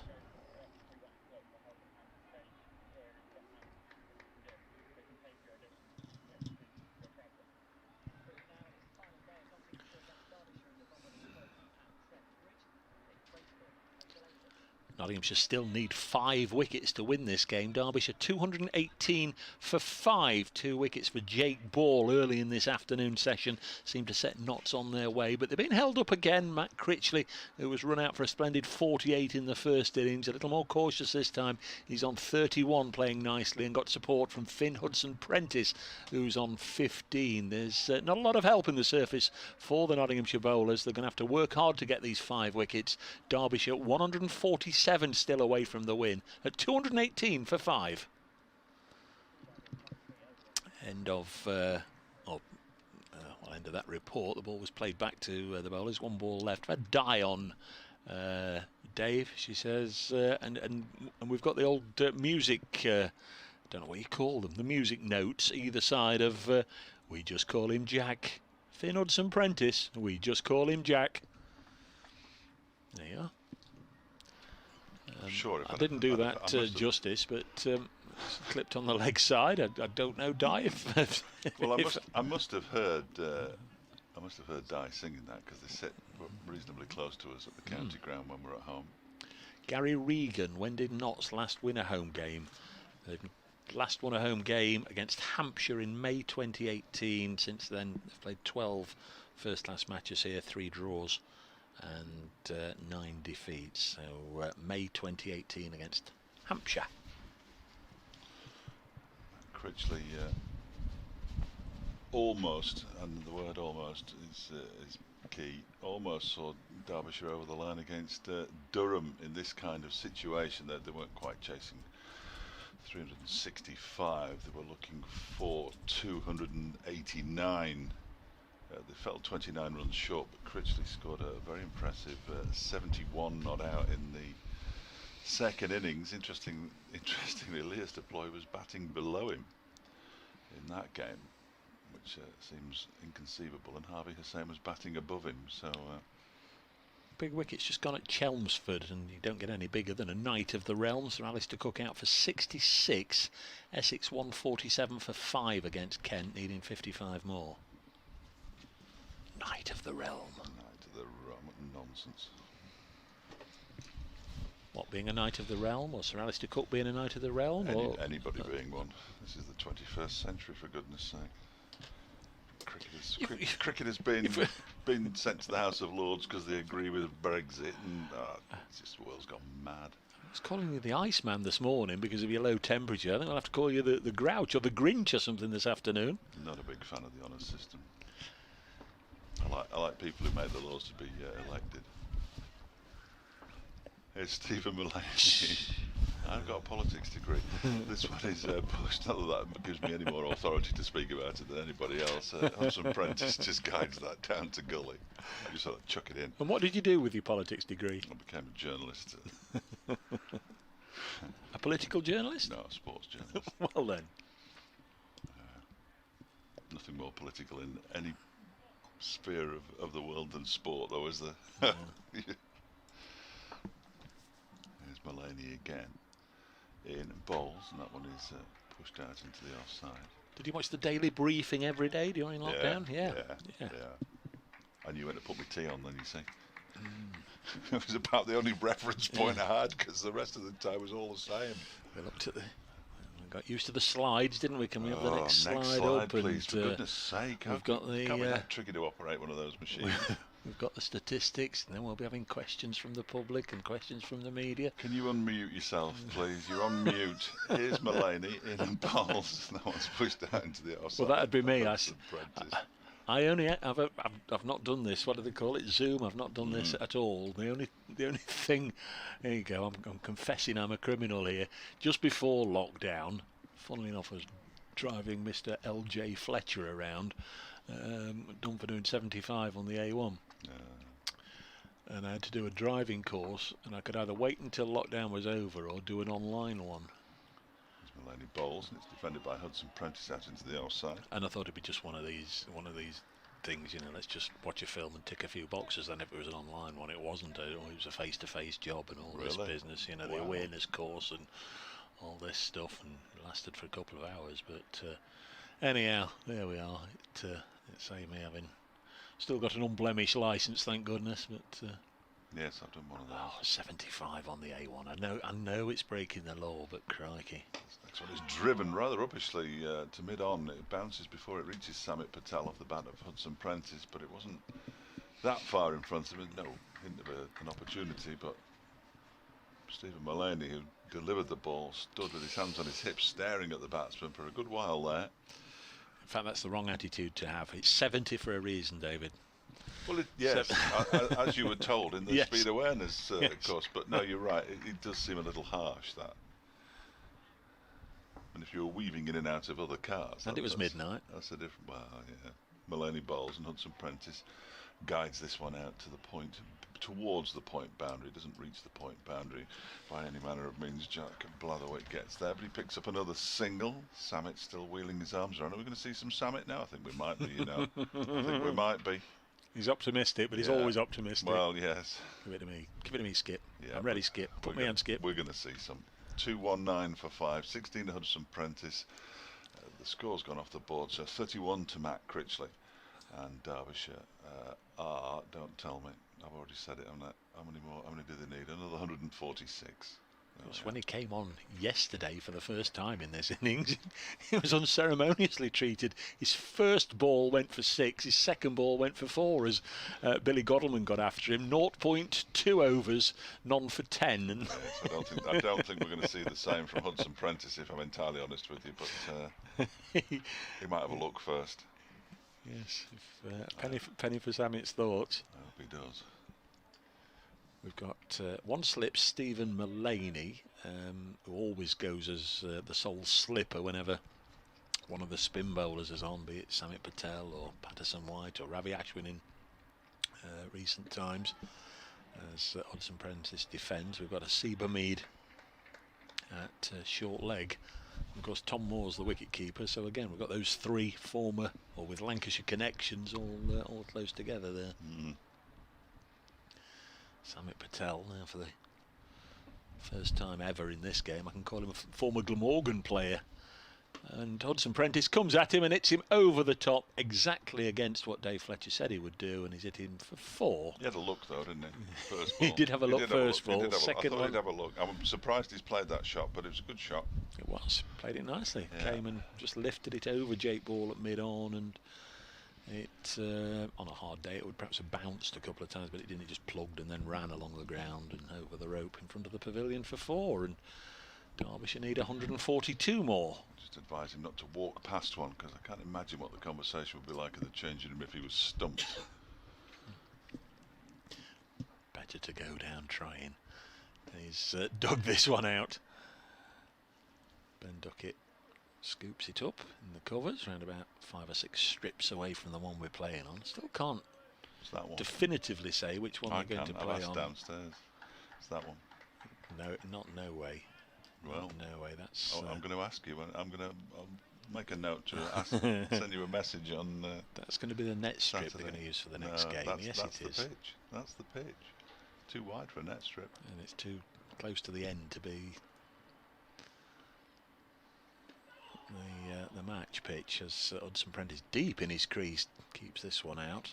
Again, the oohs and ahs and what have yous. 223 for 5, Derbyshire. They're doing it there because 5 Live Sports Extra will be down there and it'll be right behind the bowler's arm. Next ball from Patel. Hit forcefully, and Patel feels, because we must remember that come what may, on the last day, tea is not a movable feast. Well, it wasn't. It You're is right. at 20 to 4. Are we still? It's nailed on. Yeah. What time? 20 past 4. 22 4. 22 4. Sorry. As Patel bowls, and it's defended. It's a lot trickier without scorecards. 223 for 5. People don't know how hard we're having to work here. Work. Pudding is going off, and who's coming back on? Chris Nash was the last to go off. Yeah, it's Nash. Yeah, Nash is on. Yeah. Who's the one who's off permanently then? Joey Everson. Of course, the bowler sorry, who, of course. The bowler who hurt himself. Yes, that would make most sense, wouldn't it, really? If somebody's gone off with an injury, he's not going to be coming back on anytime soon, is he? Apologies. Not thinking. So Mulaney and Patel bowling in tandem. They've done that so many times over the years in white ball cricket for Notts and turned the complexion of a game. But they can dry the runs up, can't they, between them? Yeah. Blimey. There is Mulaney bowling to Matt Critchley, who's on 31. Bowls, and Critchley goes back into his crease and punches one up to Samit Patel at mid-on. There's no run. 142 from 40 overs. It's creeping up. 3.5 now. It's still not a massive ask. And I suppose if you're there and it's 4 runs and over for the last 10 overs and you've got 5 wickets in hand and you can trust McKiernan and Cohen and the like to survive, you might have a go. Here is this next delivery that's defended back to Mulaney by Matt Critchley. See, I'm getting excited again now. It's the hope that kills it. It genuinely is following Derbyshire. I don't know what it's like with everybody else. Yeah, well, there'll be hope for Middlesex supporters because Surrey are now 94 for 5, chasing 300 and odd at the Oval. 94 for 5 against Middlesex. It's an embarrassing defeat for Surrey. Here is this next delivery, and did Critchley play at that? Yes, he did, and then he pretended he hadn't. The lights are coming back on. Yes, they are. Yeah. Which isn't the ball hasn't behaved any differently when the lights have been on or when the lights have been off. To be fair, so it'll help the batsman see the ball. Hopefully, it was a bizarre-looking shot from Matt Critchley. That one. He waits now as Mulaney comes in and bowls, and he pushes it out into the offside. So there are 2 things that Derbyshire's batsmen will have to negotiate in 9 overs after this one. The new ball, with Jake Ball steaming in from presumably the Radcliffe Road end, and there's also the interval, which could quite often disturb the batsman more than the fielding side. I'm using it. I'm trying to find an excuse now. We're going for the hand sanitisation breaks. I think tee's slightly longer as this one, only just though, as this one's pushed out into the offside. You'd have thought, wouldn't you, that on the hand sanitisation breaks, they'd all have their own table to run to. Well, they may be out. We've not. We're not most of them go over to the right-hand side, though, don't they? But there's 4 tables. There's 1 or 2 tables that I'm sure haven't been used throughout the entire game. I think you're right.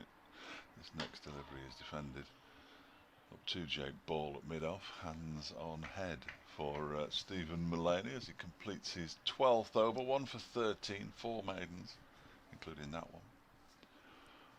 5 maidens, including that one. It's just got ticked over on the board. 23 for 5 it remains. 142 more runs to win. It remains. Yeah, there's hand sanitising tables in front of the Hound Road stand and the Larwood and Vose, and you'd have to really be right on the boundary rope over there to go and use those. The shorter boundary is on the Smith Cooper side. They'll get used a lot when they're playing on that pitch next week. It'll be Patel will run between the umpire and the stumps as he comes around the wicket to Hudson Prentice, who just defends this one. Seba Mead running around like a young puppy.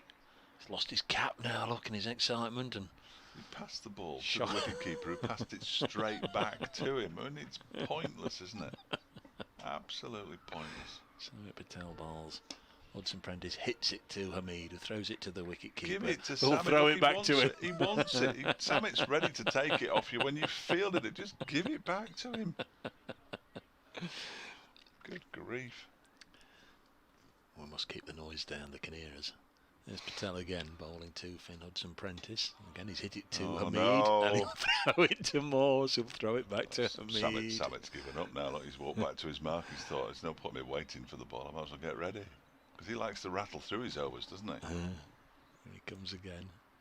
Bowls, Hudson Prentice takes the single, dropping it on the leg side. He used his feet, came skipping towards Patel there and just nicely dropped it on the leg side and keeps the board moving again. One more. Hudson Prentice on 21, Critchley 31. They've added 32 for this 6th wicket, and that's just what Billy Godleman and Dave Houghton and the rest of the Derbyshire hierarchy would have been hoping for.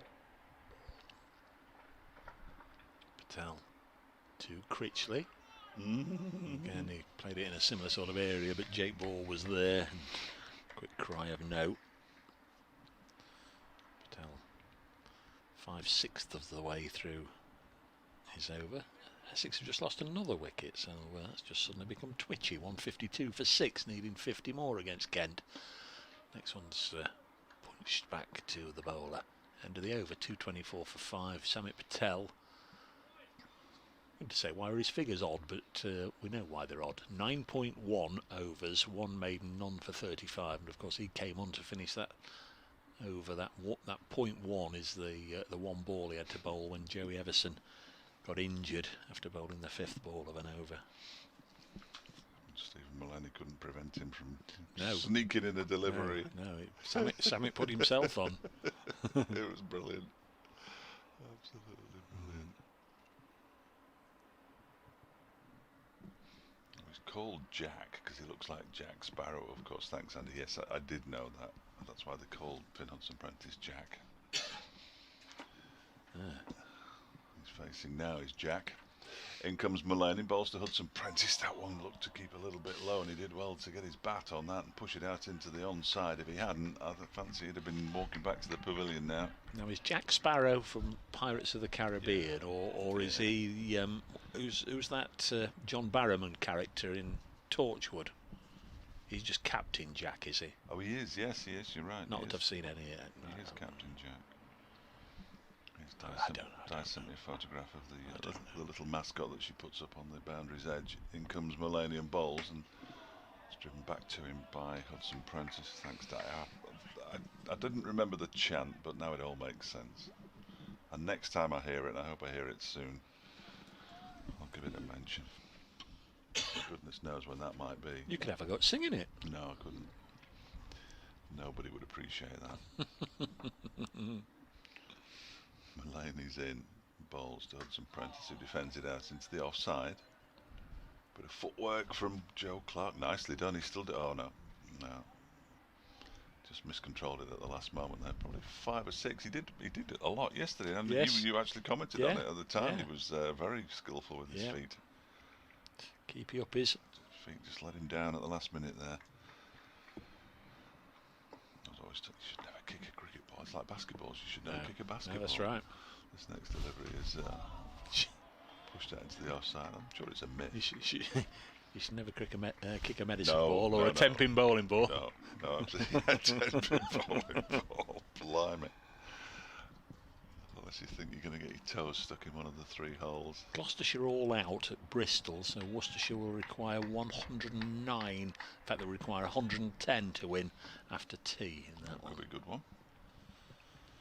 Here comes Mullaney and bowls. This one is not carved into the offside because he missed it, and it was taken by Tom Moores. I thought for a moment, I was looking for a moment to see why the fielder hadn't moved. The reason he hadn't moved was because the ball wasn't coming towards him. Pretty good reason. 224 for 5. 141 to win. 5 wickets for Nottinghamshire. Haven't had one since 11 minutes past 2 though, as this next one is left alone outside the stop goes through to the keeper. So these two have been batting for an hour and 11 minutes for their 32. 100 deliveries they've faced between them. Hudson Prentice has got 21. Critchley's got 31. 2-2-4 for 5. They're virtually ensured that we'll go into the final session. So the game going the distance. We've not had too many delays, have we? We had. Well, we haven't actually. We've lost 4 overs in the match Yeah. because the 6 were made up, weren't they, Yeah. on day 2? So yeah, absolutely. We've got our full allocation of cricket. Which is good. Absolutely. Although when they were faffing about, it was slightly tedious, but. Patel's going to continue. Just start to see the shadows again around some of the players. Yeah. Then lights are on. It is a little gloomy. Patel bowls. Critchley gets a good stride in and blocks it. Ash doing the fielding. 224 for 5. We don't want any bad light stoppages either, though, do we? Let's just crack on, boys. Play the game. Here's Patel again, bowling. Critchley defends. It denied Notts a victory the last time these sides met here, of course. I refuse to write. 224 for 5. Yeah, I was almost beside myself. It's the 84th over. Patel bowls, and that's nicely picked up by Hamid, and then well, Dave Fletcher Don't do it. at length made reference to it in the last over about Hamid fizzing the ball into the gloves of Moores. He made a brilliant stop there, 12 paces away from the stumps, fizzed it back towards Tom Moores, and it went past him, and they ran an overthrow. 226 for 5. There's Patel in again. He'll take one here. Again, Nasib Hamid gets it, and again he fires it quickly. He doesn't do anything but fire it quickly, though. No, he's a live wire. Yeah, he is. Fair play for his enthusiasm, Yeah. but there is a time and a place. 227 for 5. 138 more required. Critchley has 34. Jack Prentice is on 21. He's on strike, and he's this away on the offside for a single. Which isn't too far away from where he's just moved a bit straighter there, didn't he? Yeah. Hamid. I think it was him who was squealing. One ball left in this Patel over. That will be the 84th over of the innings. So they are going to sort of time it just about right that after tea, Notts can begin anew with a brand new cherry if they wish. I'm sure they will. 228 for 5. This one is 4 overs older than any ball that they've used recently. Yeah. Both batsmen in unison calling for a drink because it's hand sanitisation time.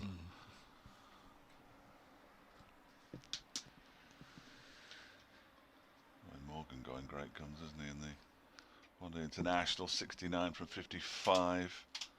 Tom Banton's with him, 120 for 3 in the 19th over. Going along at 6s at this early stage. Curtis Camphor, the best player in the Ireland team by some distance, it would appear, certainly with the bat.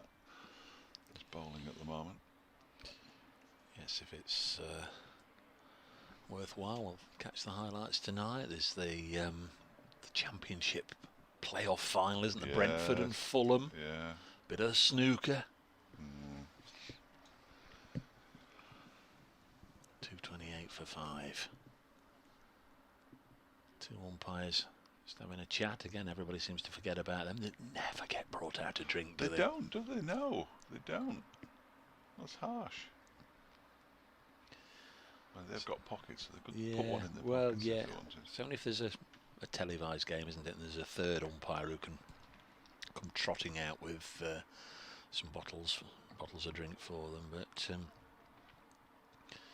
during a normal county championship match on a sunny day, you'll see the players take drinks breaks, and nobody will ever bring one out and say, "Here you go, umpire. Very harsh. Nice glass of squash for you, lad."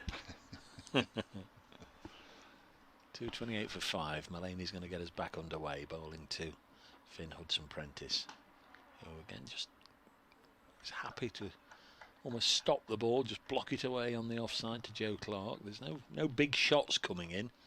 I think they've dropped anchor effectively. What, get to tea and hope it rains? No, get to tea and then bat through the final session. Oh. But turn it on after tea. Hard ball that usually travels further, doesn't it? 2.28 for 5. Well, sometimes it does. Stephen Mullaney bowls again and clipped on the leg side. Because the deeper they can get into this game, the more it brings in the draw. There's only 36 overs to go after this one. I say only, but you'll start chalking them off, won't they, if you get to tea. And you do when Tammet bowls, don't you? They suddenly drop dramatically without you even really noticing. 2.28 for 5.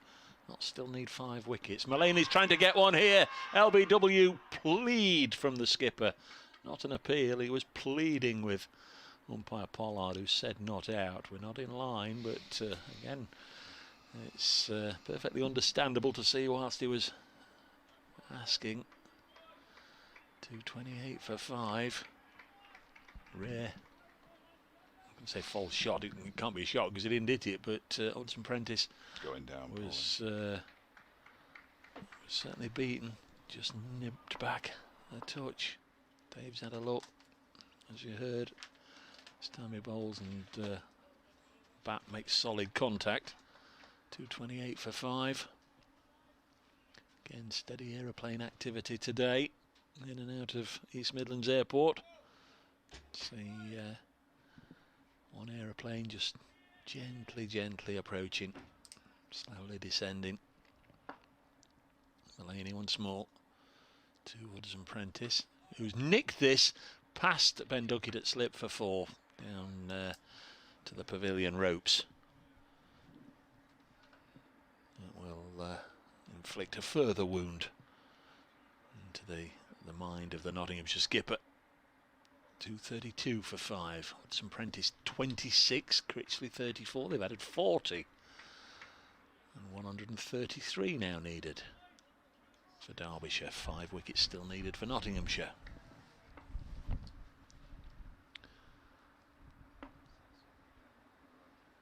There's Mullaney. Bowls nice and full. Dug out by Hudson Prentice.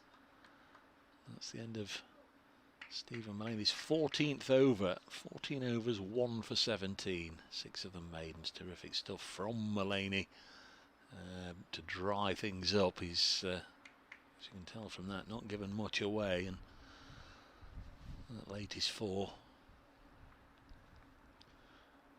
Again, an involuntary shot.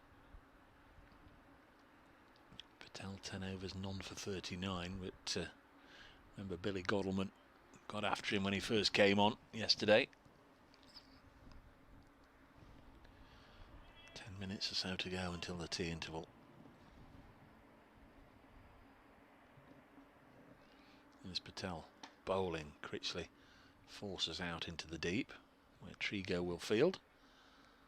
And one more added. Partnership is 41. Derbyshire require 132. Critchley 35, Hudson Prentice 26 as Patel in to Hudson Prentice. Similar looking shot with a similar outcome. One more.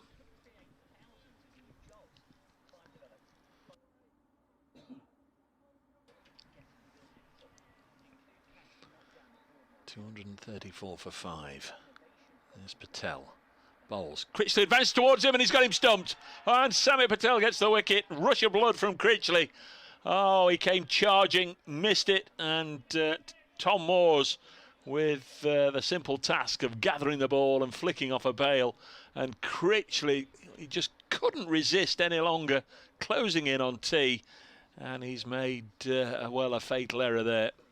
The score, 2, 3, 4, 5, 6. 234 for 6. 2, 3, 4, 4, 6.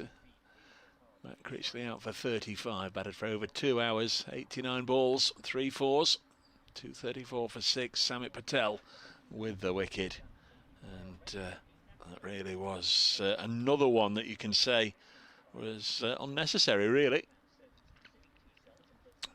Matt Critchley played so nicely.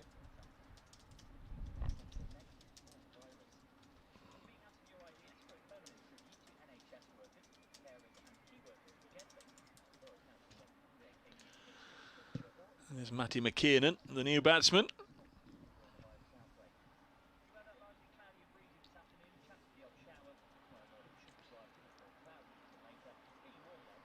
Just waiting to do an update for Radio Nottingham.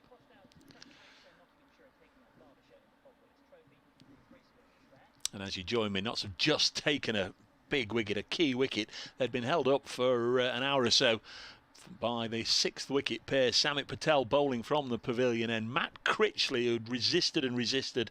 He'd made 35 very attractive runs, but then came charging towards Patel, beaten by a mile, and Tom Moore's completed a routine stumping. So Nottinghamshire will now feel that's a decisive step towards victory. Derbyshire still require 131 more. We're closing in on the tea interval, but Notts only need 4 more wickets to win this one.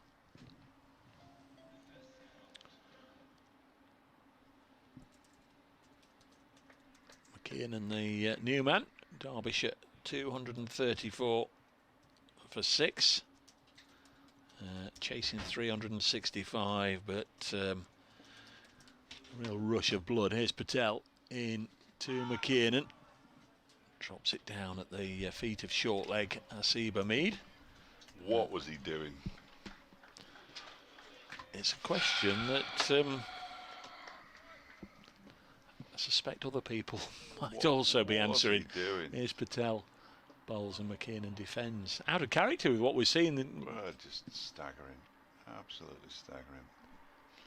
He's beaten by a mile, wasn't he? Yeah, yeah. Long way down. I mean, Samit's not the biggest turner of the ball, but he did enough.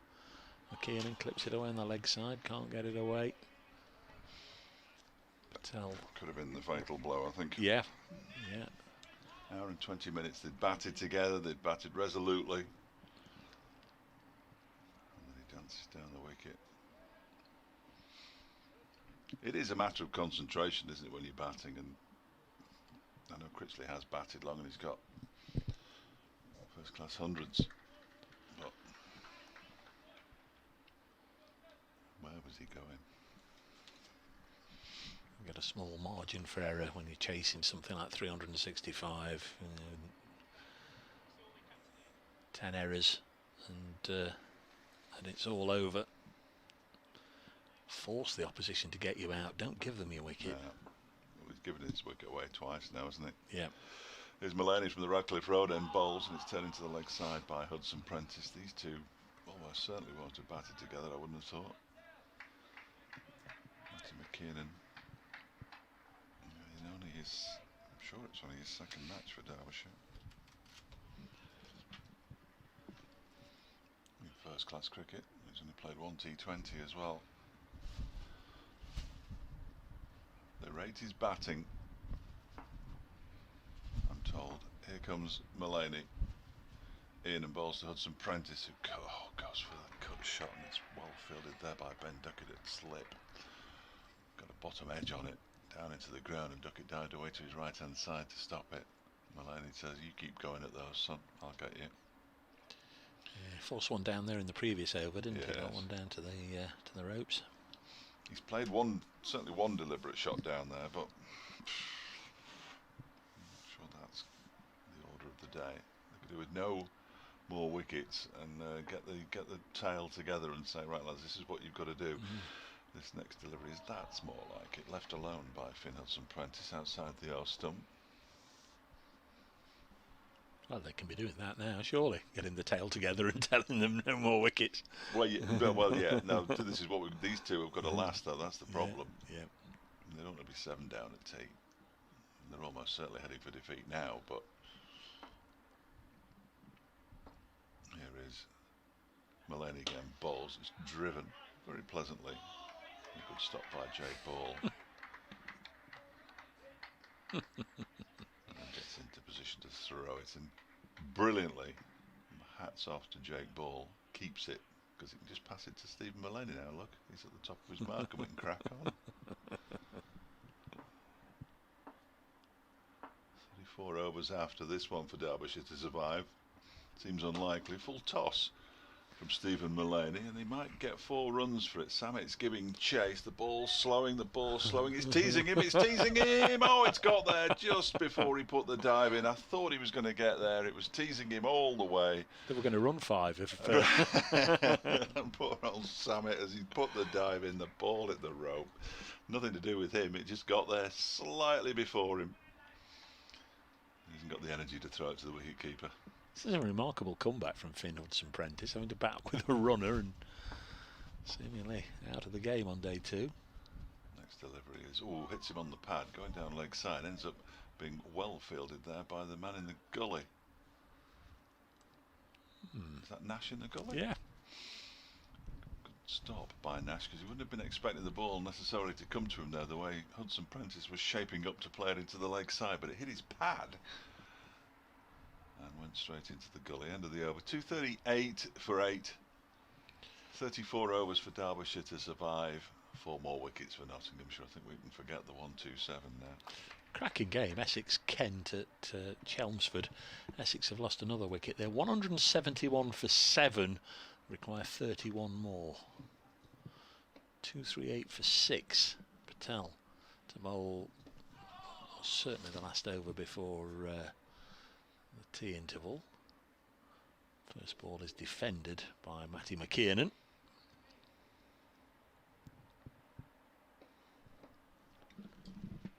Got an update on that one as it's defended. It's 171 for 8 because Simon Harmer has gone first ball. Yeah, can't back, can he? Get him out. Kent need 2 wickets, Essex need 31 runs. It's a good game of cricket. 238 for 6, Patel bowls. McKiernan, plays it away from Hamid, who's quick. Yeah, they settle for 1. The throw was... a couple of times we've seen that. His enthusiasm just needs taking down a notch when it comes to throwing the ball into the keeper. I think so. Just calm it down. Did brilliantly to get there and saved the second run, and then almost gifted it back again with a wild throw that gave Tom Moores no chance. John Mulaney was backing up, or might have got a 5 from it. 239 for 6. Here's Patel bowling and clipped away, and that's a good stop from Asib Hamid at short leg.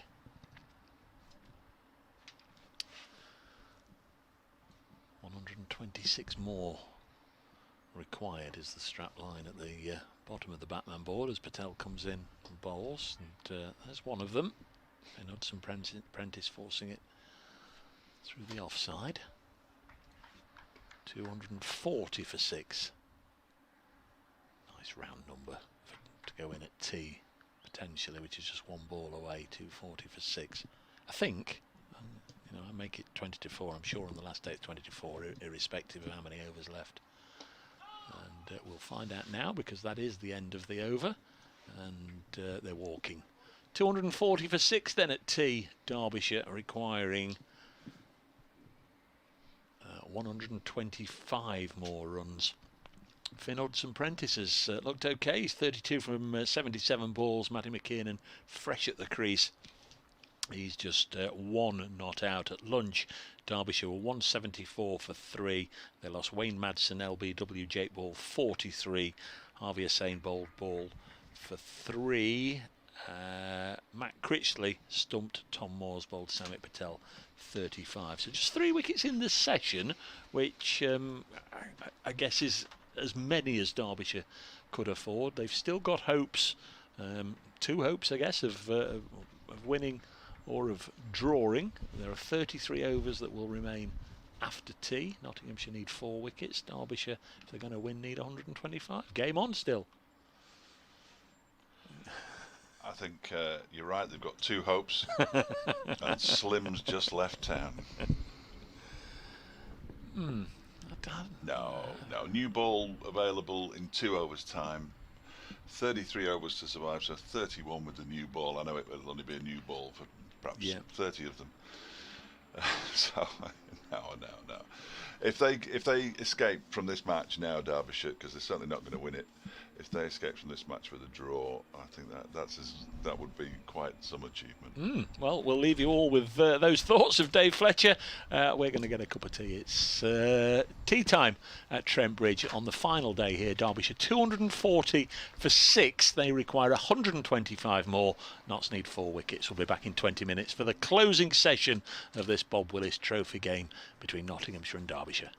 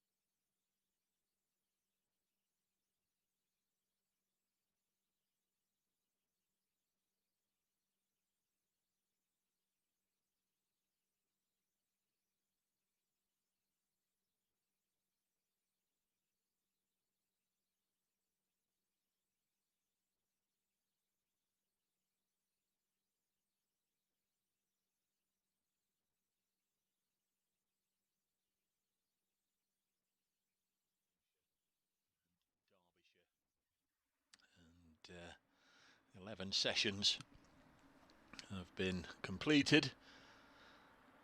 Just one to go, and we reach this stage with Derbyshire requiring 125 more runs to win. They are 240 for 6 in their second innings. Notts needing 4 wickets to complete a victory that would wipe away an unwanted record. More than 2 years without a first-class victory. 4 more wickets needed. 2 overs to be bowled before Notts can boost their chances by a second new ball becoming available, so that will be a key moment. The 2 not-out batsmen, Finn Hudson-Prentice, he's been there a while, he's on 32 not out, and Matty McKiernan, who just came in, faced a handful of deliveries for his single run just before tea. So big responsibility on both of them to extend this contest as deep as they can, no doubt. Try and at least see it up to the new ball, and then try and blunt that to make life a little easier for numbers 9, 10 and 11 should they be required. Stephen Mullaney's had a word with his troops, and then the captain has made his way capless to this end, so Mullaney probably will bowl the 89th over. Samit Patel has been bowling from the far end, the pavilion end. He'll probably bowl the 90th, and then they might revert to probably Jake Ball and Peter Trigo with the second new ball. So we're about to get underway. Finn Hudson-Prentice is on strike. He batted with a runner in the first innings, but has no doubt had a little bit of rest over the last couple of days and a bit of treatment, and he's okay to bat on his own as Mullaney starts the post-tea session, and is defended by Hudson-Prentice. So a little bit of a false war here, these first 2 overs, but then the action will be well and truly joined when the second new ball is taken. 240 for 6. Here's Mullaney, bowls again. This one just gets up, spits up a little bit, and strikes the body of the batsman, Hudson-Prentice, who's on 32. 240 for 6. 124 more required.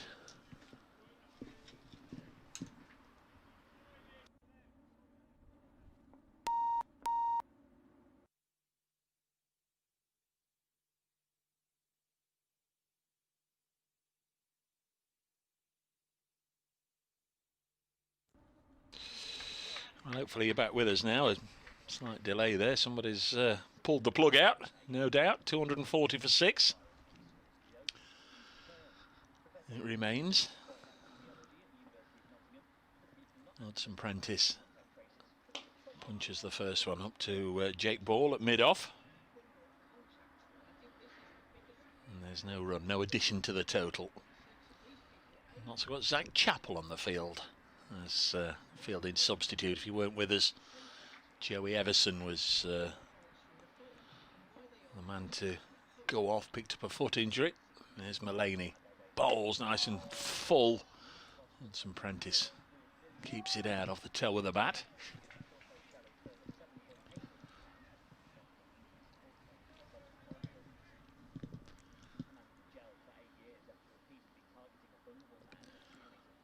Two wickets to ball, one to Trigo, one to Everson, one to Mullaney and one to Patel. Wicket shared around as next one is well defended by Hudson-Prentice, who played that one as competently as you would want, and as you can imagine, 240 for 6.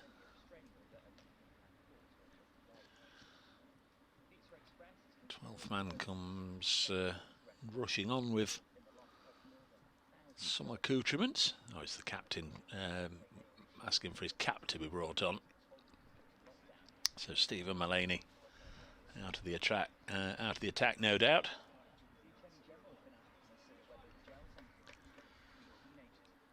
Sure, it'll be ball from this end. So the 90th over to be bowled by Samit Patel. 240 for 6. Zach Chappell being moved to mid-off, the subfielder. 32 overs remaining for Notts to get 4 wickets, or for Derbyshire to hang on. That seems their best option of a result now. This one's dug out.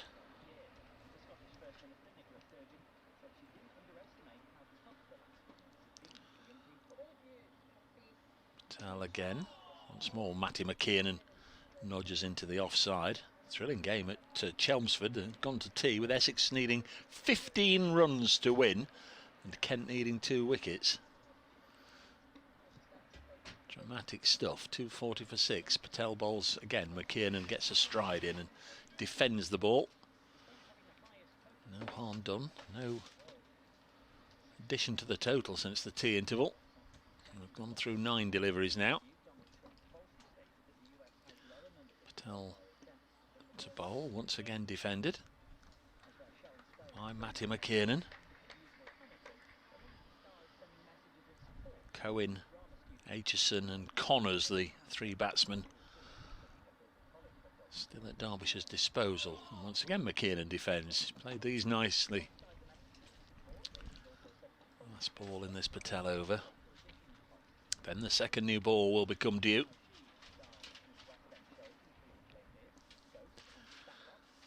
There's Patel bowling. Oh, tickled away fine by McKiernan. So there's going to be a couple of runs here. Hamid's after it.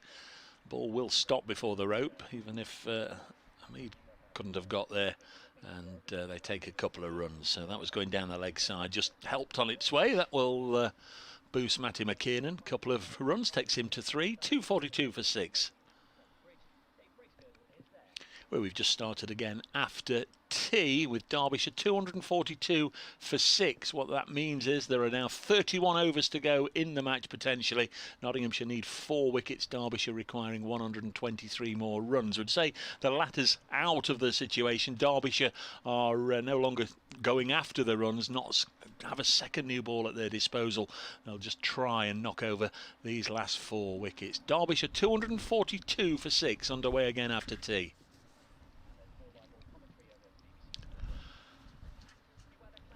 So Jake Ball is taking the second new ball. Notts, I think I've been hanging on for this moment for quite some time. It is going to be Jake Ball. Dave Fletcher, BBC Radio Derby, comes back to join me. We've got another sub-fielder. It's Zach Chappell, the former Leicestershire man, who's on the field now, number 32, out at deep point. Dave. Thank you. Ball from the Radcliffe Road end. First delivery with the new ball. It's allowed to go through to the keeper.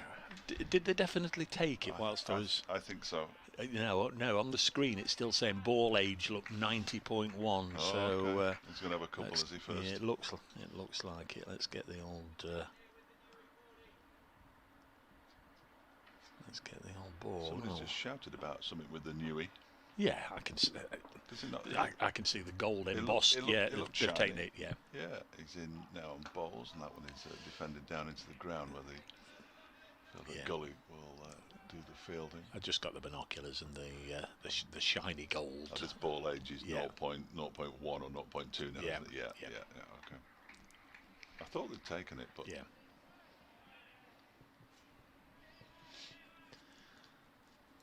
It's another thing. I mean, I've only just sort of realised and thought about it. It's another thing. We've not sort of had the tannoy going on, announcing the bowling changes and whatever through the games.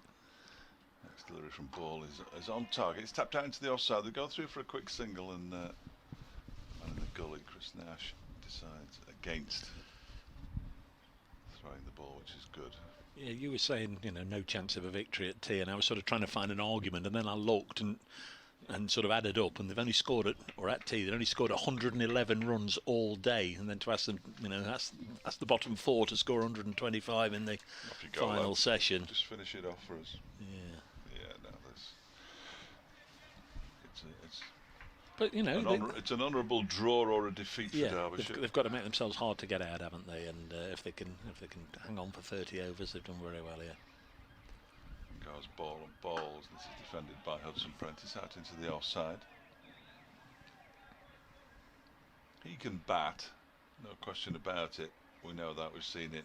I've not seen Matty McKinnon for long enough to know whether he can bat. They say that he can. Michael Cohen, not seen an awful lot of him, but he hung around for a bit yesterday. Ben Aitchison got 8 from 8 deliveries, I think, so he wanted to get on with it. Connors is a record holder. And Connors got 5 from 55 balls and was not out, so this next delivery from Jake Ball is pushed into the offside. In the record books. He showed he has the powers of concentration to be able to bat long and not worry about the score, because he did have Leas Deploy helping. And also possibly deserves a promotion on what we saw first time round. Yes, I'm not sure whether they'll do it in the match. We've got an interesting dilemma coming up soon, though. If Ravi Rampal is back in the country this week and he is fit, because he will play, as this next one from Ball's down the leg side, and it's turned into deep backward square leg by Matty McKinnon, I beg his pardon. Single. I guess Hudson Prentice's fitness, I know he's out there batting and looks okay, but that would have to be assessed, wouldn't it, if he's part of the bowling attack? Yes. Well, do they need 2 leg spinners? Possibly not. Alex Hughes would have to come into consideration as well, you would have thought.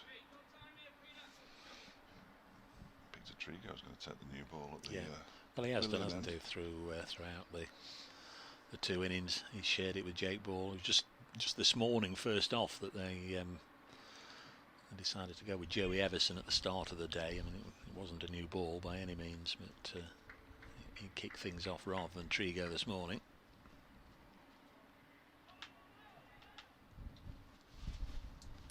.244 for 6. McKiernan on strike on 4. There are 3 slips: Duckett, Mulaney and Hamid, and the first ball nestles somewhere in the clothing of McKiernan. No harm done, and 1 or 2 excitable shouts from fielders, no doubt still buoyed by words from the coaching staff initially in the changing area, and then from Stephen Mulaney as he got them together in the huddle, socially distanced huddle, as they took to the field. There's Trigo once more, former Somerset man. This is played to Chris Nash, former Sussex man, at backward point. No run. Just told the listeners, Dave, a thriller at Chelmsford. Essex at tea need 15. Kent need 2 wickets. 244 for 6. All results possible. That would be a dramatic start to the Bob Willis Trophy if they had a tie, wouldn't it? Yes. One of the early games. Could still happen here, although, as we say, highly unlikely now that Derbyshire will score enough runs. Going to get a bye here, a fancy, or did it brush the pad? It went down the leg side. Tom Moores couldn't take it cleanly. It's a leg bye. Did obviously just brush the pad of Matty McKiernan. So 1 more, 245 for 6. Derbyshire, who were bowled out for, I've lost it, 239 in their first innings, so they've gone past that already. Triumph. Notts 324 and 279, Derbyshire 239 and 245 for 6. Next ball clipped away. There'll be a couple of runs here at least. 3, 5, 7, 9. Oh, so we're well past 1,000 runs for the contest as Zach Chappell launches it in from deep. And a couple of runs to Hudson Prentice, who's on 35 now. 247 for 6. And the board says they require 118 from 29.2 overs. It's Hamid Al-Qadri's playing for Kent. Yes, he's got 1, and it's Ivan Thomas, I think, who's been sort of got 4 in a row, I think. 247 for 6. Oh, Trigo was happy with his field, but the captain clearly wasn't. Protection on the leg side, where that was just clipped away a moment or 2 ago. There's Trigo to bowl to Hudson Prentice, and Oh, and the ball has ended up hitting the stumps at the other end, but run not himself out. not in the most conventional of means, because Hudson Prentice has hit it to the onside of straight. Matty McKiernan turned, wasn't looking, was walking back to his stumps, and the ball somehow found its way right into his stride, and he managed to kick it onto the stumps. Now, if he'd been out of his ground, he'd have been out, wouldn't he? I would have said so. That would have been absolutely bizarre. Next ball is run down to third man for 4. Yes, nicely done. Oh, steady. That was a massive edge that would have been pouched by third slip. I think it was a bit wider than that. I don't dispute it was probably edged. Oh, it was edged. It was edged. Who's after me now? Got away with one there as Finn Hudson Prentice. I'm going to have to get away with a few more, you fancy, before the close of play, if they're still going to be around by then. Odds against. 250 comes up with that streaky boundary. Hudson Prentice moves on to 39. McKiernan has 4. Only 114 to win now. Well, it looks so many when they get under 50. Yes. Two balls to go. It's Jake Ball continuing from the Radcliffe Road end bowls, and it's well defended by Matty McKiernan out into the offside. Well, at some stage earlier today, you did predict that Derbyshire would lose by 60, didn't you? Well, that was a consensus from downstairs, in all honesty. Yeah, 60 would be as close as they might get. Still on? Yeah. Only 2 results possible now, though, you would have thought.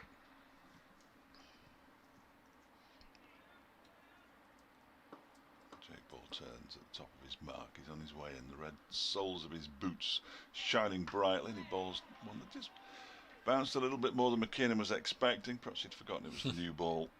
And it popped up, and he defended it well out into the offside. Fielded nicely there by Zach Chappell, who's on with the big floppy sun hat. They've been sharing that around a bit today. I'm sure they haven't. Before anybody phones the authorities. Is ball again in and bowls, and that one is defended by McKiernan. Very solidly behind that one.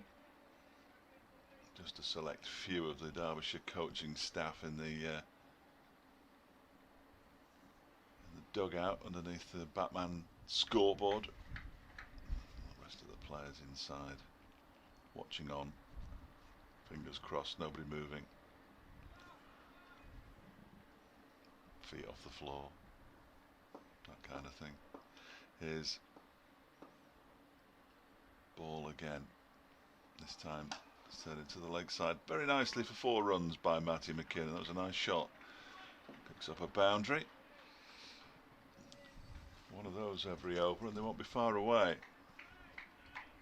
Even now. Got one of those every over, and they'll be way past the target. Yeah. Yep. Isn't going to happen, but just sort of give you a bit of hope, you Derbyshire supporters who are still listening from behind the couch. It was a nice shot though from McKiernan, who moves on to 8, 255 for 6, 110 to win. I assume that the theory this morning was that if we bat all day, we win the game. This next delivery is defended out into the offside squares. Zach Chappell does the fielding, McKiernan getting right behind that one. Because that was always going to be the case. It was difficult to see them not winning the game if they were still batting at 6 o'clock. It was the batting at 6 o'clock bit that was always going to be tricky. We've got to 17 minutes past 4. And they're still there.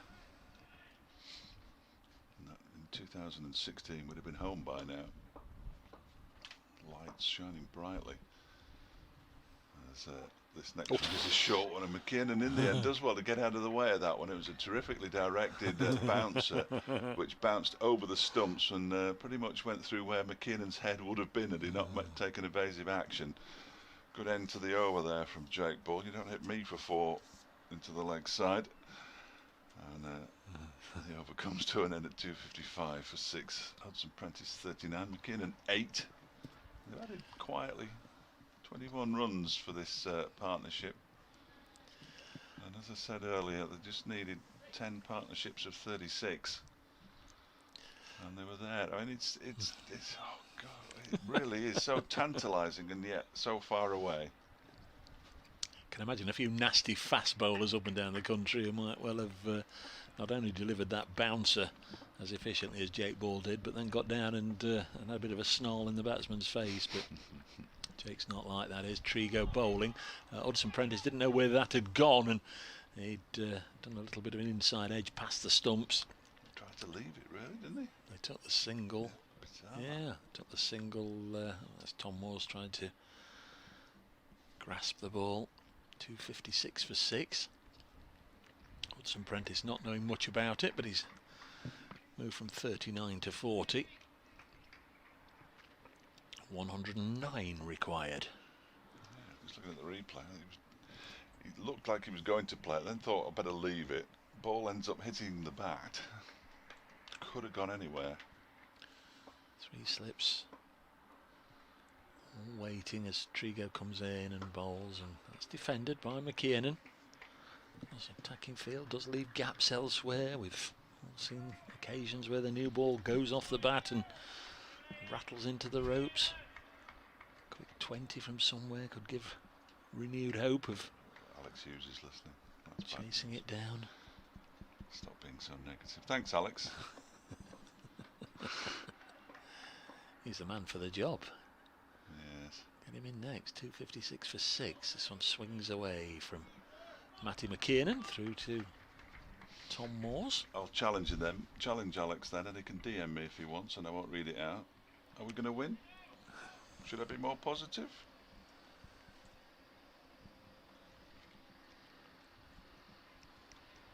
Oh, you should always be positive. You should always be optimistic. Why? Realistic. You've got to be realistic. It's a tall order. We've been saying all day history and everything's against them, but history's there to be broken. Matty McKiernan aiming to make a name for himself, as are the others. And next ball pushed to Patel, who spears it into the gloves of Tom Moores. 2.56 for 6. You've obviously had a reply. No, not yet. No. How do you break history? All right. Records. I know what you mean. Well, funnily enough, broken. The head of cricket, Dave Houghton, said that exactly that last night. Yeah, we're not. We're going to show them we're not being bullied, and they haven't been bullied. It just looks like they're going to fall a bit short. Alex Hughes. 2.56 for 6. Next ball sees McKiernan, who hasn't looked in much discomfort. Again, pushing it out to Patel. Every over that ticks by is another one that Nottinghamshire will be even more disgruntled about. One to go, bang, bang, bang, bang, and be able they're all joining in now. They're all ganging up on them. Dustin Melton, optimism is a wonderful thing, isn't it?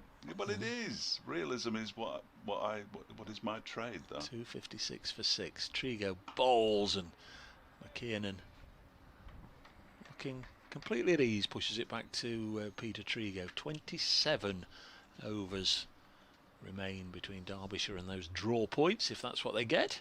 Nottinghamshire need 4 wickets, and Stephen Mullaney can get some of his troops together over by the hand sanitising tables. 3, 6, 7 of them going away to the Fox Road, rather to the Smith Cooper side of the ground to sanitise their hands. 2 or 3 have gone down below us, and poor old Zach Chappell, the subfielder, is away on the Fox Road side of the ground on his own, just squirting some gel on and rubbing his hands.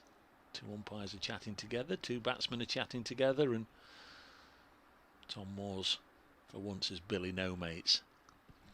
The keeper usually, of course, has plenty of people to talk to, with a 3-pronged slip cordon. Results elsewhere from earlier in the day: Somerset beating Glamorgan, Yorkshire beating Durham. It's tense, as we've been saying, where they're still at tea at Chelmsford at the Oval. Surrey now 109 for 5. Still needing 205 to beat Middlesex, so more likely Middlesex need 5 wickets in that one. Worcestershire are 23 without loss at Bristol. They need 87 more to defeat Gloucestershire. So there will be 1 or 2 positive results. Here's Jake Ball. In from the Radcliffe Road end, in and bowls to Hudson Prentice, who pushes it out into the offside. Joe Clark does the fielding, and there's no run.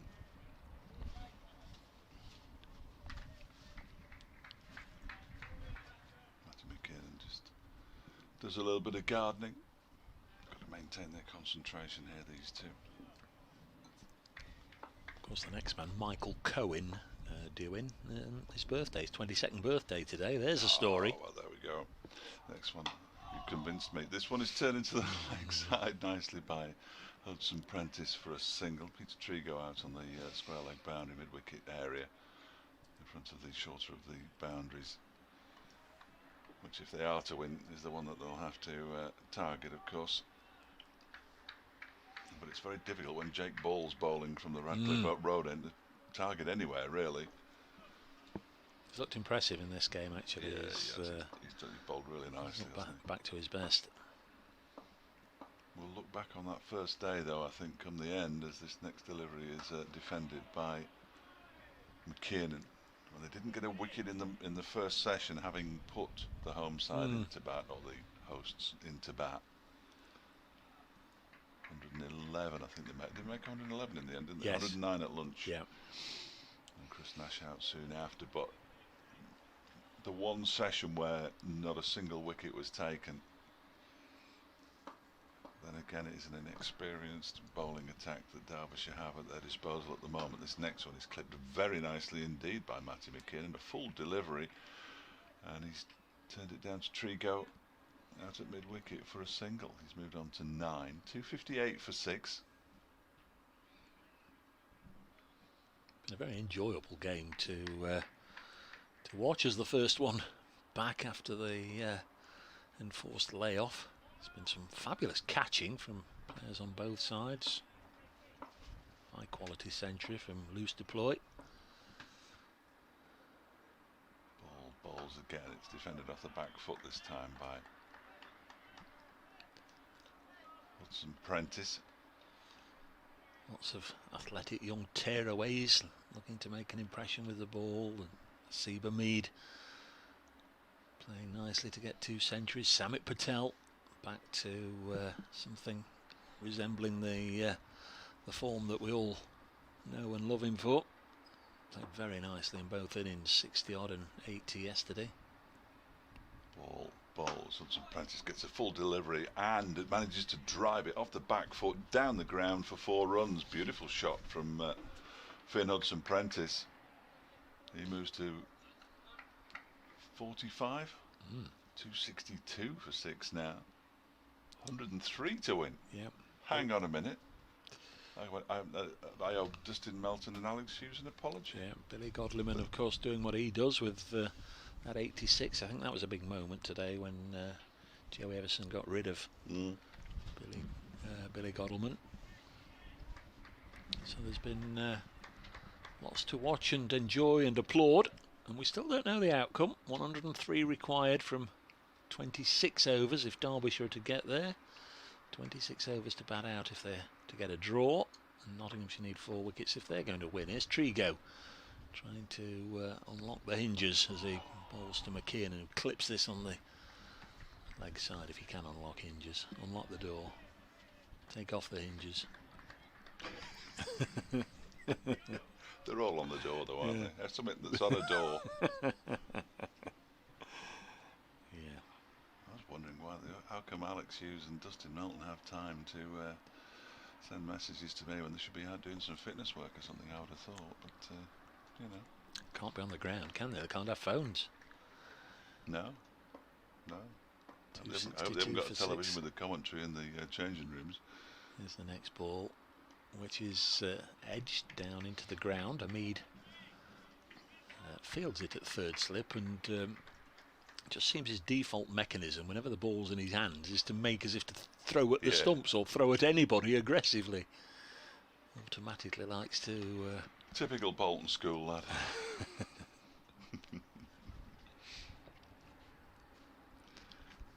Took a good catch in the first innings, Hamid, and said a moment or two ago, enjoyed watching him bat in both innings.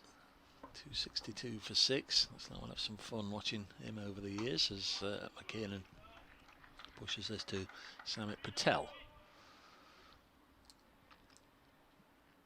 One or two players have missed out with the bat in both innings. They'll be looking to turn that round.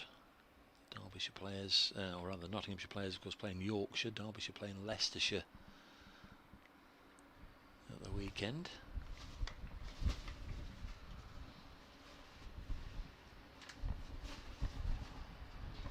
Trigo, just the one wicket in the match so far from the pavilion end. Slightly curved run up. Again, it's drilled straight to Patel.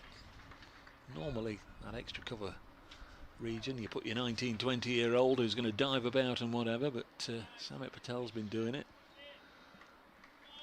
Well, one or two senior players in the outside with Patel and Trigo and Nash. Stephen Mullaney, also in his 30s.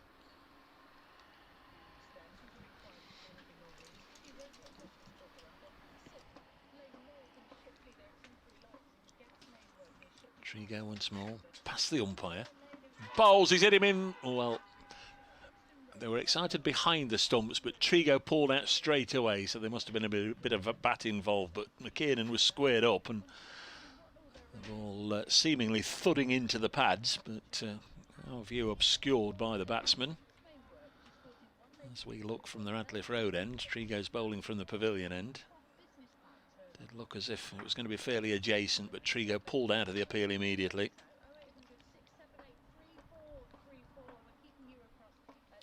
.262 for 6. Here he comes again and bowls. This one's deflected down towards Sack Chapel. Sliding stop down here on the ropes down below us at long leg, and then big throw in that they're going to take an overthrow from. Went over the top of Moores and ran away from Samit Patel, and Jake Ball could only get a hand to it, so they take a third run. Nice little bit of opportunism, and that means the board says they require 101. Maybe they'd not run as quickly as they should have done, and they only got 2, but it's 101 required. The floodlights have gone out. Best conditions of the day. 264 for 6. 25 overs remain.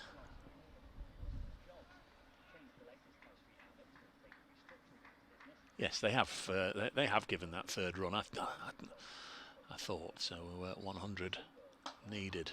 Push into the offside, fielded by Clark.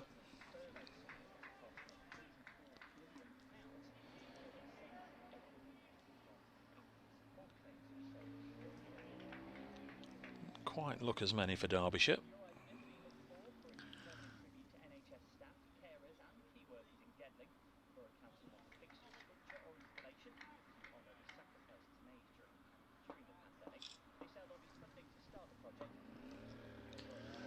Here is Jake Ball. Bowls wide of the off stump. Will be an update for Radio Nottingham listeners in a minute too. Just waiting for the cue. Here it is. Very much looks as if this one's going to go right down to the wire before we know if either of these sides can get the victory, or it will end in a draw. 24 overs remain in the day, and Derbyshire now 265 for 6, which means they need exactly 100 runs to win. Nottinghamshire need 4 wickets. The men that are holding them up, Finn Hudson-Prentice and young Matty McKiernan, who's just whipped a boundary away as you come to me off Jake Ball, so 96 needed. Wickets have gone down sporadically through the day. Nottinghamshire getting rid of Billy Goddleman early on through Joey Everson, who then had to leave the field with an injury. Jake Ball getting a couple of important wickets this afternoon. But Derbyshire just keep putting these little partnerships together. They now need 96 with 24 overs remaining.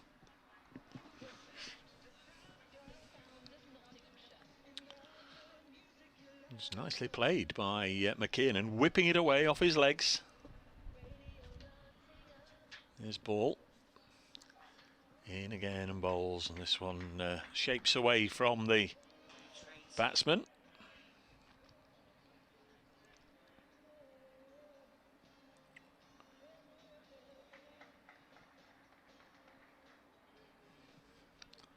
.269 for 6.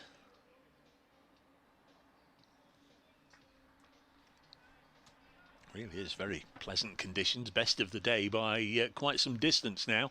Blue sky overhead as ball past Paul Pollard, the umpire bowls. McKiernan pushes it back to Jake Ball.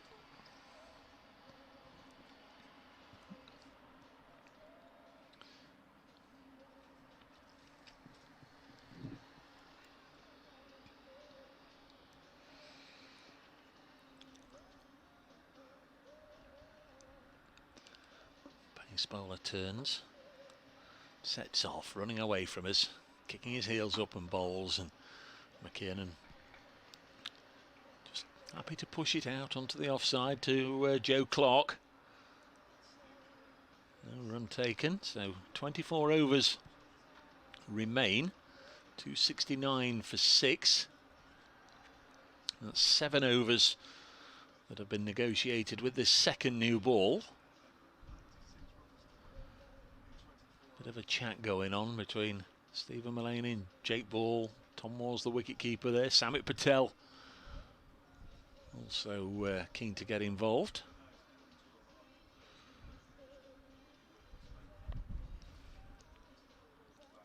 .269 for 6. Over the years it used to be fascinating to watch the way Chris Reed would go about these sorts of situations. Always a great degree of calmness whenever he was out there leading the team. Similarly with Mullaney, really. There's no great dramatic gestures as Trigo starts a new over, defended by Hudson Prentice. 269 for 6. Hudson Prentice on 45.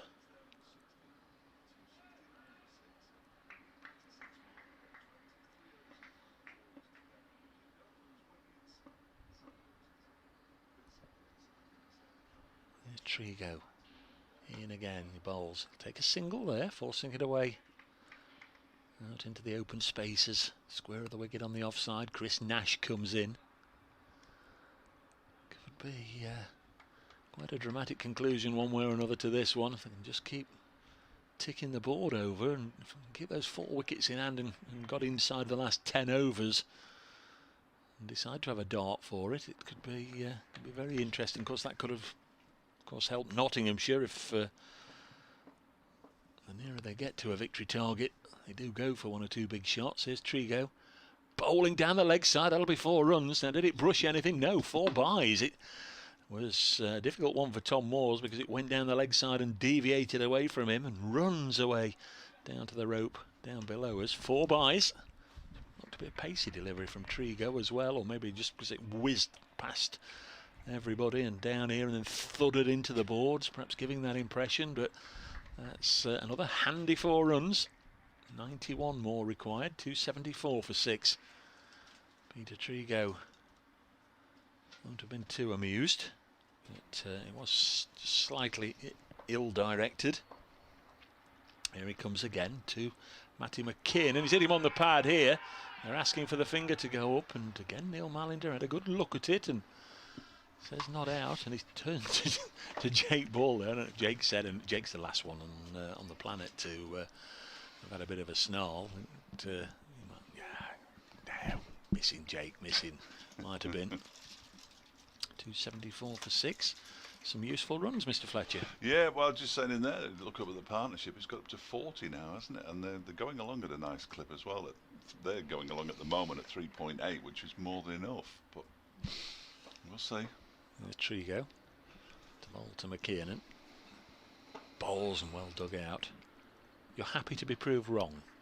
That's, I'd be delighted. Yes, exactly. That's delighted to be proved wrong. It's a good position to be in, really, isn't it? That's why I'm always pessimistic. You can. Things can only be better than I expected. Yeah, you can pop in the old "I told you so" anytime you want, and also you can be delighted if you are. Then I can lavish praise on whoever helps them, and so far Billy Godleman and Wayne Madsen with his 43, Matt Critchley who batted nicely, deserve praise. Here comes Trigo in again. McKiernan keeps it out. The Sheffield Outlaws been on. Whatever happens, been a brilliant game. Great online coverage too. Well done to everybody. Thank you very much, mate. Appreciate that. Very kind of you. And some very nice comments. Lots of people enjoying the contribution of Stone Art Media, who've put together all the replays and got the extra cameramen, the extra camera angles in around the ground, and it's a shame I've not been able to watch it. Yeah, well, absolutely, yeah. You'd have thought they'd have supplied us with a monitor so we could commentate in real time on what the pictures say. Because sometimes I'm more meant laid on the settee with a glass of something cool, laid there watching it. Being here for the world. I wouldn't. No. You know, I said right. I know what you're saying, but I said right at the start on Saturday morning. It's an immense privilege to be here, and there were long times during the lockdown when I thought we wouldn't see any cricket this summer. Jake Ball's 4 overs with the new ball, which got 16 runs. That spell has come to an end because Stephen Mullaney's bowling, and he bowls to Hudson Prentice, who turns it into the leg side. Hamid throws it to the keeper after fielding it. There's no run. You'll keep them honest, Mullaney, won't you? They'll have to play at every ball. They will, and I'm not being funny, but pace off the ball, the little nicks and the misplaced shots are not going to fly away to the boundary, are they? There's going to be time for fielders to get round. More standing up to him for the first time in the match. Mullaney's in, bowls. Again, it goes straight to Hamid. Which senses, you know, like you've just made the point, maybe he's taking a little bit of the pace off here, just trying to bowl like he does in white ball cricket, take the pace off, bowl his little cutters, get it nipping around both ways. Stop the batsmen using their feet, certainly. Yep. Hudson Prentice waits. Mullaney bowls to him and he drives it straight back to the Nottinghamshire skipper. I don't know how true this is. I imagine that Mullaney will have one eye on the scoreboard and look at it. 91 from 22, 4 and over, and so you only do need one boundary. They haven't really gone at 4 and over at any time in the game, but yeah, one boundary and over for an hour and a half is takes some doing. Oh, absolutely. But, this next delivery is defended by Hudson Prentice. But, you know, just soak up some overs, take what's there, get into the last 10 with those 4 wickets intact, and then, you know, every now and again one semi-decent over of 7, 8 or 9 does the job just as well. But that's all getting ahead of us. Lots of +3 on the over 8, so they shouldn't incur any penalties there. Mullaney bowls and Hudson Prentice pushes it out. There's been a few of those that have gone straight to Hasib Hamid. 274 for 6. 91 to win. Ball only 9 overs old. They've seen off one of the men who had first use of it. And goes Mullaney again, and it slaps to backward point.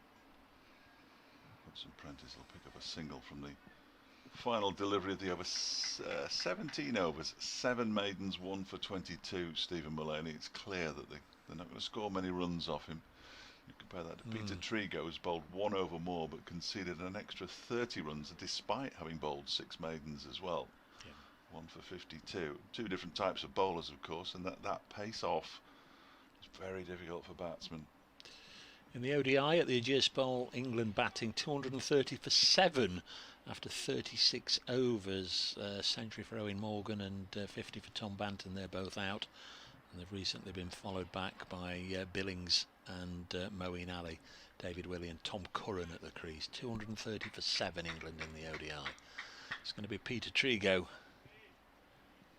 again from the pavilion end here at Trent Bridge, looking to add to his solitary scalp in this game, and he bowls and clipped away firmly by Hudson Prentice, who's within 3 of a half century, but he picks out Asiba Mead, who's begun working feverishly on the ball. I suppose feverishly is the wrong word, isn't it? But you know what I mean. He's buffing it up, he's polishing it. 275 for 6. Trigo again, past umpire Malinder, up short. Now then, taking evasive action, it's clipped him on the side of the helmet or shoulder, and it's gone for four leg buys. Umpire Malinder nearly fell over. Malinder's having a problem. He nearly fell over. He didn't know what to signal there. They're going to suggest it was the umpire's certainly suggesting it was the helmet. I didn't know. I'll see if I can see it on the replay. It certainly hit something. I thought it might have been his glove actually. Did he signal 4 leg buys? Yes. Before he toppled over. Yes, just about. But I think it's come off his shoulder. I'm not sure. I'm just watching him almost fall over again. He's actually gone down to chat to the batsman, and at the same time Paul Pollard was coming in to chat to him, and they're happy. And if it had been the helmet, they'd have changed it over. Yeah, I thought it was sort of shoulder, but it was. There's a lady's name, Fran, the Derbyshire physio, came rushing on. He's been told, no, you're not needed. Fran Clark. It's only a clip off the shoulder. She's been urged to get out of the line, and Hudson Prentice hits the next ball up to mid-on, so slightly eventful. Actually 1-4 for this over, but not in the manner that anybody expected, really. I don't suppose they'll care how they come. No, they won't. 279 for 6. The last 2 have been extras, haven't they? 4 buys and 4 leg buys. Yep. The 279, of course, exactly matches the Nottinghamshire second innings score. Notts were 279 all out yesterday. So the difference is that first innings total. 86 Derbyshire require, it says on the board, and Finn Hudson Prentice leaves it in that state because he shoulders arms to this next delivery. There are 21 overs to go after this one, so it is still around about 4 and over if Derbyshire were to successfully take it on and complete the highest run chase in their history against a first-class county.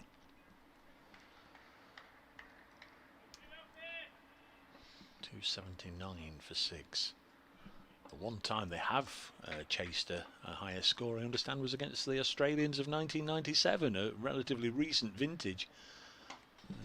That would have been a dramatic game to witness and to obviously to play in for the players, as Hudson Prentice punches it back to Peter Trigo.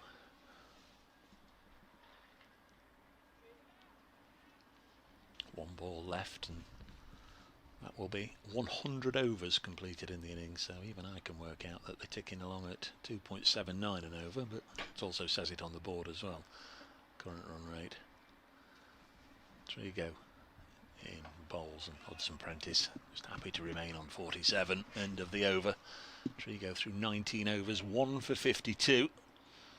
Dramatic stuff.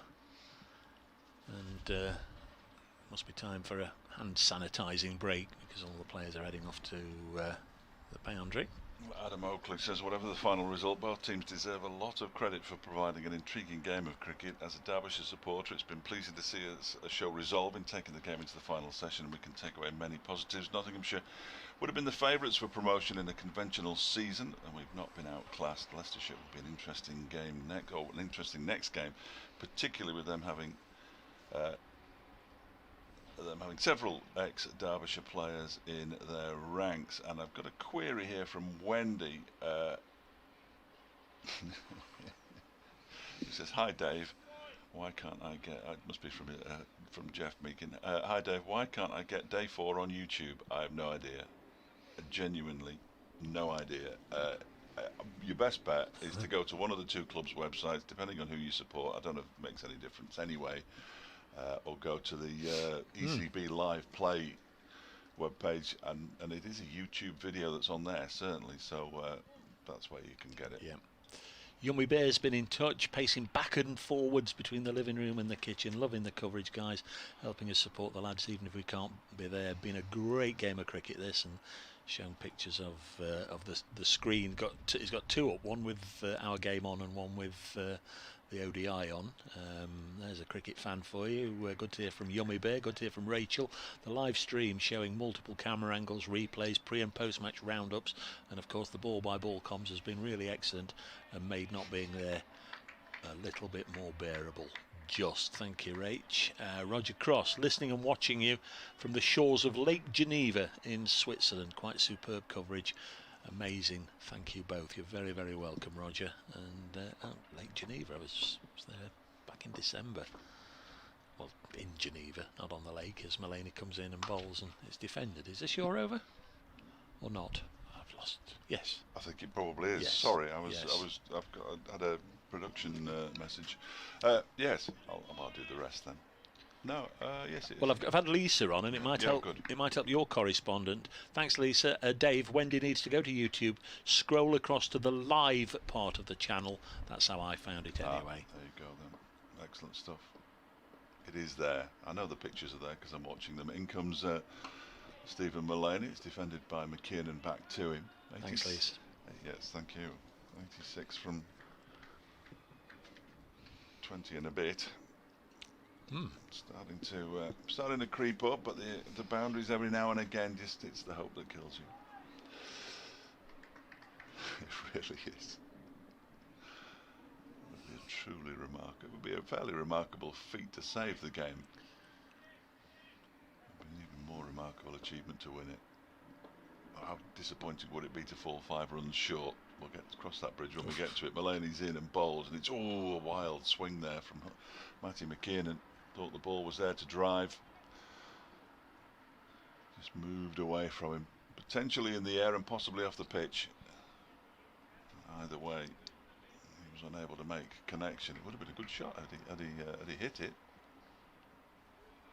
Well, there's a slip, a gully and a point. There's also a man at extra cover. Yeah, some good shaping through the air from Stephen Mulaney with this new ball. In again and bowls. This is defended by McKinn. There we go. That's better.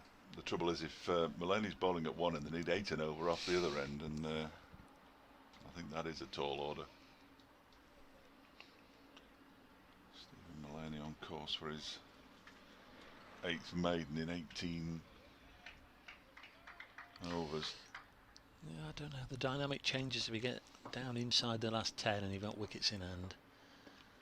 Really put the pressure on the field inside then. Mulaney bowls and it's defended out into the offside.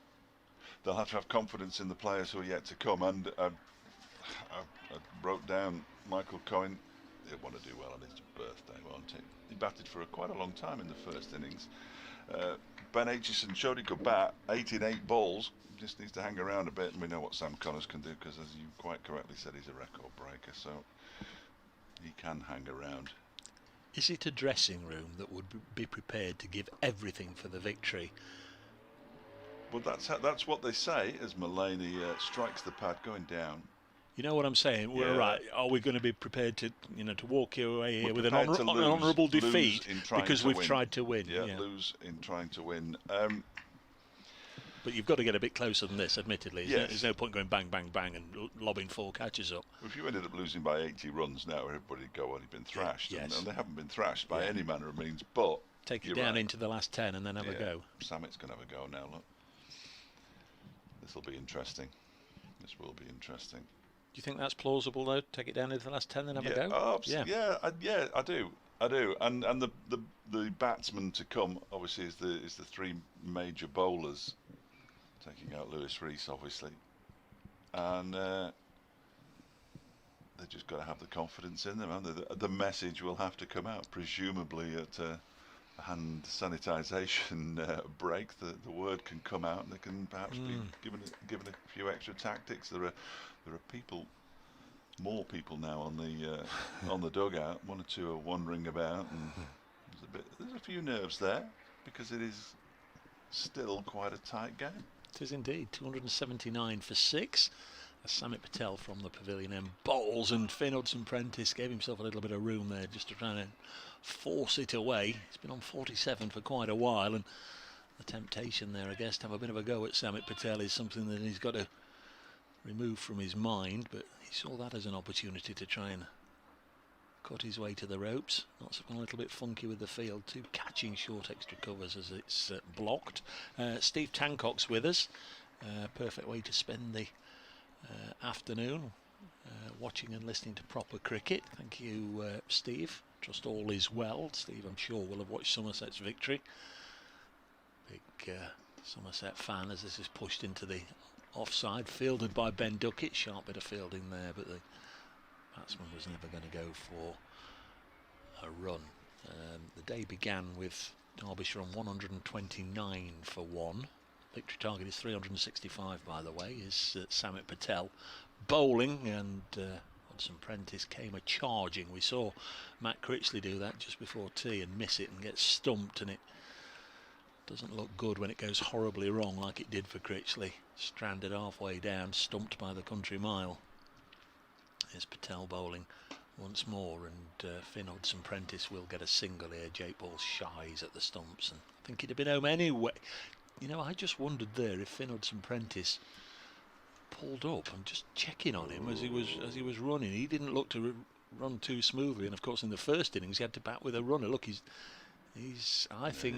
I don't think he ran that run very well, which isn't going to help Derbyshire's cause if he has a problem with the running. At lunch today, Derbyshire were 174 for 3. It really was a pedestrian morning session. We did have a little bit of rain which took them off for 10 minutes or so, but only 50 runs or so in the morning session, less than that in the morning session. As this one's hit away and sharply taken on the bounce by Duckett, but in the afternoon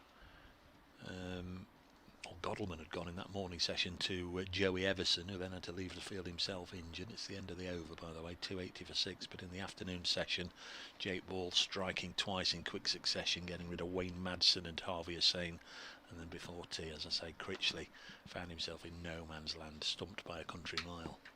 But since then, Finn Hudson-Prentice on 48 and Matty McKeon on 16 have added 46 just to renew hopes for Derbyshire, who need 85 more to win, and they've got 19 overs in which to get it. Nottinghamshire now only have 19 overs at their disposal. Stephen Mullaney to continue from the Radcliffe Road end. He's in and bowls to Finn Hudson-Prentice. The ball bounces off the gloves of Tom Moores, but no damage done as it's picked up there by Chris Nash at gully. Just quickly, Essex have defeated Kent by 2 wickets, and Leicestershire have been set 149 off 17 to beat Lancashire. It'll be interesting to see if they go after that. I mean, that's a T20 chase, effectively. 149 off 17. You'd have a go at that, wouldn't you? I think so, initially. Mullaney's in bowl, strikes the pad of Hudson-Prentice as he tried to work it into the leg side but couldn't. That Northamptonshire Warwickshire game's meandering, isn't it? Well, Rossington's batted all day. He's past his 100, but there's been no acceleration at all. 507 for 6. I think they've got enough to declare. Handshake time in that one. Yeah, looks like it, doesn't it? Mullaney bowls, Hudson-Prentice drives, very straight. Samit Patel comes around from mid-on to do the fielding and hurls the ball to the wicket-keeper. Of course he does. No need. Although it does give me something to say. Well, there is a need if the coaching staff have said at all times, I want it thrown into Well, the keeper. yes, I suppose so. I suppose so. But yeah, I'm totally with you. Surrey 119 for 6 against Middlesex, chasing 308. This next delivery from Mullaney that's left alone outside the off stump. Hugh Lloyd, it's brilliant to be able to watch the stream with the two Daves on my TV. Cricket gets a lot wrong for supporters, but this service is excellent. Thanks very much, and again thanks to obviously the Notts Media Department and Stone Art Media who've sorted it out, but I think huge thanks to the fans who over the last year or two have sort of said what they wanted. Maloney in and bowls, and this one is carved away into the offside, but he's only going to get a single for it as Zach Chappell does the fielding out there in the deep, if indeed it is still him. We were talking about it earlier in the match. Notts were the first to introduce this system, the first county genuinely to bring on the live stream. That was in 2014, and you know they were well aware that sort of one or two more as they've added and added and added. They've added more features, you know, added the replays, added the graphics and whatever. And you know, Notts sort of saw that it was time to enhance their live stream and. Apart from the commentary, it's apparently going pretty well. Oh, yes, absolutely. Maloney, final ball of his over, is driven out into the cover area. He'll pick up a single. Derbyshire will move on to 282 for 6 at the end of the over. McKinnon's got 17. Hudson Prentice has got 49 now. He's only got 2 previous half centuries in first class cricket. One of them was a 99, of course, on his debut. 17 is Matty McKinnon's highest score in first class cricket. Derbyshire need 83 more runs from 18 overs. Nottinghamshire need 4 wickets, and it's always good to hear from Hugh. He writes for Deep Extra Cover. He came on Radio Derby a couple of weeks ago to discuss one or two things, and he knows his cricket. Sorry, I've lost Mr. Moriarty. First ball. We were talking about Dan Moriarty earlier in the game, so they're 119 for 7. Samit Patel bowling. McKeon defends this time. So apart from that ball, 18 overs remain. We'll be getting close to another 3 overs, of course, and the umpires will declare it the final hour as Nash does the fielding at backward point. So any 4-day match that goes into the final hour is, if like this one where it's not been rain interrupted, is a pretty decent contest. Here's Patel bowling and it's defended.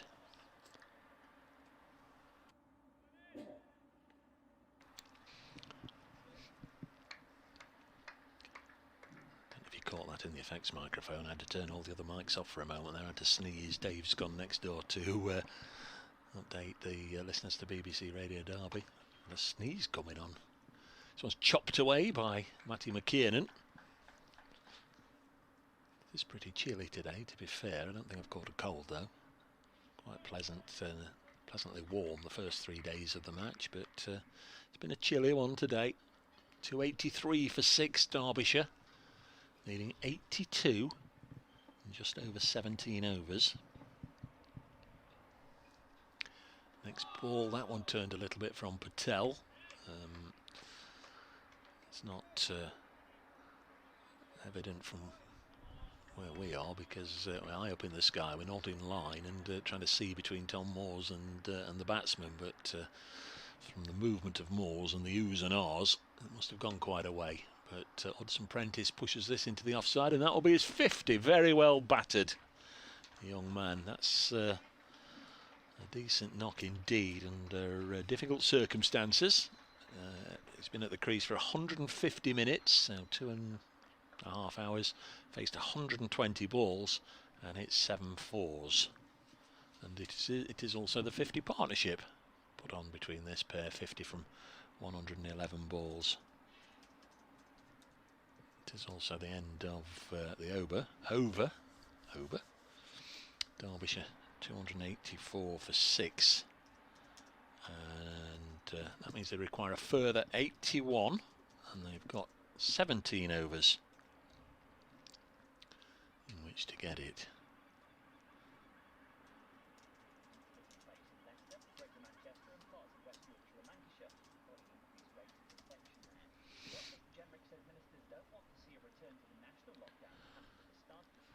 Chat there between Stephen Mullaney and Jake Ball. It is going to be the Notts skipper to carry on. Here is Mullaney. In again. Now he's hit him on the pad and asking. Paul Pollard says no.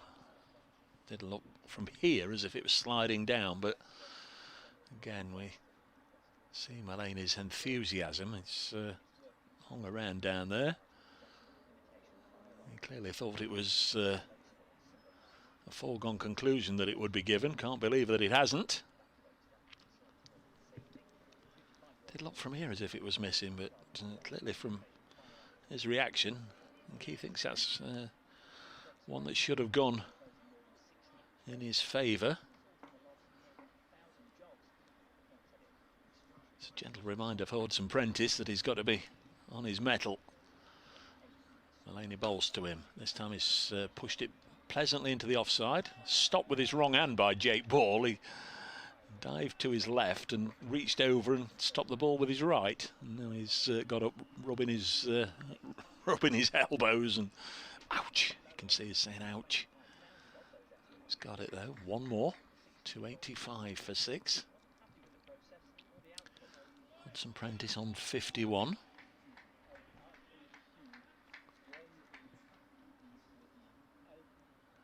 McKiernan has 18.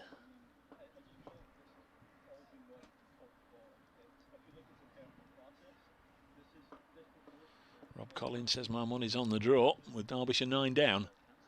May well be, Rob. Next ball kept out by McKiernan.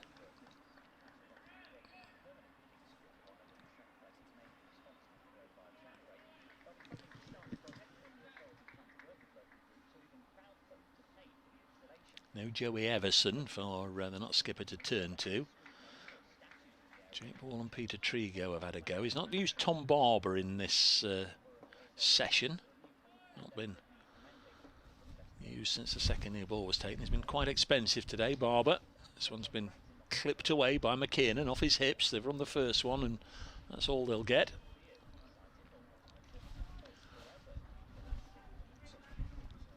One more to the total. Trigo doing the fielding.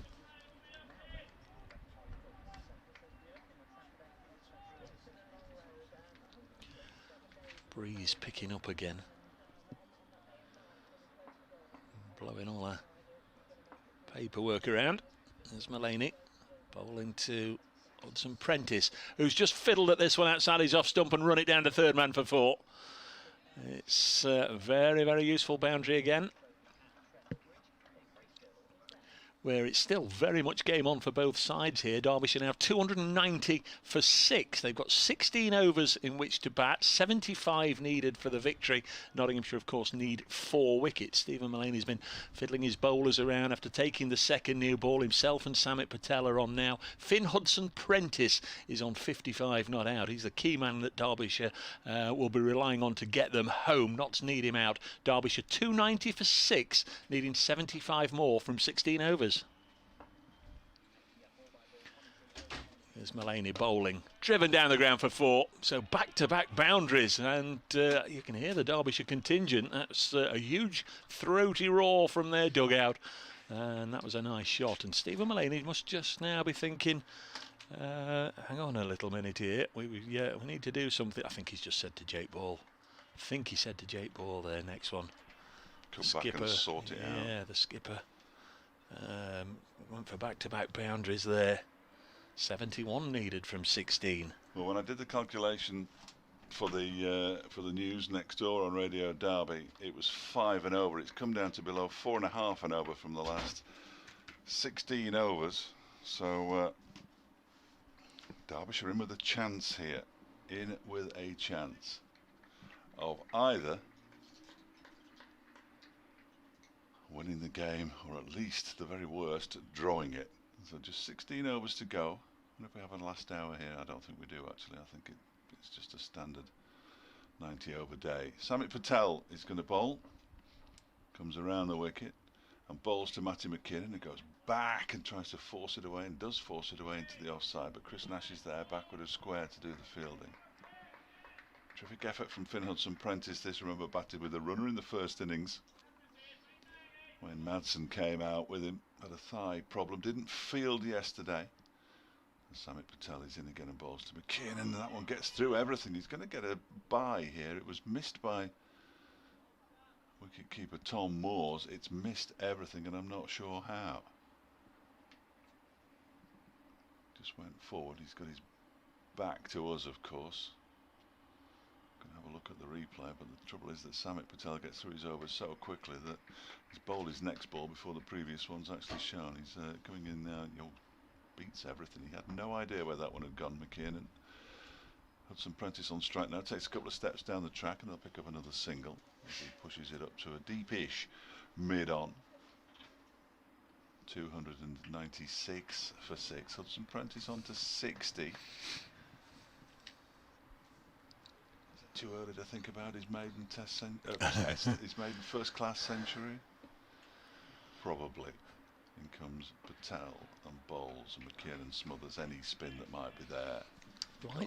Lights back on, Dave. I wonder if they're expecting some threatening weather. There's just a lot. The forecast that I heard said there was this. That was it. There's no more. There's no more rain. There's this next one. I hope there isn't any rain. No. That would be cruel, wouldn't it? For all three results. I don't think there will be. No, I don't. It's just little banks of darkish cloud coming over. I think we'll get sunny intervals in between. There's a big plane coming into East Midlands. Oh yeah. Oh. Turning circle that I've got. Right at the far end. 296 for 6. McKiernan on 19 on strike, and Patel bowls Trimley just props forward and pushes it out into the offside. The over comes to an end. 15 to go now. 69 runs required. And Hudson Prentice on 60, McKiernan on 19. And they're all going off for the old hand sanitisation. So I wonder if a message will come on with the 12th man. Who is the 12th man? I'm having a look. Might be Tom Wood, potentially. Can't see his face from here. Just to say, we've been on Ben Slater watch throughout the game. He's now batting again. Obviously, Leicestershire have been set to score. And about 150 to defeat Lancashire in 17 overs. They are 4 without loss after the first of them. Ben Slater with a couple of runs, but what a real fairy tale it would be for him. I mean, he scored a career best 172 in the first innings. If he could then guide them home, that's a dramatic game. The results today: Yorkshire defeating Durham in the North Group, Somerset defeating Glamorgan in the Central Group, where Warwickshire versus Northants is now over. That is a draw. They've shaken hands on that one. Big century from Adam Rossington there for Northants today. And in the South Group, Essex defeating Kent by 2 wickets. Of course, yesterday Sussex defeating Hampshire. They're the results so far. Other games still in progress. Middlesex in a very strong position to defeat Surrey. Not missing any cricket here. Surrey 119 for 7. They've been set 308 to win, and in the ODI, England now 280 for 7 against Ireland at where are they? The Ageas Bowl. Tim, come on, Derbyshire. Big last hour or so. Shame a good game has been played without the audience. It's deserved. But whatever happens, thanks to everybody for the coverage. Thanks very much, Tim. Oh, it's been played without the audience it deserved. Yeah. Thanks very much, Tim, for that. So it is Jake Ball.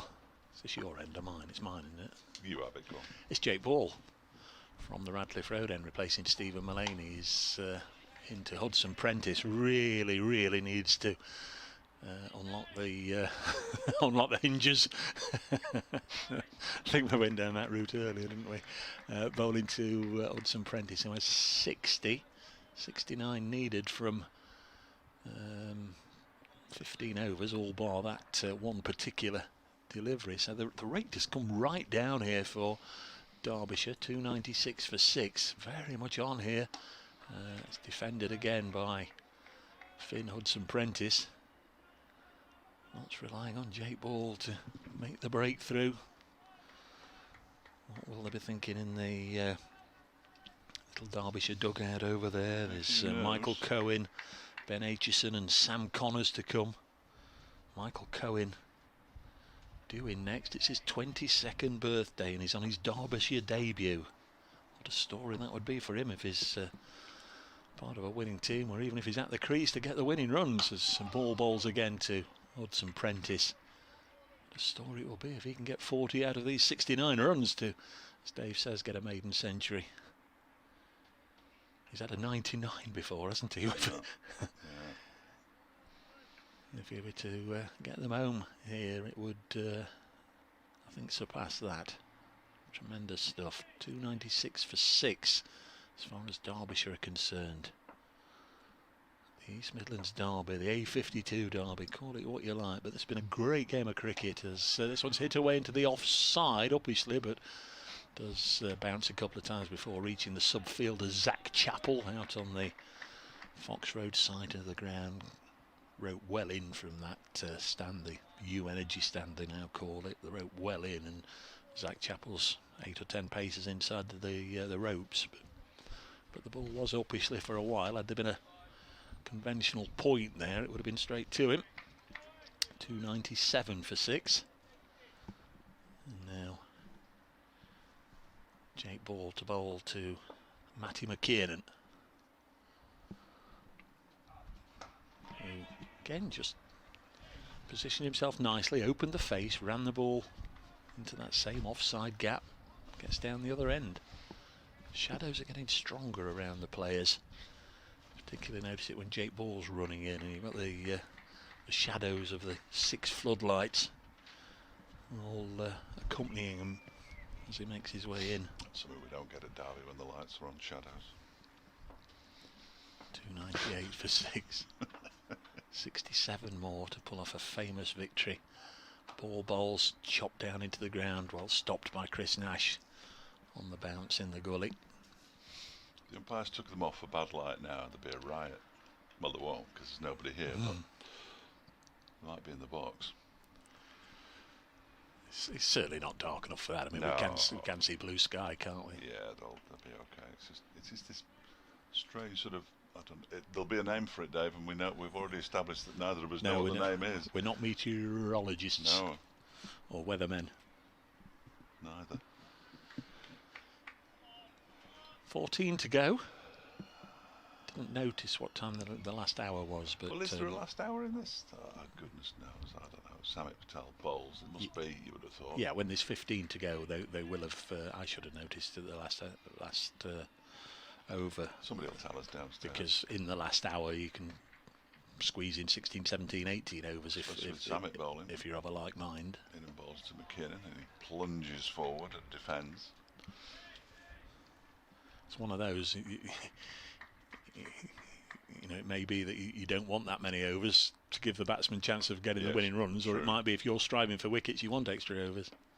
Patel bowls again, it's pushed out into the offside, and that dilemma is exactly the dilemma that Stephen Mullaney will have, isn't it? If they get a couple of quick wickets, then they'll be racing round. Let's make sure we get as many overs as we can in the final hour. 298 for 6. Samit Patel in and bowls, and McKinnon props forward and defends this one out into the offside again. So they've got into a position where he can do this. He can block these good balls from Samit Patel because they've brought the required rate down to manageable proportions. We did say they'll get into the final 10 and see where they are. Taps his bat on the crease, then goes back and plays this one out into the offside. Hasib Hamid comes across the pitch to pick it up, gives it to Ben Duckett, who starts polishing it. It's a relatively new ball, of course, still only 18 overs old. First time I've noticed him tapping his bat as he waits for Patel to come in, and he pushes it out McKiernan.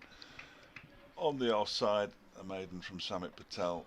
So just a couple of runs from the last 2 overs has made that task a little trickier, but if they start hitting out later on, who knows. 67 required, 13 overs to go, 4 wickets for Nottinghamshire at 298 for 6 Derbyshire, 61 to Hudson Prentice and 20 to McKinnon. The partnership now worth 64 for the 7th wicket.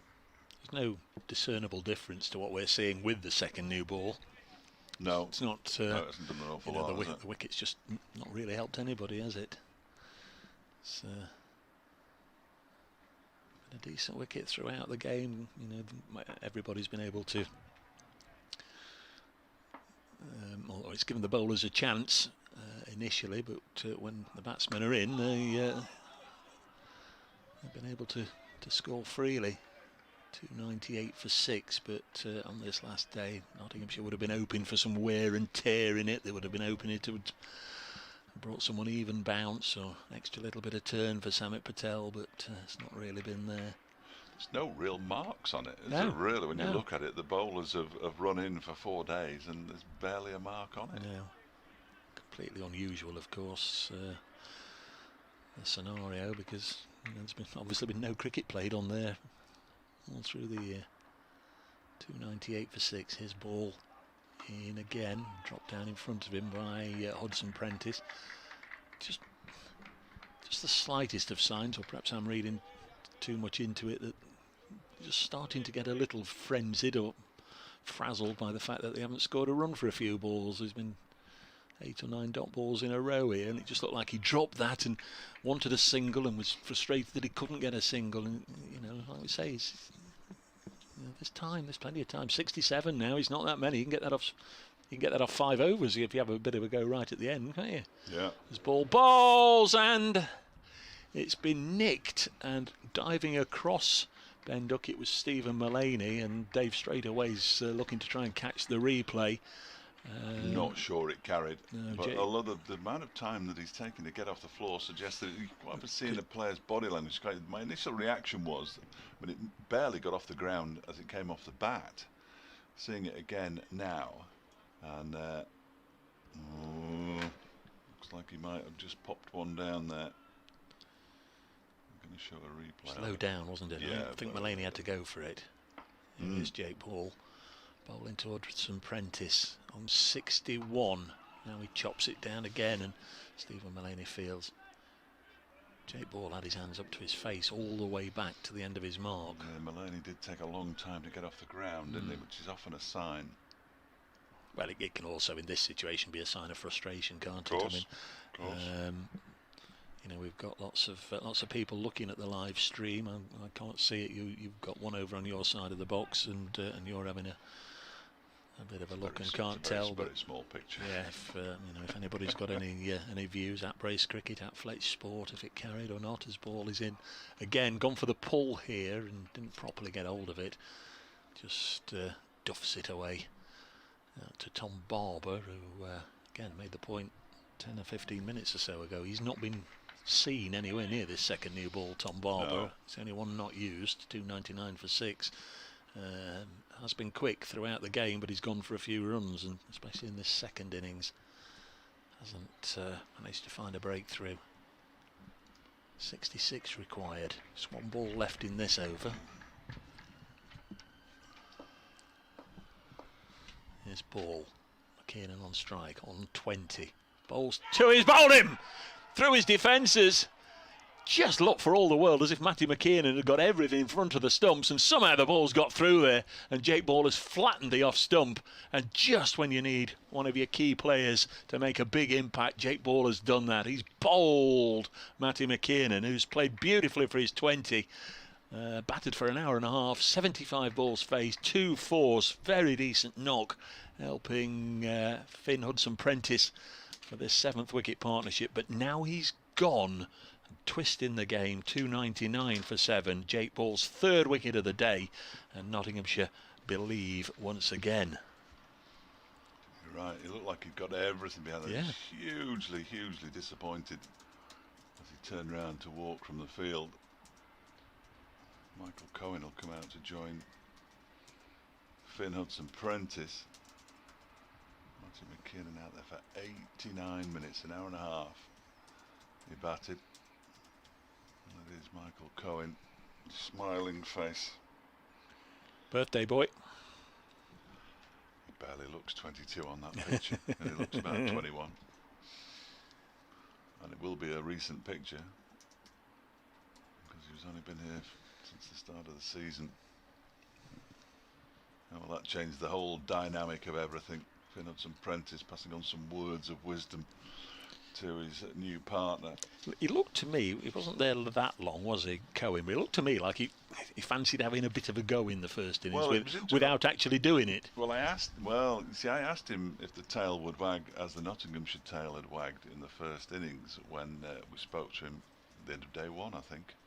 And he said, I bat very slowly. I didn't really understand the comment. No, that's exactly what Derbyshire require here. We don't want any dashers out there. We need somebody who'll get everything behind it. Malcolm Shearston, thank you very much. He's had a few looks at it and says, not sure it carried, folks. Yeah. Thank you very much, Malcolm. Appreciate that. Couldn't really tell. I was just going off some body language. Perhaps it was just that he'd got the edge. Yeah, you know, we're here to pass on to the listener what's happening, and it's sometimes difficult to know exactly. You know, especially as we're looking down on the action as well. It's very often difficult to know how close to the ground the ball is, if it did carry or not. Surrey, meanwhile, in a whole heap of trouble. 119 for 8 at home to Middlesex. If Middlesex can get one over their big rivals there, certainly they'll have bragging rights for the rest of this season. 2.99 for 7. Here's Samit Patel, and here's Dave Fletcher. Bowling to Finn Hudson-Prentice, because that wicket fell on the final ball of the previous over, and Hudson-Prentice just pushes it, guides it down to backward point. So what's that now? 71 balls remain. Notts need 3 wickets. Derbyshire need 66. They don't need a run of ball. They will soon. Samit Patel comes in. This one's pushed into the leg side. It's changed the whole approach that Derbyshire are going to take to this now. All about survival. Better to go home with 11 points than, in fact, 12 points. Beg your pardon, than 4, as this one is pushed out into the offside by Finn Hudson-Prentice for a single. It brings Michael Cohen on to face for the first time in the second innings. And all focuses on this one, but Ben Slater's hit a 6 into the hotel at New Road, Worcester, apparently. Marvellous. Leicestershire 38 for 1. 112 more required from 13 overs in that one. It's you might as well give it a go. You might as well. Might as well give it a go. 300 up. Indeed. Patel's in and bowls to Cohen, who pushes it out into the offside. There's no run. Cohen with just 95 runs in his first class career, high score of 23, that'd do. Batted 17 times, or 18 including the first innings here, as this next delivery is pushed out into the offside. Put your minds in the, or put yourself in the minds of the Derbyshire coaching staff. And these batsmen going out there, are you telling them, or are you telling Finn and Hudson-Prentice, yeah, let's have a go, let's try and win this? Not sure now. Not sure. This next delivery is played out and missed by Michael Cohen. It misses the stumps as well, fortunately. It's the end of the over. 300 for 7, so 11 overs left. 65 more runs required. Tall order. 5 matches only. Doesn't matter whether you're not going to be relegated or promoted. Well, that's pretty much Derbyshire in the second division, in all honesty. But they're not going to be relegated, are they? But it hasn't produced cricket where the second division certainly hasn't produced cricket where nothing at stake matches see you start giving it away. No, I'm just sort of wondering the mindset, chance to pull off a victory. I think you take 12. Take the draw points. You take 12 points out of this game, and then try and win your other 4. And then certainly win the one next weekend. 300 for 7 as. That's a lovely delivery from Jake Ball. That was just too good for Hudson-Prentice. It's been too good for anybody, really. A fabulous delivery, which just nibbled away just as he was about to play it. 300 for 7. You're going to beat Leicestershire next weekend. Well, that's the one that they would. I was going to say easiest. That's the incorrect word. That's the one where the two teams are probably best matched. Durham as well. Well, no, they chuck money at all sorts of players, don't they? So there's Jake Ball once again. Can he add to his 3 wickets? He's in again. Oh my word, that's taken off. And after me saying the second new ball wasn't really assisting the bowlers, Jake Ball no doubt spurred on by that wicket. Is bending his back here, and that's a couple of super deliveries. That's really ruffled the feathers of Hudson-Prentice. He's done well not to get any bat on that at all, really, there. Hudson-Prentice, he took a real step back and just stared at the pitch. Malcolm says Notts will win with an over to spare. I do like like somebody who gets off the fence and says what it is, except for me, I can't call it. Surrey are 123 for 9 against Middlesex as Jake Ball bowls again, dropped down in front of him, and there's no thought whatsoever now of just pinching a single, because they could have rotated the strike there, couldn't they?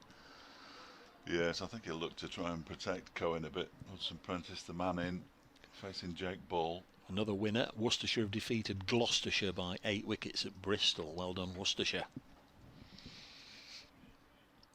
300 for 7. First Division Gloucestershire.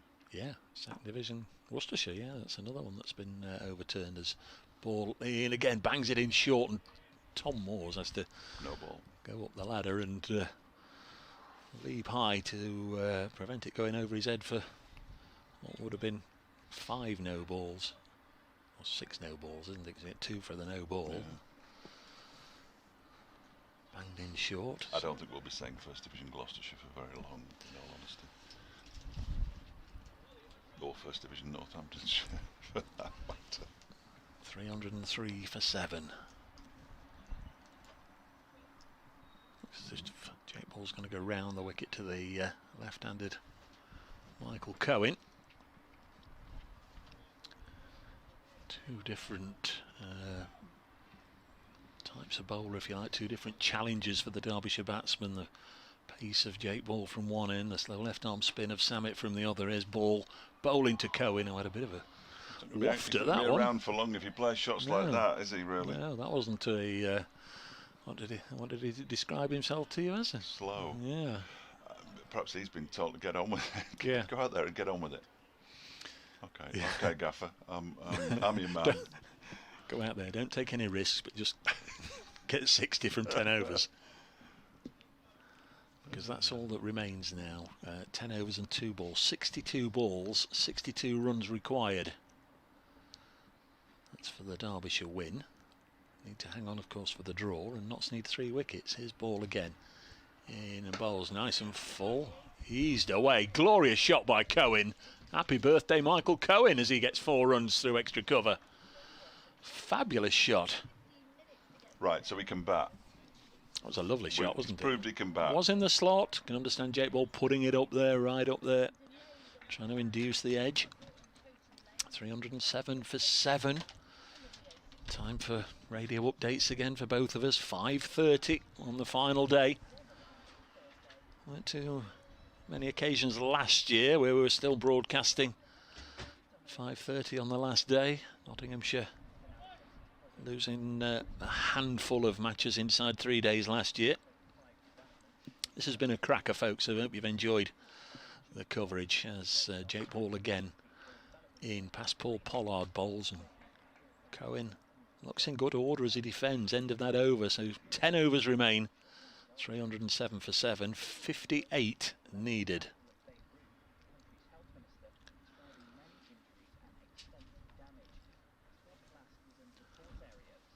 Stephen Mullaney just having a little chat with Samit Patel. It is going to be Patel to continue. Surrey are all out at the Oval. Middlesex have defeated them by a huge margin, really. 190 runs. Middlesex defeating Surrey in the London Derby. 307 for 7.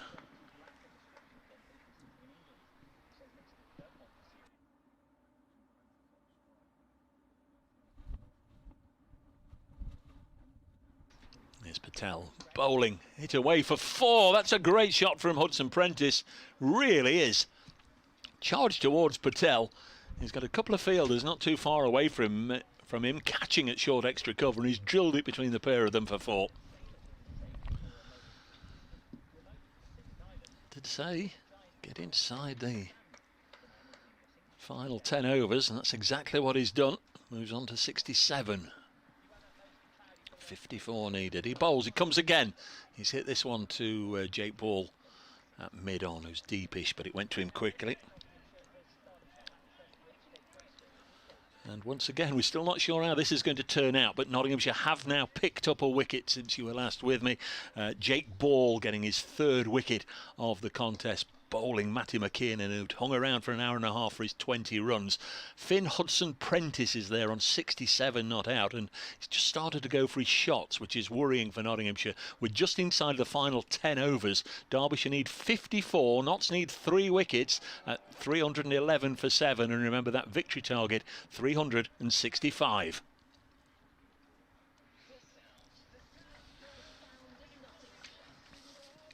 Latest ball was a dot ball, just run to Chris Nash behind square on the offside. And Samit Patel in again. Batsman comes down towards him. Ball strikes him on the pad. 311 for 7.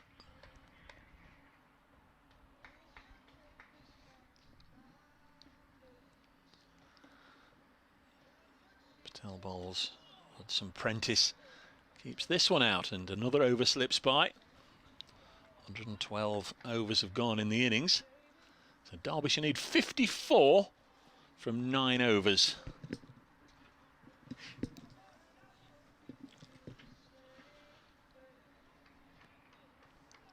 Men out today, if you're just joining us, Godalman for 86.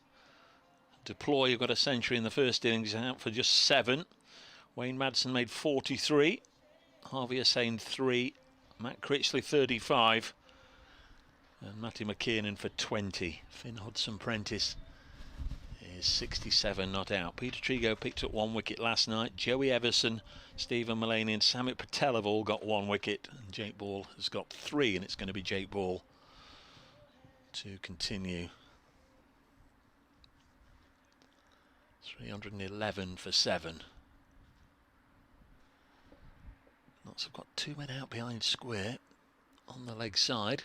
He bangs it in short, and he doesn't. He pitches it up to Michael Cohen, who's on 4. Notts won't want to let Cohen off strike. I'm sure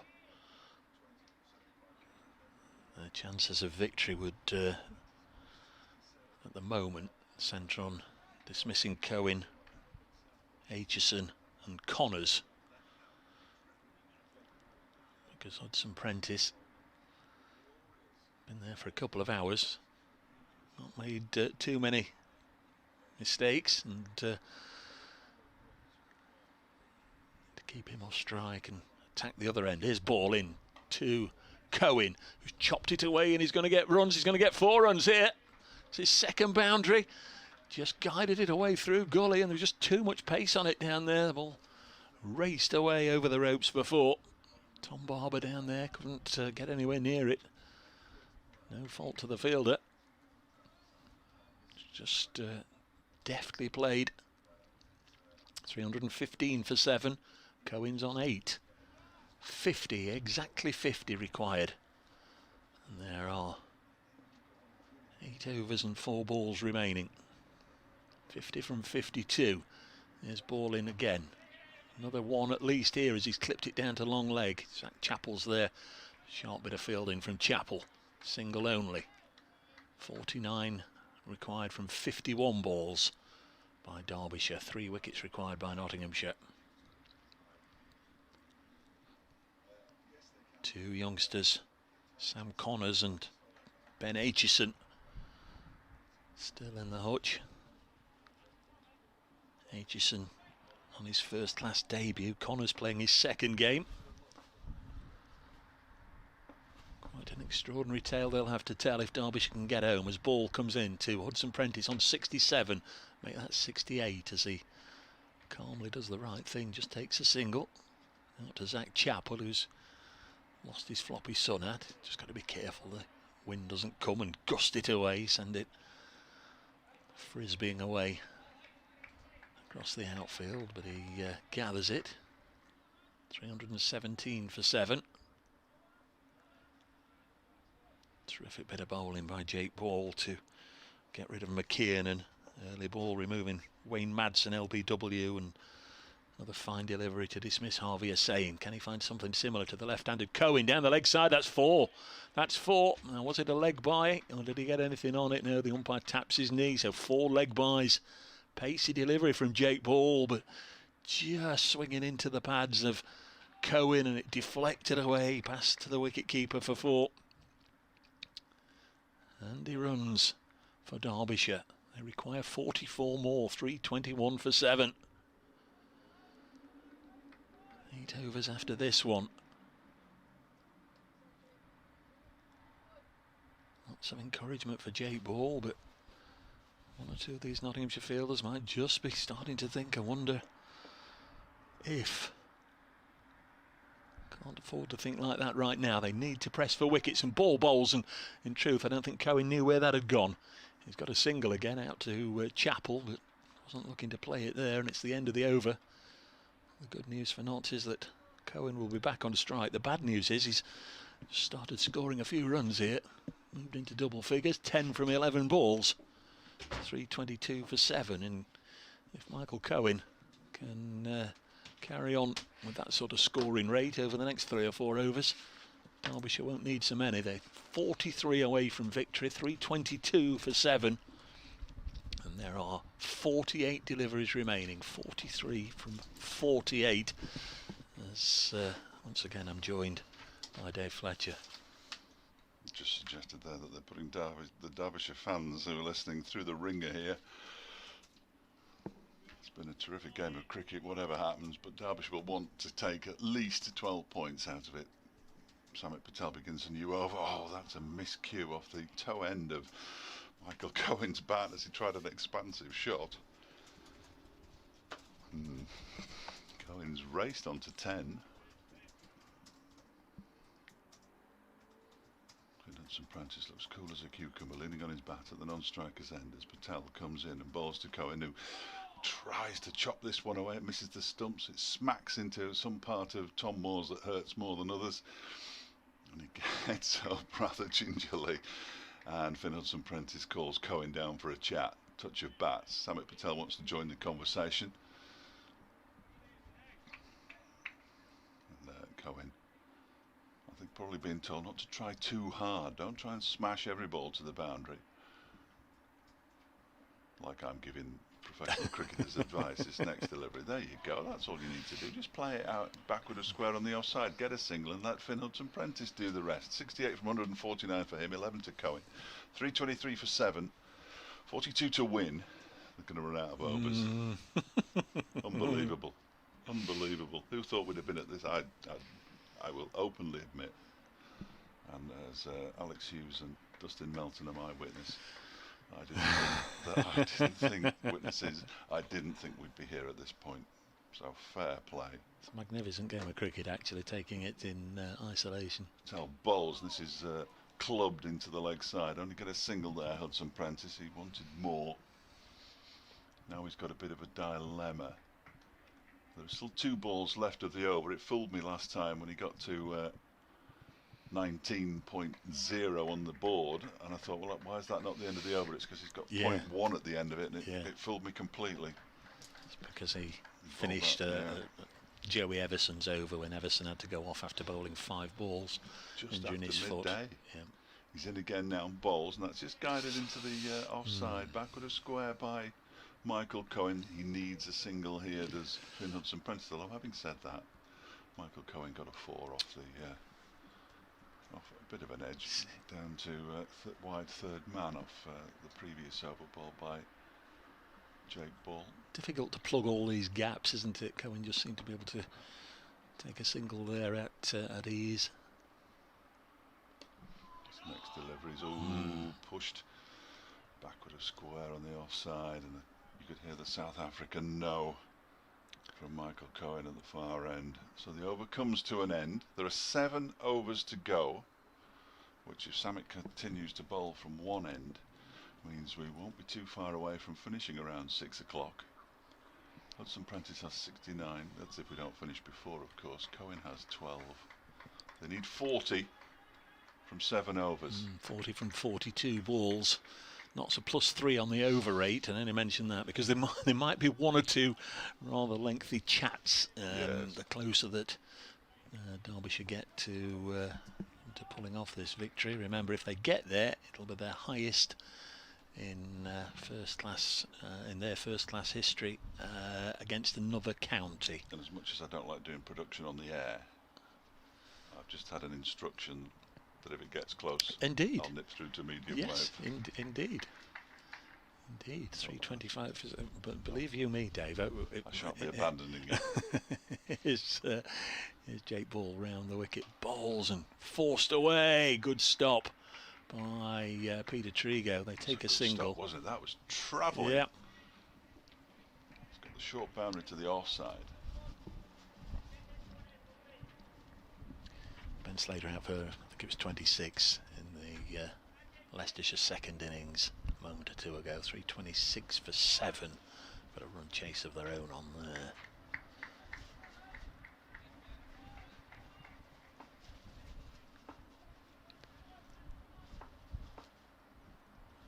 Hudson Prentice has 69. He's on strike. Jake Ball to bowl to him, nice and full and nicely played. Oh, and mistake from Joe Clark. The ball bobbled, but should never really have been a single there. They take an easy run, a gifted run.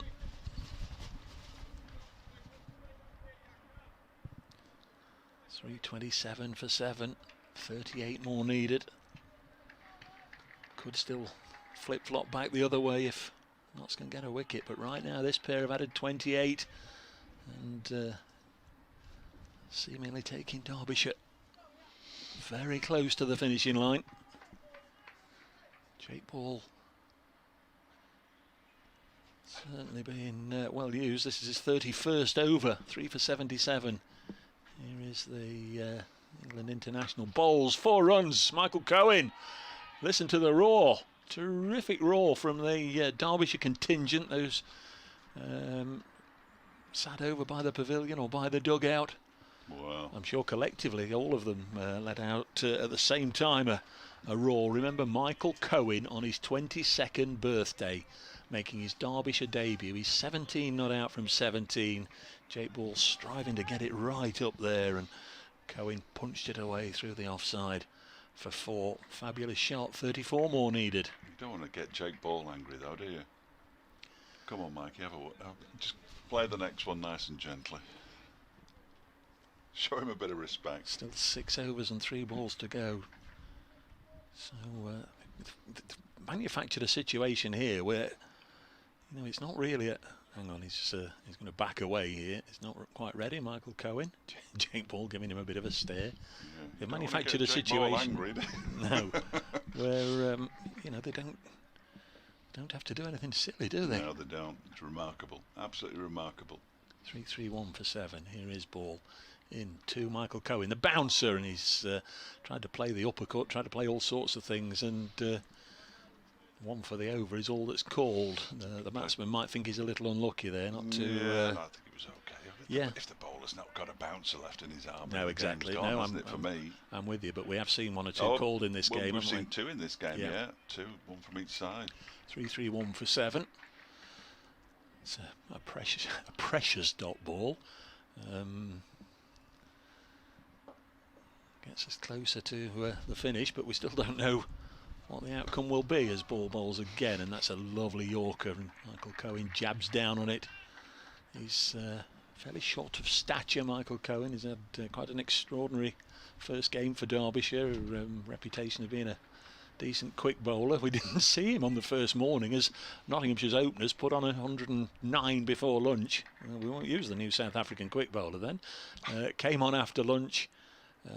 7 wickets fell between lunch and tea. It wasn't all as a result of his introduction, but he did pick up 3 wickets and did certainly play his part and has done throughout the game. He's now with a chance to be a real hero.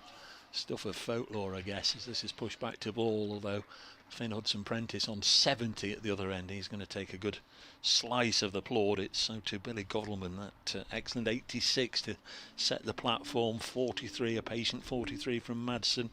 Critchley, his second contribution of the game on 35, and even the Matty McKiernan 20 hung around for 90 minutes with Hudson-Prentice, and you know that just, I'm sure, instilled belief, and it also extended the game. It took Derbyshire closer to having 2 options later in the day, which they still retain. But right now, I think if it's a draw, Derbyshire would probably be disappointed, because 34 from 6 overs is within their capabilities. Yes, it's one of those, isn't it? Interesting what Billy Goldman has to say if they do draw the game. He will inform me that I was completely wrong and they were always going for it. And the plan has been almost perfect. Perhaps the loss of a couple of fewer wickets would have been nice, but that's the way the dice rolls, isn't it? And with 6 overs to go, Derbyshire need 34 runs. Nottinghamshire need 3 wickets. It couldn't be any tighter. The current partnership, 32 runs from 37 balls, which is pretty much the rate at which they've got to go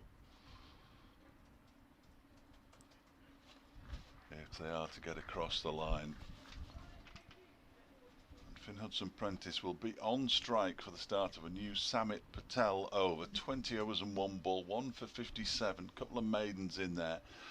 Around the wicket he comes, and Hudson-Prentice dances down the track and smashes it straight. Good stop at mid-on, and they're only going to get 2, are they? He's in. He just got in. It was a good throw as well, wasn't it? It was indeed. He had to dive, didn't he, to get there? Tom Barber with the throw, and Cohen got the dive out, and 2 runs that go in the book barely tell the story of the first delivery of this over. He's just finishing work, just joining us.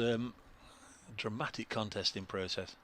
This one is driven, and Patel gets his left hand to it. They've run 1. That's all they'll get as Hasib Hamid picks the ball up. He has 3 more wickets for Nottinghamshire, 31 more runs for Derbyshire, 34 balls remaining in the match. Couldn't be. And total and utter inexperience at 10 and 11, with one player making his first class debut, one player playing his second first class game. Did last for 55 balls. He did in the first innings. So he lasted longer than there is left, which is promising. I think Finn Hudson-Prentice and Michael Cohen have got victory on their minds as Patel bowls and he goes back into his crease and misses a cut. Tried to force it away into the offside. Zach Chappell is just waiting there at backward point, quite deep beyond the umpire. He's also at point. Doesn't want the good fielder, Chappell, actually. Doesn't want the dazzle of the floodlights to get in his eyes, clearly.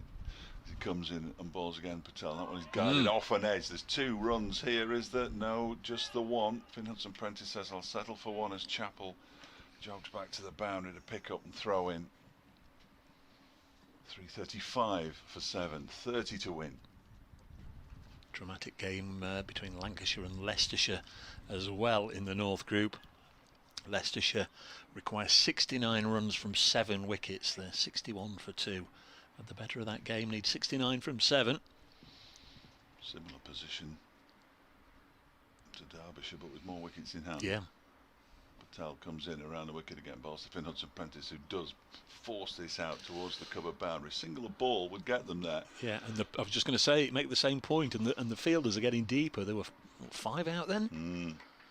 Lots are looking to save the boundaries, but they're not protecting the singles. 29 off 31 deliveries. 1 a ball would get them there. I think they'd have taken this position at 11 o'clock this morning. I would have. Michael Cohen on strike now. He's got 18 from 22. He hasn't hung around. He's played 1 or 2 big shots.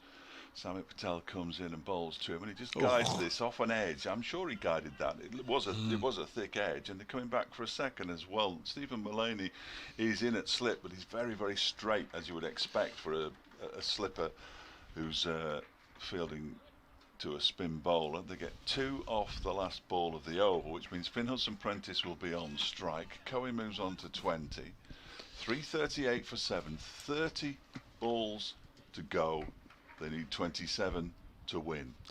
That's a +3 on the over rate, so Stephen Mullaney's got a moment or 2 here, and I think he's going to take it. Let's just have a little bit of a chat and talk to the likes of maybe Chris Nash and Samit Patel and Jake Ball. People, Hasib Hamid's there as you've got to get Hasib Hamid out of your ears first. Well, maybe, yeah, and Chris Nash isn't involved. He's away on the boundary, but I'd be having a word or 2 with Chris Nash, an experienced player. I think Mullaney's happy enough he's got his own plans here, but certainly just take a moment or two, just try and kill any Derbyshire momentum, or just hold them up for a minute or two, and just you know, have a word with Jake Ball. Have you got the fielders where you want? Where you're going to bowl? What we're looking to achieve in this over in terms of how we're trying to get him out, how we're trying to stop him scoring runs, and I think he's done all that. So here is Ball into Hudson Prentice. Bowles, who's gone for a heave away on the leg side, and he's got hold of it. And that's gone away for 4 runs. So that's the, you know, that effectively is the work for the over. It was short, and Hudson Prentice quickly in position, almost as if he was expecting it, almost, you know, if he decided there's a chance to play a big shot first ball, I will. So that's going to query the pitch, and certainly is. And Stephen Mullaney again just having a word with Jake Ball. 23 required from 29 balls. Notts need 3 wickets, and they need one of them right now. Hudson Prentice on 78, and he's gone for a big swish at that he didn't really play at. Gosh, if he'd have nicked that, Dave, he'd have been absolutely furious. Livid. Yeah, furious. No need to play it, really, was there? I mean, it was an inviting, wide, shortish ball outside off stump, but you can either nick it through, or if you get a big edge, there's a third man down there. Here comes Hamid. Excellent. Steve Hamid is he's a jack in a box, isn't he? You can't keep still. He's the Nottinghamshire equivalent of Matt Critchley. He struggles to stand still. I don't mind it, really. It's nice for people to, you know, in times of adversity, and you'd have to say right now it is, you know, a difficult little situation for Nottinghamshire, for somebody just to at least put an idea to the captain. You know, we might just be able to, what do you think, Skip? And, you know, can either ignore it or go to it. Whatever he's done, Hamid he's managed to find himself in the right position at backward point or a deepish gully, and he makes the stop there, so there's no runs. 23 from 27 balls. The thing is with the spread field is you're not able to build up any pressure, really, are you, with you know, a string of dots? Because, well, if you wanted, there are I mean, there's only Samit Patel who's really close. So you drop it and run. That's what I say. There's singles. There's Jake Ball in, bowls and pushed into the cover region, and they take the single. 3:42 for 7. Sneak a maiden in, which isn't going to happen, but it's suddenly a different picture if they need more than 6 and over. But certainly they did the work. Hudson Prentice did his work in this over from the first ball, putting Jake Ball away through mid-wicket, where Notts didn't have anybody out on the fence. 3:43 for 7. The floodlights are on, and it is getting gloomier. You have to say you can really see the shadows all around the players. But probably as gloomy as it's been, isn't it? Really, this will go through to a conclusion, a natural conclusion, I'm sure, unless brave umpires now, wouldn't they? Well, yeah. I don't think we're going to get any rain as Ball bowls and slapped away. There's Peter Trigo out there. It went past the diving Hamid, and just for a moment I wondered if he'd managed to get enough pace on it to find the ropes, but Trigo blending in with that stand over there was on the ropes, so keeps them to 1. Cohen on 21. Up until yesterday he was 21 years of age, but today it's his 22nd birthday. Finn Hudson Prentice, a recovery that Lazarus would be proud of. He batted in the first innings with a runner. Hasn't needed one today, as he's played it here, there and everywhere, on his way now to 80 as he takes that single. And Derbyshire inch closer to a famous victory, 345 for 7, requiring 20 more to defeat Nottinghamshire at Trent Bridge for the first time since 2004, with their highest run chase over a county of all time. 2002. 2002, yeah. Notts' last win over Derbyshire of 2004. Sorry. Yeah, Derbyshire's last win 2002, you're right. 3:45 for 7. It was the end of the over, so there's 4 to go, 24 legitimate deliveries and 20 runs needed. And all eyes on Stephen Mullaney. Look, 1, 2, 3, 5 effectively on the fence. Jake Ball isn't. He's 10 yards in from the pavilion rope, but he's a long way out. Single taken from the first delivery of Samit Patel's new over from the pavilion end. Almost forgot how to talk there for a moment. Is that too easy a single to be given? Well, it is really. Yeah, I think so. Michael Cohen's going to play some shots, I think, isn't he? But he doesn't have to, does he? No, but I think that's in his nature. I think that's in his nature. And Hudson Prentice will be delighted. It means he's taken the pressure off Hudson Prentice with 21 from 24, hasn't he? Yeah. Yeah, he's not got somebody at the other end just blocking, meaning he's got to go for the big shots. No, absolutely. This next delivery is pushed down the ground by Michael Cohen, who runs towards Samit Patel, who had no intention of throwing it, in fairness to him, but he scampered back into his ground. Dot ball. 346 for 7, 19 required. 22 balls in which to get them. Singles on offer all over the place. There's one. Out square on the offside, and they just go through for a single. The fielder comes screaming in off the boundary. Clark.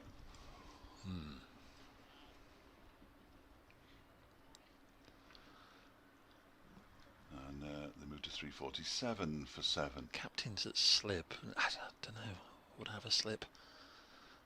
Might just drop him in at mid-wicket on the one. Yes, absolutely. Pop somebody on the leg side on the one. Just stop there's no taking one there that single. as Patel bowls, and he's gone for a big one. Now then, is that going to clear the fielder? It is. It's going to go all the way for 4 out to the long-on boundary off the bat of Hudson Prentice.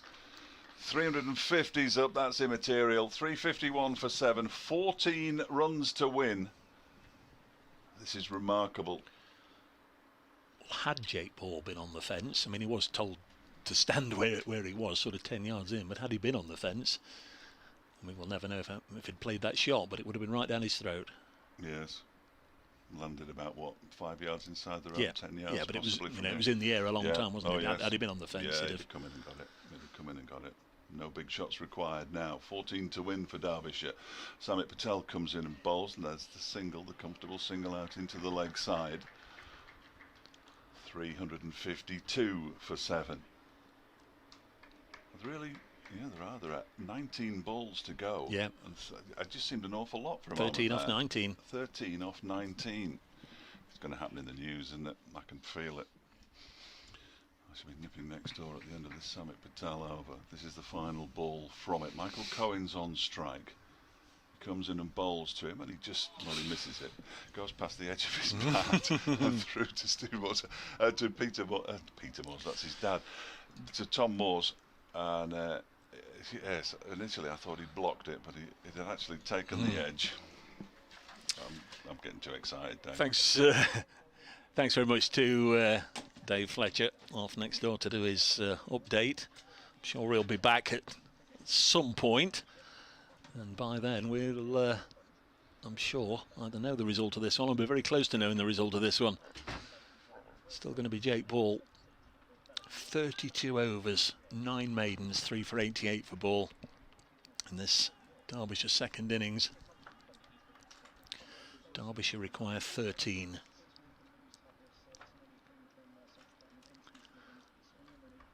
(18 balls, 3 overs.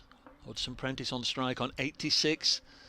There's Ball into bowl to him, and he's hit it away out to backward point, deep backward point, where Zach Chappell does the fielding. Hudson Prentice likely to come up short for a personal milestone. He's virtually got to score all the runs and finish it with a boundary to reach 100, so that's probably not going to happen. But he won't mind if his side get over the line here. Will be quite an extraordinary victory. Mullany again just taking time to have a little word with Jake Ball. Just wondering again what they can do to stem the momentum. Need to get a wicket, really. It's the only way they're going to stem it. Cohen's on strike. Ball bowls to him. Hit away forcefully. Out into the deep to Peter Trigo. Single taken. 354 for 7. Cohen has 23. Hudson Prentice back on strike on 87. 11 required from 16 balls.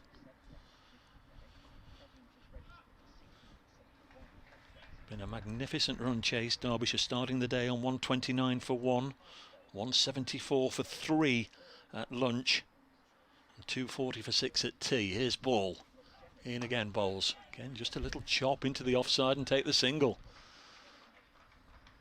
Looks too easy.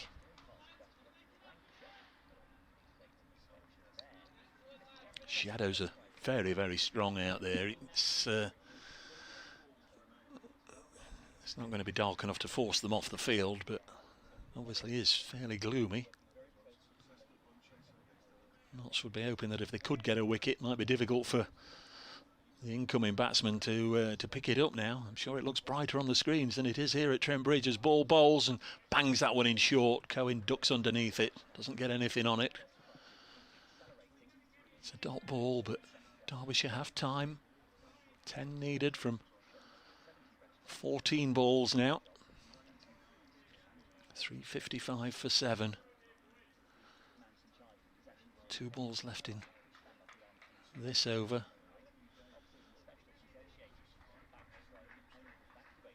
You'd imagine that Mullaney will stick with Samit Patel from the other end.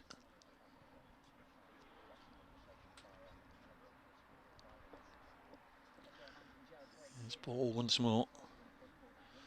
It's bowled to Michael Cohen. He's got it away on the leg side. Perhaps a couple here. He's played it through mid-wicket. Zach Chappell and Joe Clark out there. Clark leaves it for Chappell and they do come back for 2. Too easy for Derbyshire, but Michael Cohen's played nicely here. Very much an unknown quantity. As we discovered earlier in the week, played 1 second team game for Nottinghamshire right at the start of 2019. Didn't do anything of note, either with bat or ball. It was during his time at Loughborough. 357 for 7, 8 needed. Here's ball to bowl to Cohen. And it's a slower ball, he just got a little bit tied up there, couldn't get it away. So the end of that over from Jake Ball. It's now 3 for 93. 33 overs. Been sent down by Ball. And now Samit Patel. Been a match winner for Notts so many times over the years. Really needs to pull a rabbit out of the hat here. Right down at the last knockings of this one. There's not much margin for a loose ball. Here's an update. And it would seem that Derbyshire are on the brink of a famous victory here because they're 357 for 7. They need 8 more to defeat Nottinghamshire. 2 overs left. One about to be bowled by Samit Patel and then presumably Jake Ball to bowl the last over. Notts need 3 wickets or they've got to somehow stop Derbyshire getting these 8 runs for a draw. It's been a terrific run chase led by Finn Hudson-Prentice, who's out there on strike on 88 not out earlier. 86 from Godalman and 43 from Madsen. There's one pulled away here on the leg side by Hudson-Prentice, so he goes to 89. Derbyshire to win this game need 7 runs from 11 balls. Nottinghamshire need 3 wickets and quickly.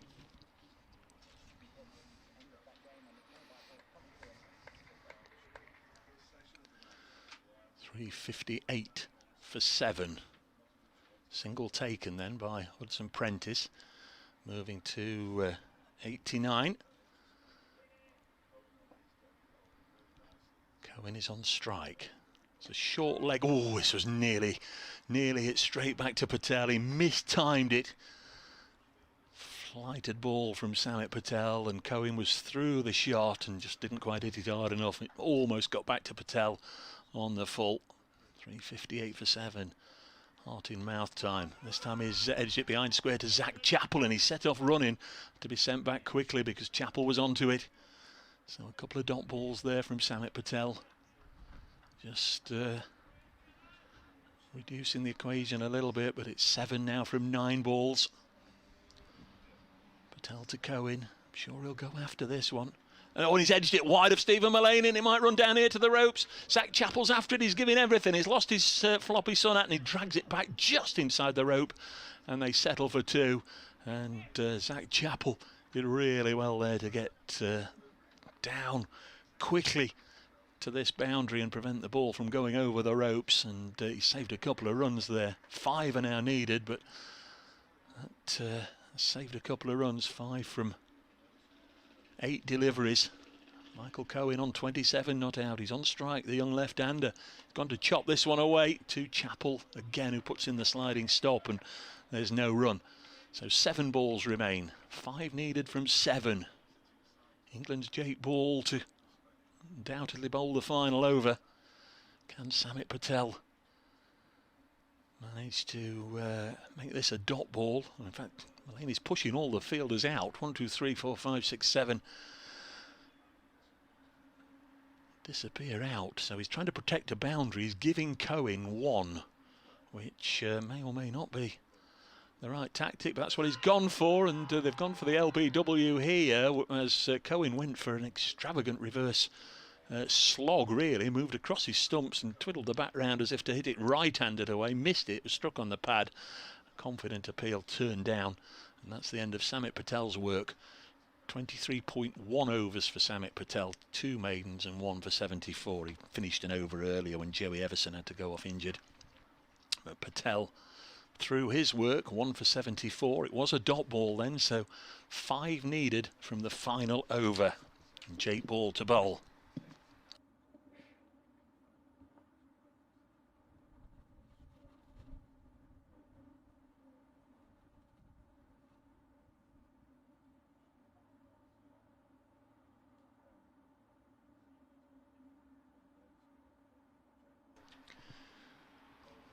A lot of deliberation going on here about where the fielders should be. Difficult with 5 required from 6 balls. Can't protect all the boundaries, so they can get them in ones. Debate is still going on. We'll just have a look. When fielders have stopped moving, there's 1 or 2 just sort of standing almost in limbo, just waiting to be deployed. On the leg side, it looks as if they're going to have a deep backward square, a deep mid-wicket. Joe Clark now running over there to... is it going to become the second sort of deep mid-wicket on that leg side? Yeah, he is indeed. So there's 3 on the rope on the leg side. 1 behind square, 2 in front. Stephen Mulaney, a deepish mid-on. Samit Patel, deepish mid-off. Extra cover, backward point. This one banged in short, and Hudson Prentice came charging down the wicket and missed it, and then looked to the square leg umpire. There was a conversation between the 2 umpires, but they're all happy enough that it was just banged in short enough, and it's a dot ball. So 5 from 5. Nottinghamshire win seemingly evaporated some time ago. They need 3 wickets from these 5 balls in order to do that. Derbyshire need 5. 1 top edge or thick edge or inside edge might bring a boundary behind Tom Moore's one way or another. His ball into bowl. Hit down the ground. 1 bounce to Stephen Mulaney and they take the single. So 4 from 4 is the equation. And Hudson Prentice, the non-striker's end is 90 not out. Michael Cohen on 27. South African on his 22nd birthday, and he's played a little gem of an innings here as far as Derbyshire are concerned. Again, a bit of a chat. Ben Duckett's involved in this one with Patel, Mulaney and Ball.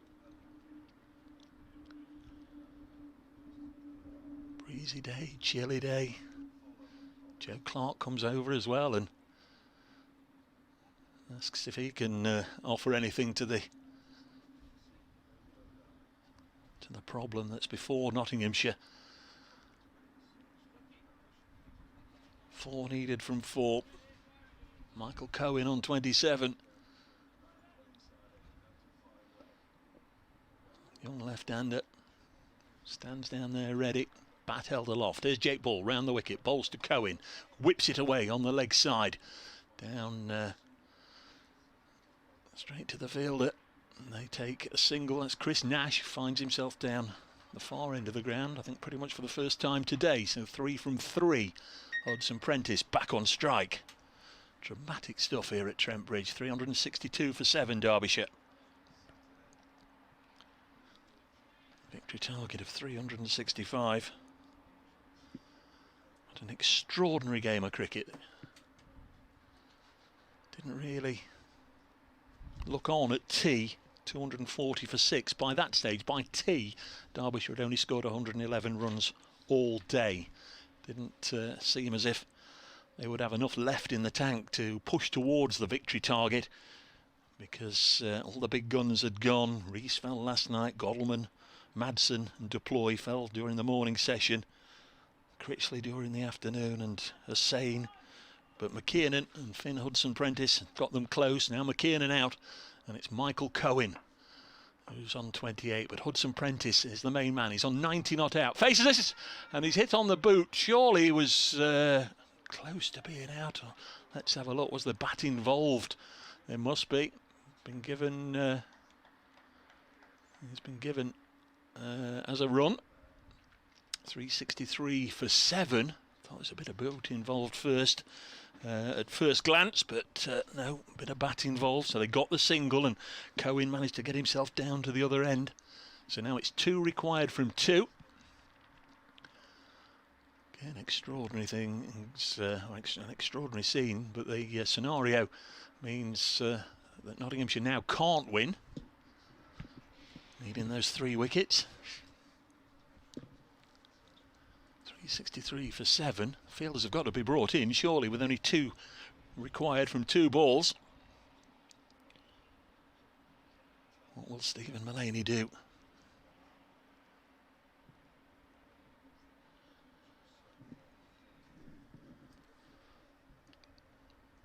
That quintet of Patel, Mullaney, Ball, Duckett and Clark had their chat, they break up. 363 for 7. Derbyshire requiring 2 runs to win. Michael Cohen's on strike on 28. Finn Hudson-Prentice on 91. This partnership now worth 64 from 71 balls. Here we go. Jake Ball from the Radcliffe Road end, bowling to Michael Cohen.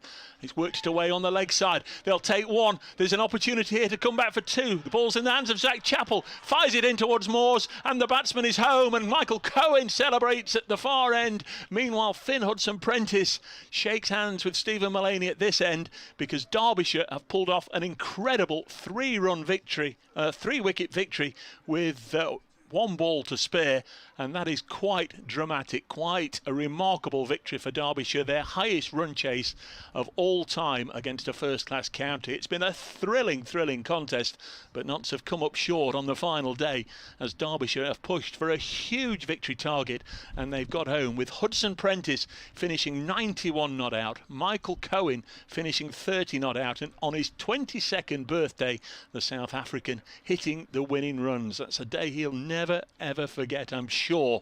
A first appearance for Derbyshire at a test ground, and he's got them over the line in the most dramatic circumstance. You've got a feel for Nottinghamshire. Jake Ball gave his all, 33.5 overs, 3 for 98. He's been really worked hard today by Stephen Mullaney. The second new ball didn't help Notts, and Derbyshire took their opportunity. Slow scoring during the morning session.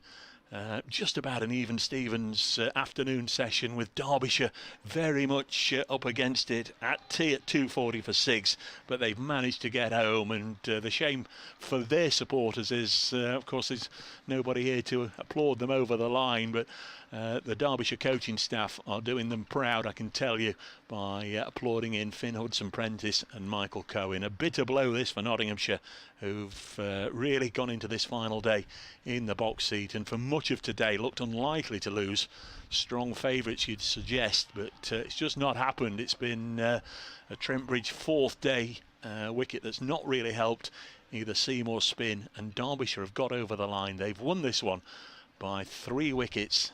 The final score 365 for 7 on the board. Derbyshire win by 3 wickets. A huge thank you to Dave Fletcher from BBC Derby for his help this week, and obviously to everybody that's got in touch, said how much they've enjoyed cricket being back and watching the game on the live stream. Certainly not been the same without spectators in the ground. Really feel for all you guys and gals that you can't be here and see it. It has been a thrilling finish, but obviously for home supporters, it's not been the result that you would have wanted. But a dramatic game to restart cricket, to get cricket back going in the Bob Willis Trophy here.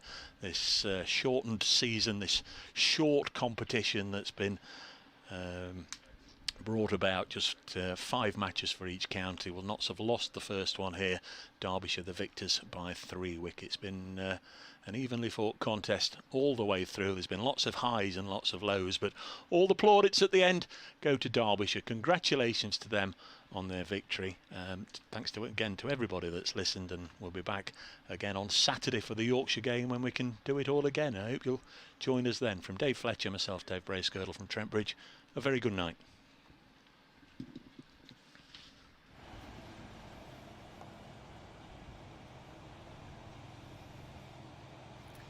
Well, what a 4 days of cricket we have seen here at Trent Bridge. With just a ball to spare, Derbyshire take the victory by 3 wickets. We will have post-match reaction shortly. It's been one hell of a game. We've spoke here on Trent Bridge Live about how close and how tight this game has been, and day 4 was no different. Very shortly we will have post-match reaction, as I say, and also highlights from day 4, so do stay with us for the highlights and the post-match reaction.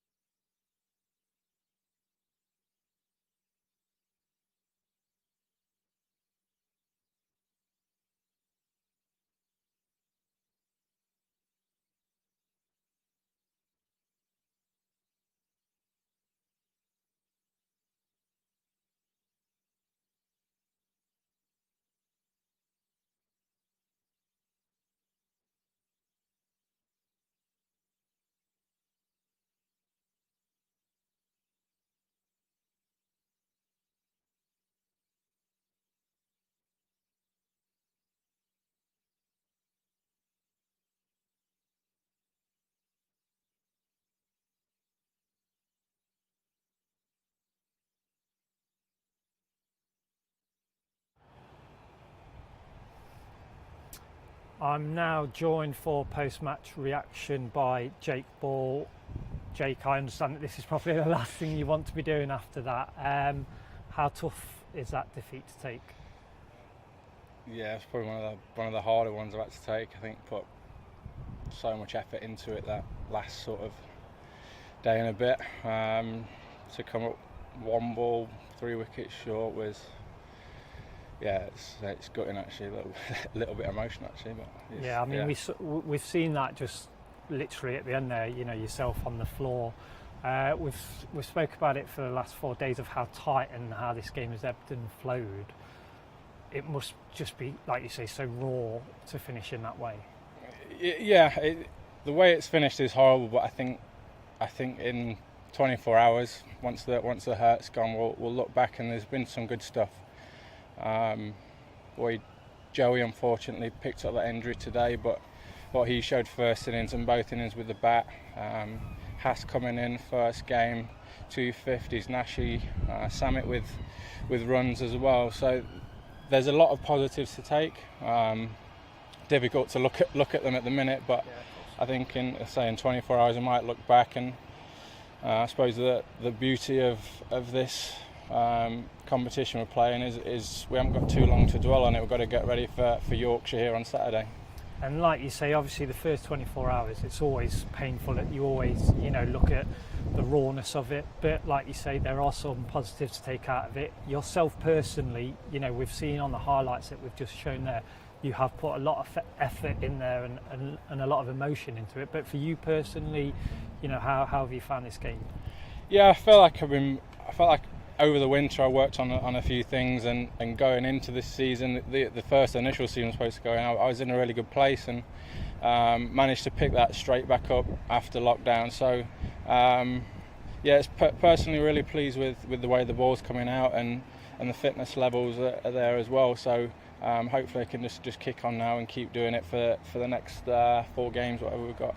I mean, just finally, because I don't want to keep you too long, but if we just talk about one wicket in particular, and that of Wayne Madsen, it felt like you were sort of teeing him up. Can you just explain that sort of process as a bowler, what you go through in those situations?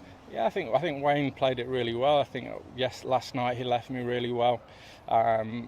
We know that sometimes if you can angle one back at him, then he is susceptible to the LB. So it was almost like a perfect storm. I over a couple of away and then the bouncer and then on the shin. So I did actually try that probably 4 or 5 times before that, but that over did come off, and it was a nice wicket to get. Obviously when we took that wicket we felt like we had a bit of momentum, but just couldn't quite get over the line. Well, as we say, I know it's painful right now. I do appreciate you coming to talk to us. No problem. We'll let you go now, but thank you very much, and well done for you personally. I know. Cheers, it does now. Cheers. All right, thank you. We've got head coach Pete Moores joining us now. Aaron, how are you, mate? I'm okay, Pete. I'll say to you what I just said to Jake. I appreciate your time here. It's not always easy after such a defeat like that, but as I just said to Jake, it felt like over the 4 days it's really ebbed and flowed. It's been like a tug of war at times, How raw are those feelings right now? Oh, you play a game like that, it's a mixed feeling, isn't it? You're gutted because you come out on the wrong side of it, but on the other side of it, it was a brilliant game of cricket. I feel quite proud of the way the lads went about it, if I'm totally honest. I mean, before the start of this season and all the way through, we wanted lads to commit their heart and soul to the game, and that's exactly what we've seen over the last, both sides to be fair. But the way people threw themselves around the field, Jake, who's just been into a fantastic game for him and the commitment on what was a fantastic cricket wicket, and credit to Steve Burks and his team for producing that. And both sides had some exceptional performances in the game, and you're right, it ebbed and flowed. It went through, and at the end of the day, when it comes down to the last 2 balls of a 4-day game, it's been a hell of a game, and credit for both sides for that. And it seems anybody who's watched that through the live stream will have had some brilliant entertainment, I think, over the last 4 days. I mean, it felt there at the end like we were potentially watching a T20 game with how close it was, how many balls were left, how many runs were needed. I've just talked to Jake about, obviously the first 24 hours are very painful, they're raw, but as you've just mentioned there are a lot of positives to take from what we've seen over the 4 days. If I could just talk about Haseeb Hameed first of all on that, 250s on his first class game here at Trent Bridge. Yeah, he played beautifully actually. I mean, he's worked hard at first hour on the very first morning, which, him and Chris Nash came through, they played really well. But there was a situation yesterday, was it, or the day before, when Steve Millennium came through that last hour of the day and played really, really well. And that was, that's one of the signs of the game. I think we won quite a lot of key moments to get ourselves that solid, what we thought was a really good lead, 3-6-4. I think the way Madsen and Godleman played last night gave them a chance today, and credit to them, they fought all the way through. So did we. And they came out on top, but really pleased for us. As also pleased for some other lads, so like young Joey Everson coming in there,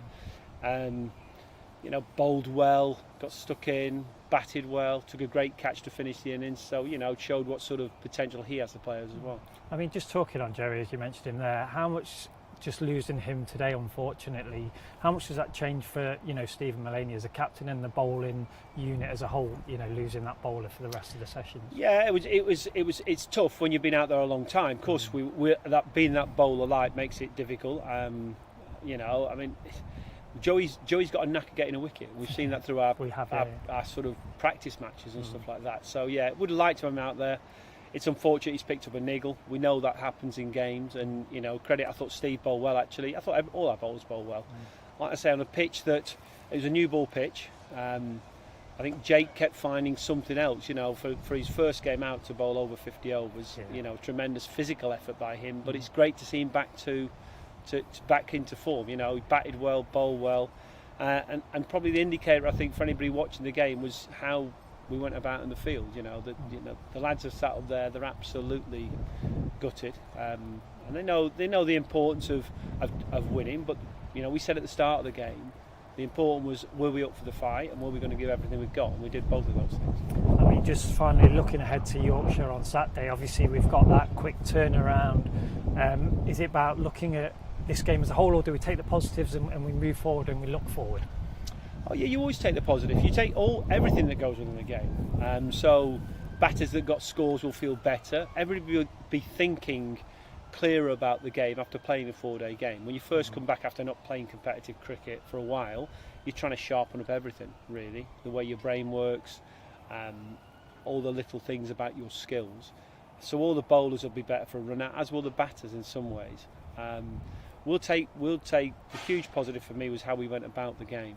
I think in 4-day cricket last year at times, I don't think we really did ourselves justice, and I think in this game we put ourselves on the line and had a real go for it. And there's work to be done. We're not a finished team, we know that, and that's part of the progress. And what's one of the great opportunities with 4-day cricket coming on this season for us is to use that. We'll come against a good Yorkshire side and we'll be on our own patch, and we'll really want to have a red up go at them. So the next 3 days are really about some decent rest for the lads for a couple of days, then regrouping, picking an 11 for that game, and then coming and having a red up go. Okay, well, thank you very much for joining us this evening. So that does bring a close to this 4-day game against Derbyshire. We will be back on Saturday for when Nottinghamshire face Yorkshire, but we thank you for watching the stream over the 4 days, and we will see you at 10:45 on Saturday.